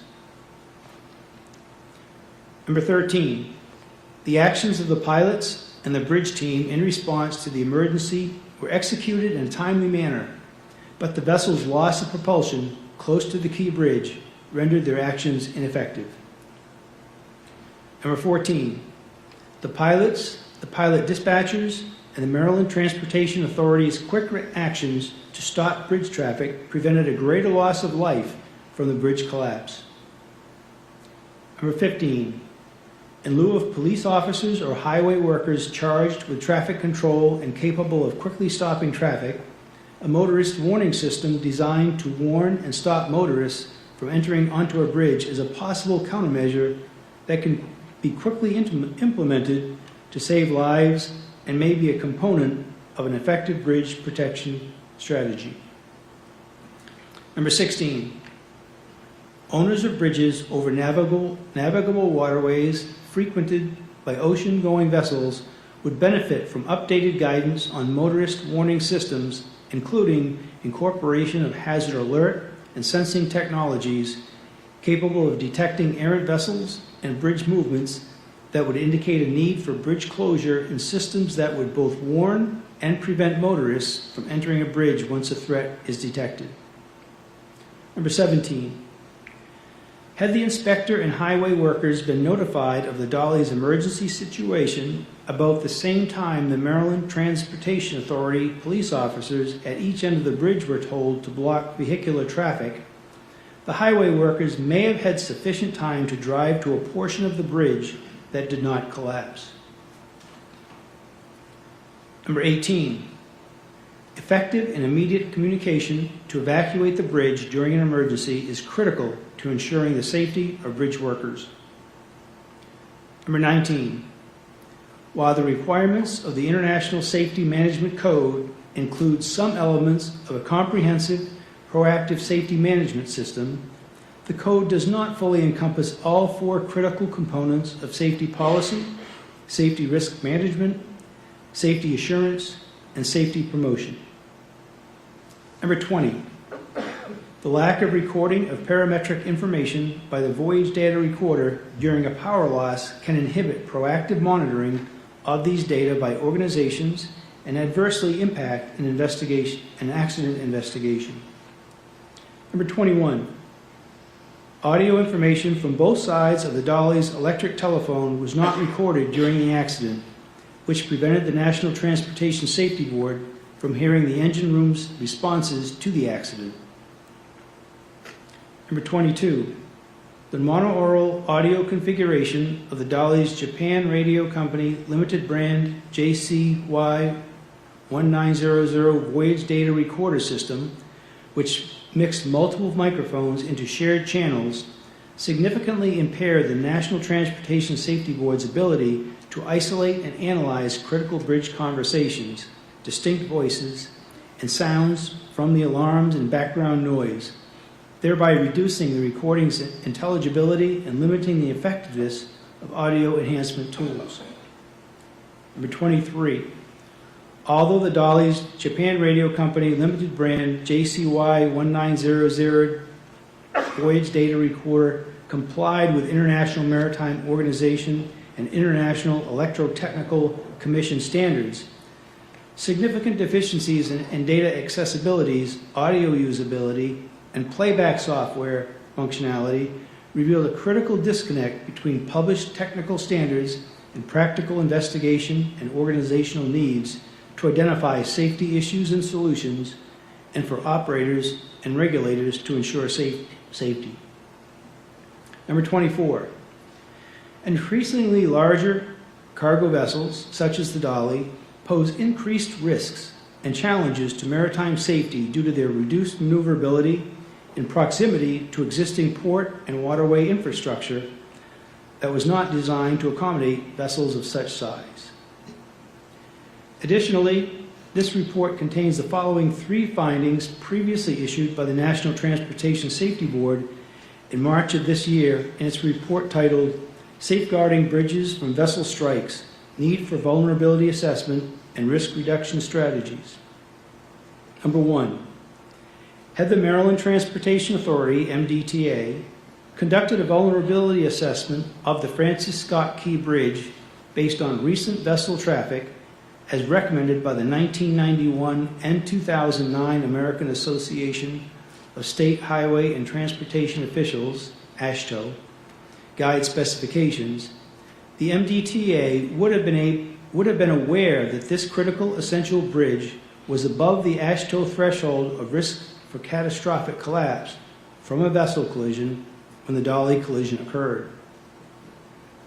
Number 2, had the Maryland Transportation Authority, MDTA, conducted a vulnerability assessment of the Francis Scott Key Bridge using the American Association of State Highway and Transportation Officials Method 2 vulnerability assessment calculation, the MDTA would have had information to proactively identify strategies to reduce the risk of a collapse and loss of lives associated with a vessel collision with the bridge.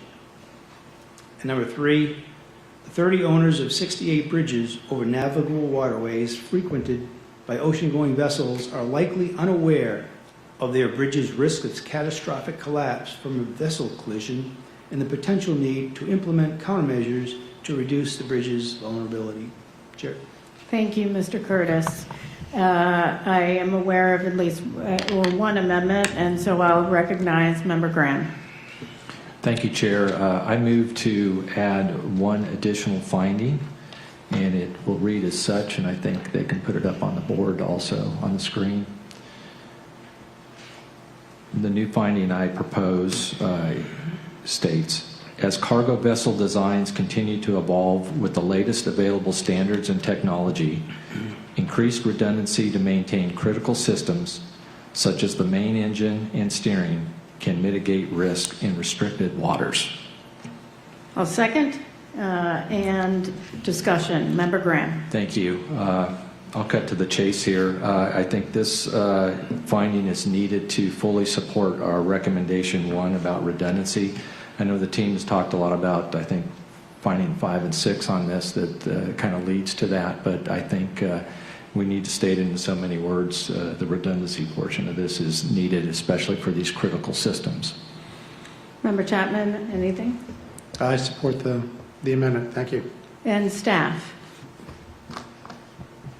Staff supports the amendment. Great. We will go to council to tally the vote. Thanks, Chair. Board, if in favor of adding the new finding proposed by Member Graham, say aye. If opposed, say nay. Also, for this meeting, Member Inman has provided his proxy to Member Graham. So, Member Graham, please enter Member Inman's vote when I call Member Inman by proxy. Member Graham. Aye. Member Chapman. Aye. Member Inman by proxy. Aye. And Chair. Aye. All right, Chair, all in favor. Thank you. Other amendments to the findings? Okay, so is there a motion to adopt the findings as amended? So moved. Is there a second? Second. All right, the motion to adopt the findings as amended, we will go to a roll call vote. And again, we are voting on the new findings, not the previously issued findings that were part of the urgent recommendation report. Mr. McMurray. Correct, Chair, including the additional finding that was just added. Board, this is a vote on adopting the findings as amended. Please say aye or nay. Member Graham? Aye. Member Chapman? Aye. Member Inman by proxy? Aye. And Chair? Aye. All right, Chair, all in favor. Thank you. Mr. Curtis, will you please read the proposed probable cause? Staff proposes the following probable cause. The National Transportation Safety Board determines that the probable cause of the contact of the container ship Dolly with the Francis Scott Key Bridge was a loss of electrical power, blackout, due to a loose signal wire connection to a terminal block stemming from the improper installation of wire label banding, resulting in the vessel's loss of propulsion and steering close to the bridge. Contributing to the collapse of the Key Bridge and the loss of life was the lack of countermeasures to reduce the bridge's vulnerability to collapse due to impact by ocean-going vessels, which could have been implemented if a vulnerability assessment had been conducted by the Maryland Transportation Authority, as recommended by the American Association of State Highway and Transportation Officials. Also contributing to the loss of life was the lack of effective and immediate communications to notify the highway workers to evacuate the bridge. Chair. Thank you. And Member Graham has an amendment. I'll recognize Member Graham. Thank you, Chair. I move to amend the probable cause to add a additional contributing. This would start, I won't read the whole thing, but I'll start at the end of the first sentence where it says close to the bridge, period. I would like to add, contributing to the crew's inability to recover propulsion from the loss of electrical power was the limited time available due to the Dolly's proximity to the bridge, period. And then the other contributing would start after that. Thank you very much. Is there a second? Second for the purpose of discussion. Great. Recognizing Member Graham for the start of the discussion. Thank you, Chair. With all my discussions with the team, they seem to really harp on the point that the crew's actions were as timely as they could be, and they were appropriate and also impressive considering the circumstance, but they're just, because of the proximity to the bridge, they just couldn't get everything started back up again and avoid from hitting the bridge. So I think this contributing factor states that point, which I personally believe you have told me over and over again, so I think it really fits in the probable cause. Thank you. Member Chapman. No discussion. I would like to hear what the staff has to say. Thank you. Staff. Staff concurs with the amendment. No further discussion. Thanks. Okay, great. We'll go to a roll call vote. All right, this is a vote in favor of the amendment to the probable cause proposed by Member Graham. Member Graham. Aye. Member Chapman. Aye. Member Enman by proxy. Member Graham, that would be. Aye. Sorry. And Chair Homendy. Aye. All right, Chair, all in favor. Thank you. Is there a motion to adopt the probable cause as amended? So moved. Second. Great. And council, you will call the roll and tally the vote. Yes, Board, this is a vote in favor of the probable cause as amended. Member Graham. Aye. Member Chapman. Aye. Member Enman by proxy. Aye. And Chair Homendy. Aye. All in favor, Chair. Great. Mr. Curtis, will you please read the proposed recommendations? Certainly, Chair. As a result of this investigation, staff proposes the following 17 new safety recommendations, 3 to the U.S. Coast Guard. Number 1, conduct and publish the results of a study that examines the availability, feasibility, and safety benefits of redundant means to ensure that large single propulsion engine cargo vessels maintain propulsion and steering when maneuvering in restricted waters. Number 2, propose to the International Maritime Organization that it revise the International Management Code for the safe operation of ships and for pollution prevention and associated guidelines to fully incorporate safety policy, safety risk management, safety assurance, and safety promotion into its safety management system requirements. Number 3, notify the International Maritime Organization, IMO, of the Voyage Data Recorder, VDR, technical issues encountered during our investigation into the contact of container ship Dolly with the Francis Scott Key Bridge and subsequent bridge collapse, and submit to the IMO a concrete proposal to require 1, the recording of mandatory data inputs from systems that remain powered during a blackout, 2, the recording of engine room communications to the bridge, 3, the recording of multiple bridge microphone inputs such that the audio channels can be isolated or recorded independently, and 4, performance requirements for playback software that facilitates real-world use, including enhanced criteria for exporting proprietary VDR data into open industry standard formats. One recommendation to Nippon KEE Class NK. Number 4, share the circumstances of the contact of the container ship Dolly with the Francis Scott Key Bridge and subsequent bridge collapse with the International Association of Classification Societies and urge them to distribute report MIR-25-XX report to their members, highlighting A, the importance of avoiding placement of wire label banding such that it impedes the proper insertion of a wire in a terminal block, B, the benefits of using infrared thermal imaging as part of a preventive maintenance program for routine monitoring of electrical components to detect inadequate signal wire connections, C, the potential risk that partially open radiator dampers can pose to emergency generator starting, and D, the need for members to review their rules on acceptable emergency generator start design. One recommendation to the American National Standards Institute. Number 5, propose to the International Electrotechnical Commission Technical Committee 80 to revise IEC 61996-1 Edition 2 to require 1, the recording of mandatory data inputs from systems that remain powered during a blackout, 2, the recording of engine room communications to the bridge, 3, the recording of multiple bridge microphone inputs such that the audio channels can be isolated or recorded independently, and 4, the updating of performance requirements for playback software that facilitates real-world use, including enhanced criteria for exporting proprietary voyage data recorder data into open industry standard formats. One recommendation to the American National Standards Institute Accredited Standards Committee on Safety in Construction and Demolitions Operations, A10. Number 6, revise revise ANSI/ASSP A10.47 work zone safety for roadway construction to include an effective and immediate means of emergency communications to alert workers performing roadway work on bridges over navigable waterways, which should consider the presence of law enforcement for traffic control. One recommendation to the Harbor Safety Committee National Steering Team, number 7.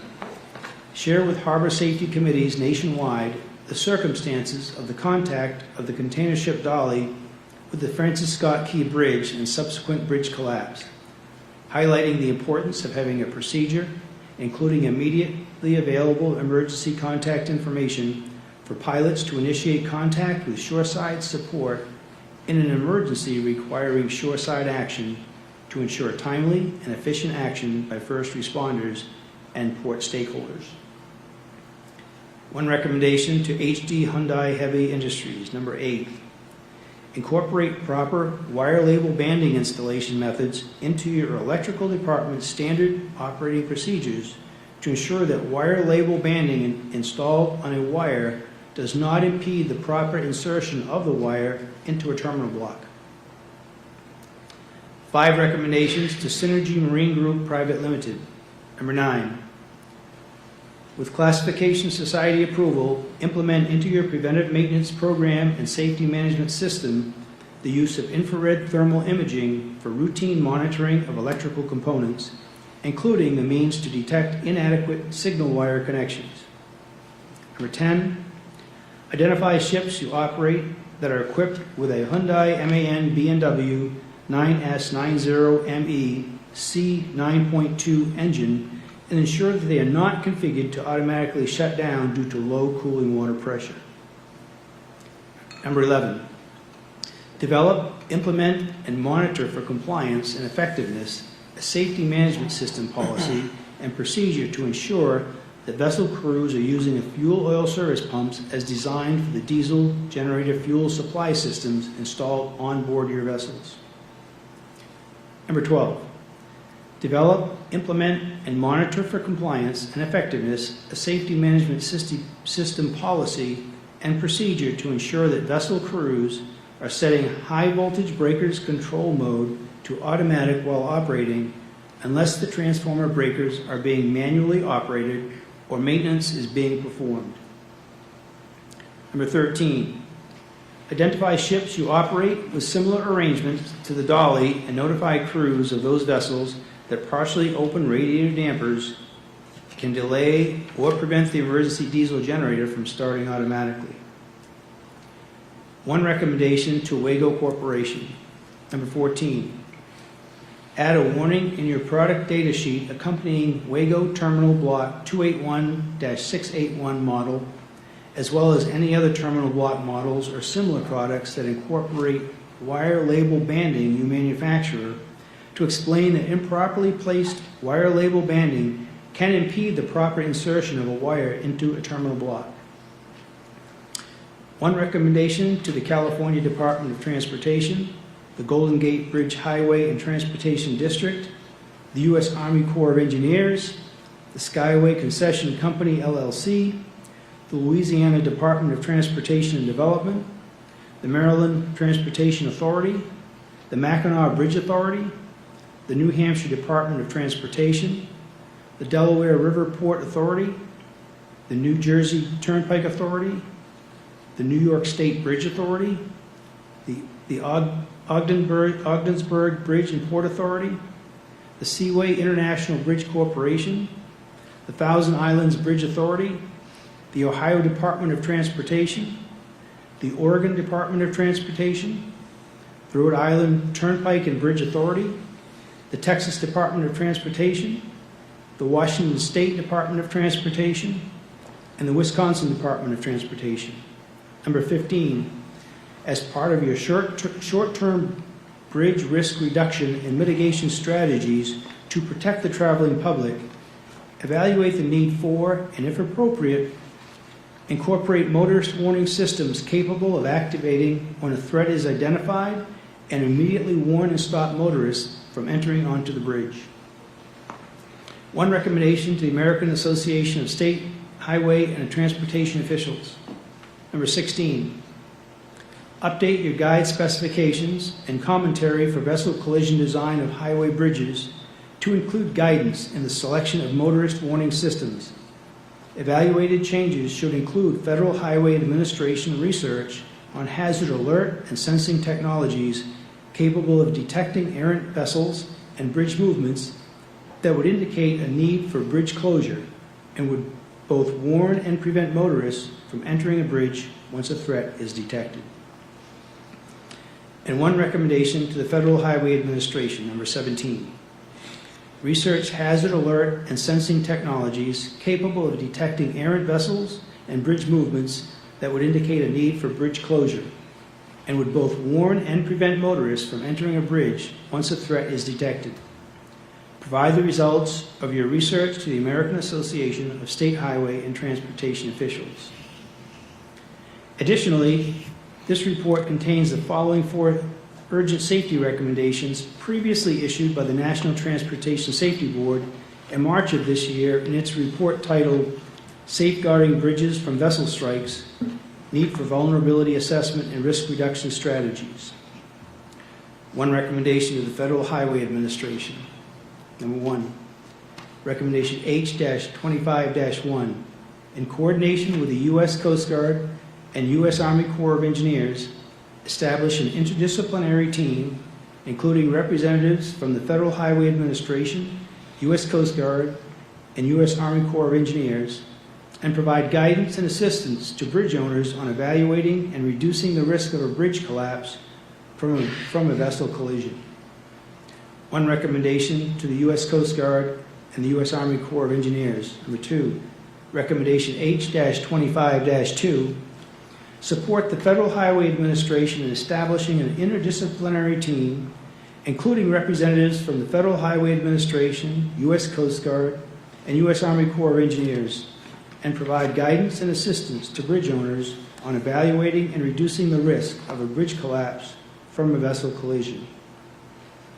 And 2 recommendations to the Bay Area Toll Authority, the California Department of Transportation, the Golden Gate Bridge Highway and Transportation District, the U.S. Army Corps of Engineers, the Florida Department of Transportation, the Georgia Department of Transportation, Skyway Concession Company, LLC, the Louisiana Department of Transportation and Development, the New Orleans Public Belt Railroad, the Maryland Transportation Authority, the Massachusetts Department of Transportation, the Mackinac Bridge Authority, the New Hampshire Department of Transportation, the Delaware River Port Authority, the New Jersey Port Turnpike Authority, Metropolitan Transportation Authority Bridges and Tunnels, the New York City Department of Transportation, the New York State Bridge Authority, the Ogdensburg Bridge and Port Authority, the Port Authority of New York and New Jersey, the Seaway International Bridge Corporation, the Thousand Islands Bridge Corporation, the Ohio Department of Transportation, the Oregon Department of Transportation, the Pennsylvania Turnpike Commission, the Rhode Island Turnpike and Bridge Authority, the Harris County Toll Road Authority, the Texas Department of Transportation, the Washington State Department of Transportation, and the Wisconsin Department of Transportation. Number 3, recommendation H-25-3. Calculate the American Association of State Highway and Transportation Officials, AASHTO, Method 2 annual frequency of collapse for the bridges identified in Appendix B of this report, for which you are responsible, and inform the National Transportation Safety Board whether the probability of collapse is above the AASHTO threshold. And number 4, recommendation H-25-4. If the calculations that you performed in response to safety recommendation H-25-3 indicate that a bridge has an annual frequency of collapse greater than the American Association of State Highway and Transportation Officials threshold, develop and implement a comprehensive risk reduction plan that includes, at a minimum, guidance and assistance from the Federal Highway Administration, U.S. Coast Guard, and the U.S. Army Corps of Engineers interdisciplinary team identified in Safety Recommendation H-25-1 and H-25-2, and short and long-term strategies to reduce the probability of a potential bridge collapse from a vessel collision. Chair? Thank you, Mr. Curtis. And just for clarification purposes, for recommendation number 14 to the Wago Corporation, the reference to the Wago terminal block model in that recommendation is number 280-681. Yes, apologies if I It's misspoke. okay. You had a lot to read there. I just wanted to make sure that we had that. I'll recognize Member Graham for an amendment. One more time, I move to add a new recommendation. I think they'll put it on the screen here in a second. And this is to Hyundai Heavy Industries. Identify all active HD Hyundai Heavy Industries constructed vessels with Hyundai-MAN space B&W space 9S90ME space C9.2 engines installed, which are configured to the Germanischer-Lloyd rules and are designed to shut down on low cooling water pressure, and alert the current vessel owners of this configuration and the circumstances of this accident. Is there a second? Second. Great. A discussion, recognizing Member Graham.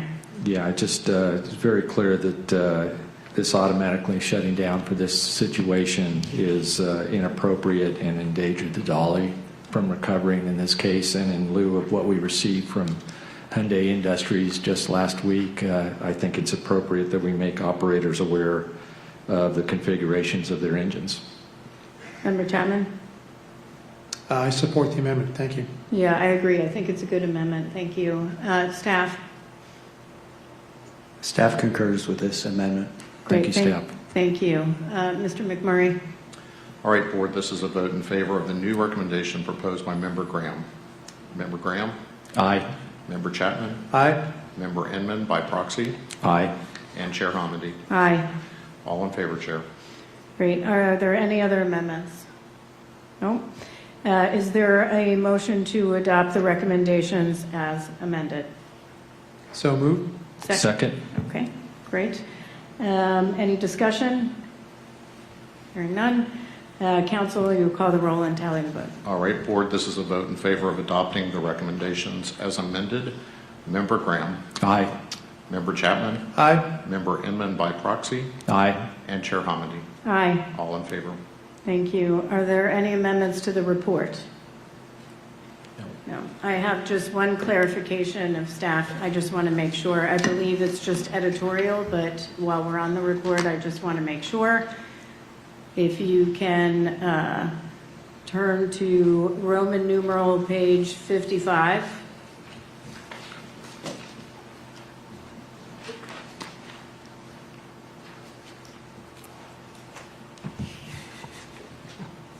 It's LV. Just helping out.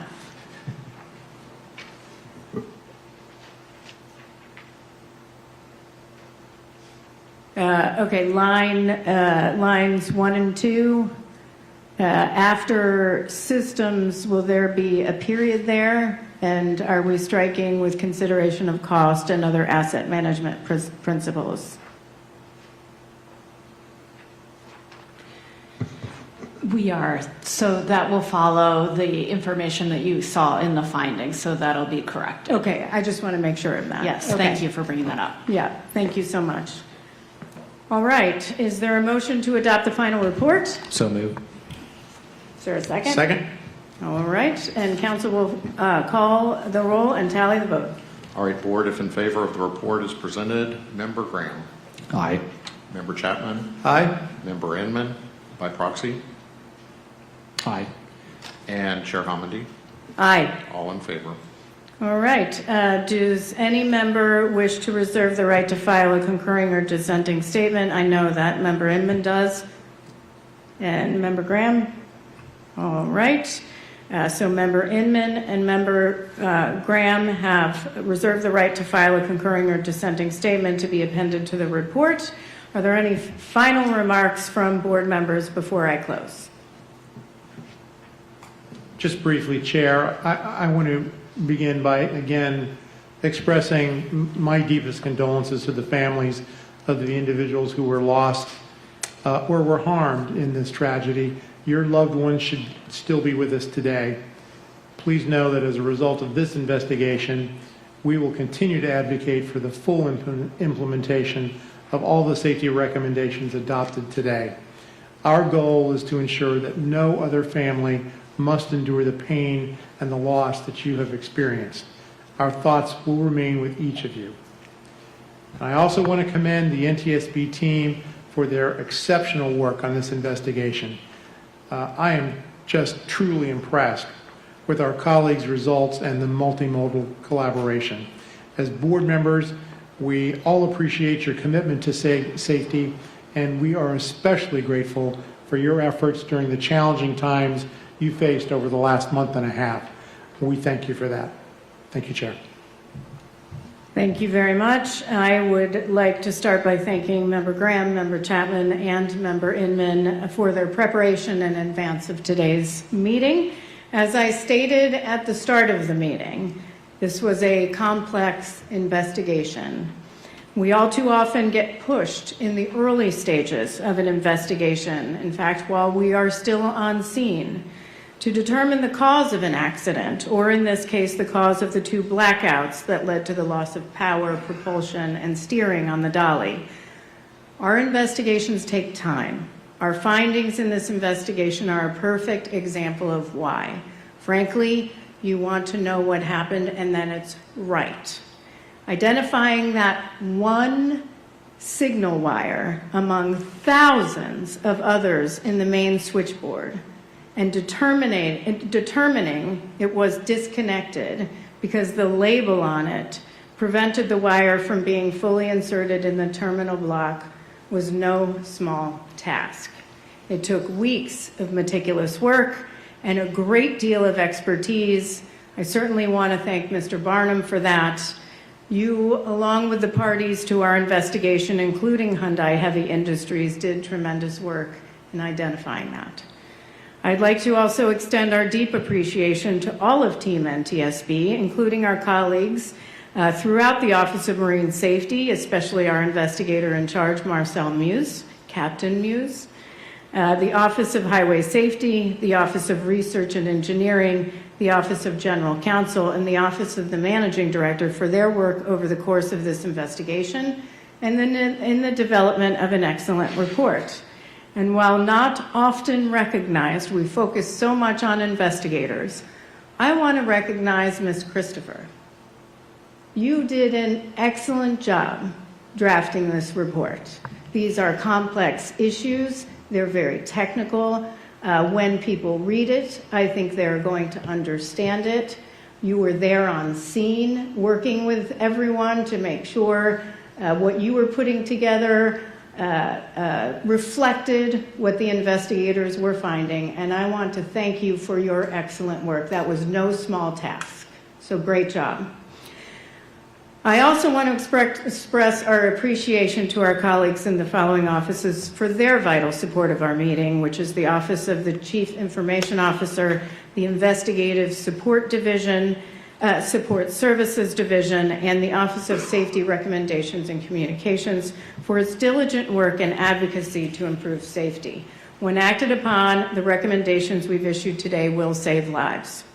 Thank you also to the following organizations for their collaboration with us on scene and their role as parties to our investigation: the Association of Maryland Pilots, the Federal Highway Administration, Grace Ocean Private Limited, the vessel's owner, Hyundai Heavy Industries, the manufacturer of the vessel, Nippon Kaiji Kyokai, the vessel's classification society, the Maritime and Port Authority of Singapore, the Maryland Transportation Authority, Synergy Marine, the vessel's operator, and the United States Coast Guard. Parties are technical experts that help us gather and develop the facts around the investigation, and as I mentioned earlier, they are not part of the analysis or development of the findings, probable cause, or safety recommendations, but they are absolutely critical to helping us obtain information we need to carry out our vital safety mission. I'd also like to thank Maersk and the Port of Newark for accommodating my visit and Mr. Barnum's visit to the Sirach, one of Dolly's sister ships, just a few weeks ago. I thought that was extremely helpful. Finally, we look forward to working with all the organizations that were previously listed when we went through the recommendations to implement our recommendations. We will also continue working with the organizations we listed on implementation of our urgent safety recommendations. With that, I'd like to once again offer our sincerest sympathies to those who lost loved ones in this terrible tragedy, and those who were injured. Please know that our hearts are with you as we work diligently over the next several days, weeks, months, and years to make sure our safety recommendations are implemented and to ensure that this never happens again. So another family never has to suffer the same pain that you all have suffered. We stand adjourned.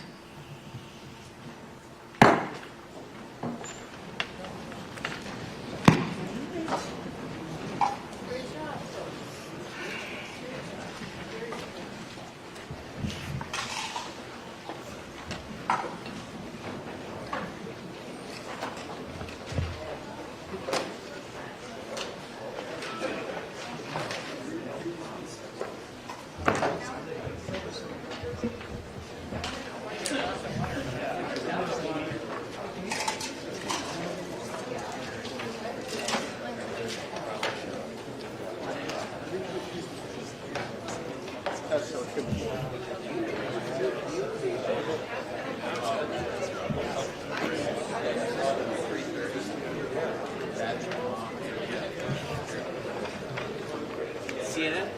Yeah, I think we're going to do a gaggle. So, with the chair right here. Yeah. Can you do it in half an hour? It's going to take. You tell me. Yeah, we usually do it like a bit of light and everything.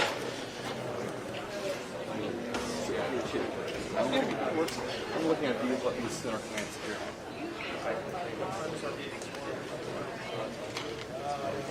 I didn't move the Euro, I haven't heard it. I didn't move the Euro, I haven't heard it. Yeah.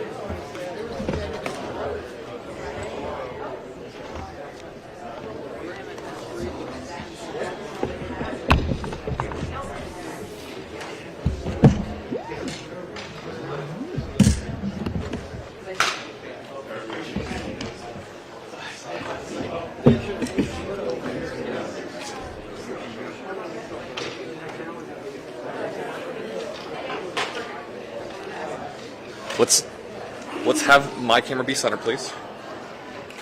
I'm pool camera. So let's, center on my camera here, please.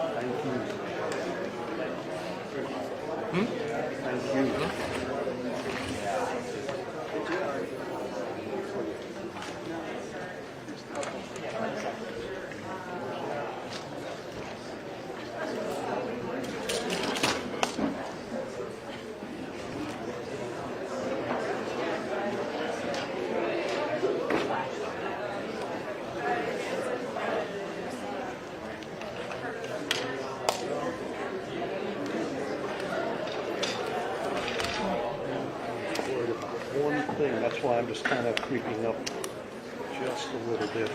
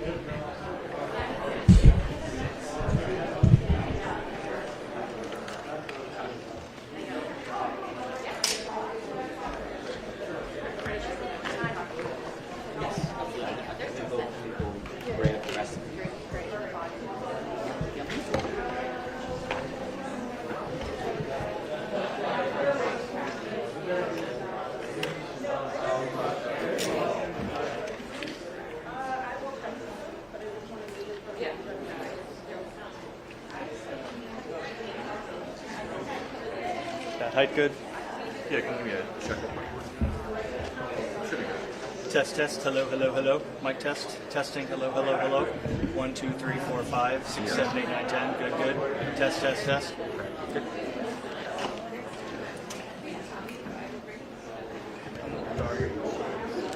Yeah, but...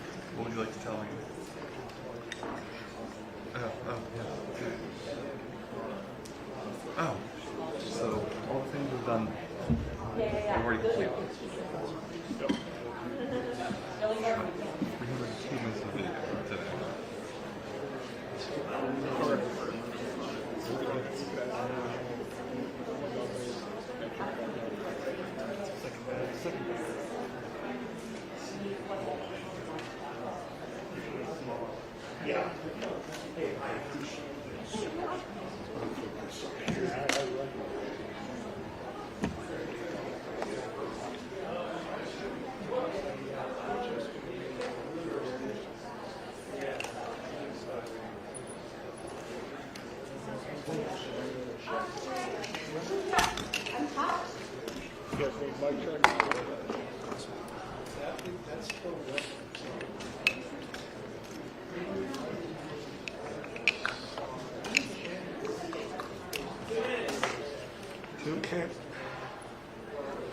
2 minutes.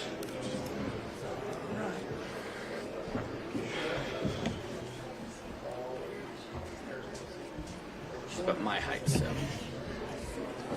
I'm just looking for a spot on. Stands right there, it's tall. Yeah, okay. It's bad when Knudsen stands next to you. Oh, yeah. 6'5".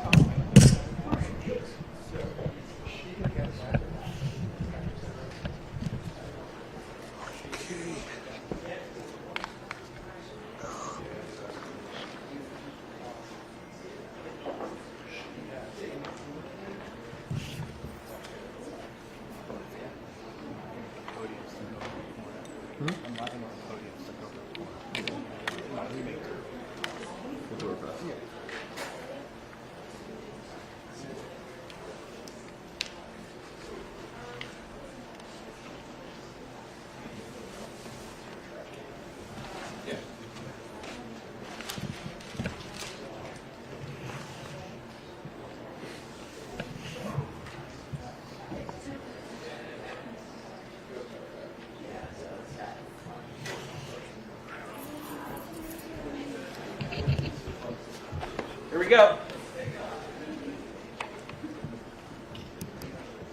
Where you want? Okay. All right.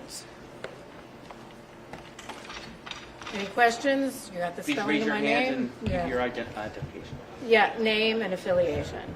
Hi, Chair. I'm Dan Pavanacharya with Politico. The NTSB has criticized the state of Maryland for not conducting that risk assessment study before the crash had happened. But they weren't required to at the time by law to do it. Do you think that Congress should act to mandate that states and owners of bridges conduct that risk assessment study every few years or so moving forward? Yeah, I don't want to tell Congress what to do in this case. I think that they're probably absorbing, what we released today, and I'll have a conversation with, folks on the House and Senate side, and we'll just to inform them about our recommendations and our findings. With respect to the state of Maryland, I mean, they were part of the 1991 development of the initial guidance. They were part of 2009 updated guidance, and they were certainly a member of the safety committee for that port, where the vulnerability of the Key Bridge was raised. That did not produce any sort of action. I would say when we issue urgent safety recommendations, we are identifying these issues as significant towards safety. We want to prevent everything that could have contributed to an accident, a fatality, an injury, and in this case, we believe that they should have conducted that vulnerability assessment, and we continue to encourage all the other bridge owners to do the same. Yes, sir. Brian Todd from CNN, Chair Humvee. With the findings of this hearing, do you think that they are satisfactory enough and will prevent this kind of thing from happening again? Our issuance of the investigative report is our first step towards safety change. Part of including technical experts from those involved in an accident is to ensure that they get access to information quickly, they don't have to wait for our investigative report to be issued, and they can take those safety actions that are necessary. That was not done in all cases, so we issue recommendations based on our findings. In order to see safety change, we need our recommendations implemented. That's the next step. So we've issued the safety recommendations. Now we need to make sure that they're implemented. And so we will work diligently. We have an entire team to do this, and plus the board members with those recipients to hopefully get them to take action pretty quickly. Whose responsibility primarily is it to implement those recommendations, in your view, in this case? The recipients. We issued a number of recommendations, 17, to various recipients, everyone from Federal Highway Administration to AASHTO, that's the state transportation officials, to Synergy, Hyundai, you name it. So they have to implement those recommendations. Sure. Right here, you had yours, and we'll go over here and back here. Phil Yakobuski from WBL Radio in Baltimore. You said that the crew of the Dolly was basically acted very appropriately in what happened here. It's our understanding they're still in the U.S. When will they be allowed to leave? Where are they? And are they still cooperating in this investigation? Regarding the crew of the Dolly, many of them are still in the United States. I don't know which ones. With respect to cooperating with the investigation, they did cooperate fully throughout the course of our investigation. When they are going to be allowed to go back, that's not up to us. It's not as a result of our investigation. I believe it has to do with litigation. Sure. Yes. Tom Fitzgerald from Channel 5. You had described the Dolly as being roughly the size of the Eiffel Tower. The discrepancy in the size of the dolphins, though, was eye-opening at the Francis Scott Key Bridge. Is there a possibility that had those dolphins been the size of some of the other ones that were described, Chesapeake Bay Bridge, Yellow Memorial Bridge, that the Dolly, even if it had had this outage, could have avoided knocking that bridge down?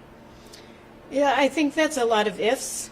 I think it's not just the size of the dolphins, it's also the placement of the dolphins and the fender systems around the piers. Certainly, we identified that the pier protection systems were not adequate and the bridge protection systems were not adequate, and we encourage Maryland and others to take steps they need to take to mitigate that risk. The Sunshine Skyway Bridge, where we had conducted an investigation after a collapse, made significant changes. Delaware, significant changes on their own. That's what we want to see. Can you go back over just the complexity of this investigation and just what it took to get down to the point where it was with a label on a wire that could have caused this kind of catastrophe? Yeah, and I'll show you. I mean, what we're talking about here is thousands of wires that our team, along with Hyundai, had to test to see, after they ruled other things out, to see what was happening with the circuit breakers, what was happening with the electrical connection. And so that was pretty time consuming to find. It's not something that would be normally looked at by a regular inspection, but our team is very meticulous. And what we're talking about here, if you look at this in the terminal block, so this is wire 1. This is actually more of an exemplar. You would normally, in this case, what they had is they had a wire labeling band. That's this white band. There's a number on it, and it was to fit right in here to ensure you had connection for the system, and it just didn't fit. So it became disconnected, it backed out. Sometimes it would hit the face of the spring clamp, but there were significant issues as a result of this. But the work that was done was pretty extensive. I mean, I like to say it's like a needle in a haystack. It is so hard to find. And having our team, which is very meticulous, to find these things, it took a really long time to do that. Finding something that was just slightly displaced is a lot of work. So hopefully that answers your question. Chair? Yes. Christine Conning from Maryland Matters. You expressed some concerns with the Maryland Transportation Authority's response in their party filing, specifically their use of discovery findings from the litigation. Could you explain a little bit more about why that's concerning, why it's important, and kind of walk through your concerns with that agency's response? Yeah, so parties to our investigation, which help us, these are technical experts that help us identify the facts in the investigation. They do not participate in the development of our findings, our recommendations, or our probable cause. That is solely the NTSB and our analysis work, but the factual portion of the investigation. Our regulations allow parties to make submissions to us, statements. They made a submission and they based their submission, their proposed findings, probable cause, and recommendations on their findings in their litigation. Our regulations clearly state it has to be based on the evidence in our investigation. So it was a violation of our regulations and disappointing, also inaccurate in many of the statements. Does it seem as though those discovery findings kind of led them astray? Can you talk about the different issues with it?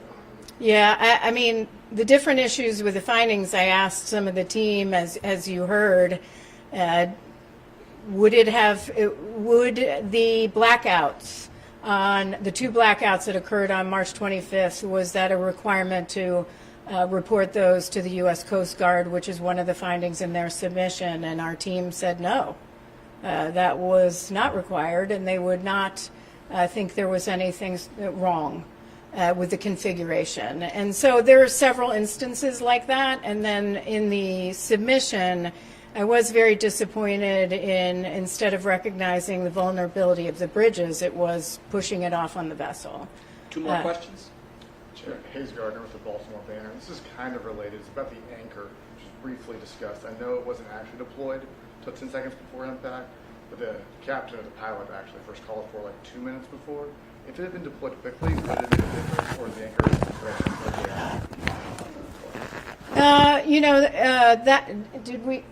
Did you look at that, Marcel? Do you want to answer that question? Come up here. Marcel, this is Marcel Muse, our investigator in charge. So we did look at that issue.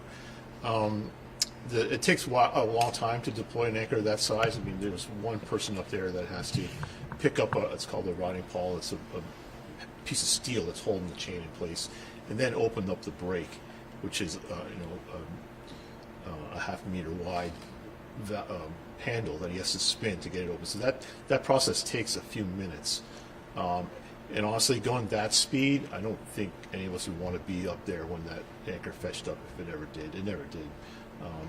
So I hope that answers.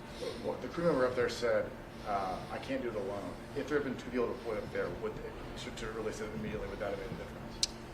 No, it wouldn't have made a difference, no. Thank you. And again, they had, once it was deployed, it was 10 seconds before the collision. Last Last question? That's the last. Blair Sable with WMAR 2 News. Going back to the implementation of changes, what power does the NTSB have if those changes are not implemented as have been recommended today? The power to implement change for the NTSB, we have a really big voice, and we're not afraid to use it. While we don't have enforcement power, certainly we have had a lot of success with voluntary adoption of our recommendations. We're usually at an 83% closure rate. With that said, some don't get closed, and we end up issuing them again. We work very hard, whether it's through direct communication with the recommendation recipients, working with regulators, or working with Congress. And so we have a lot of means to ensure that our recommendations are implemented and aren't afraid to use them. Thank you. Thank you very much. Just some housekeeping. We will be sending out an abstract with all the actions that were taken today, the final probable cause, the recommendations, the findings, and other information. You should look at that. They're preparing it now. We'll tweet it out on @NTSB_newsroom when that is available. Thank you much. Yes? What time does the room close? 3 o'clock? Okey-doke.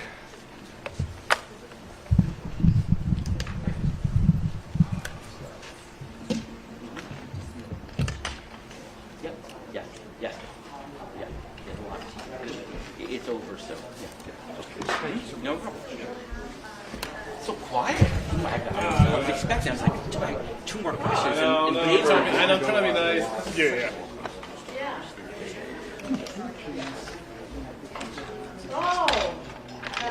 I mean, we could. Schedule's great. Yes, send. Yeah, media relations at ntsb.gov. And the duty officers from that out. Eric. Okay. Thank you. Be cheap. Appreciate it. There you go. You're like, great, it's the same. For the wrong reason.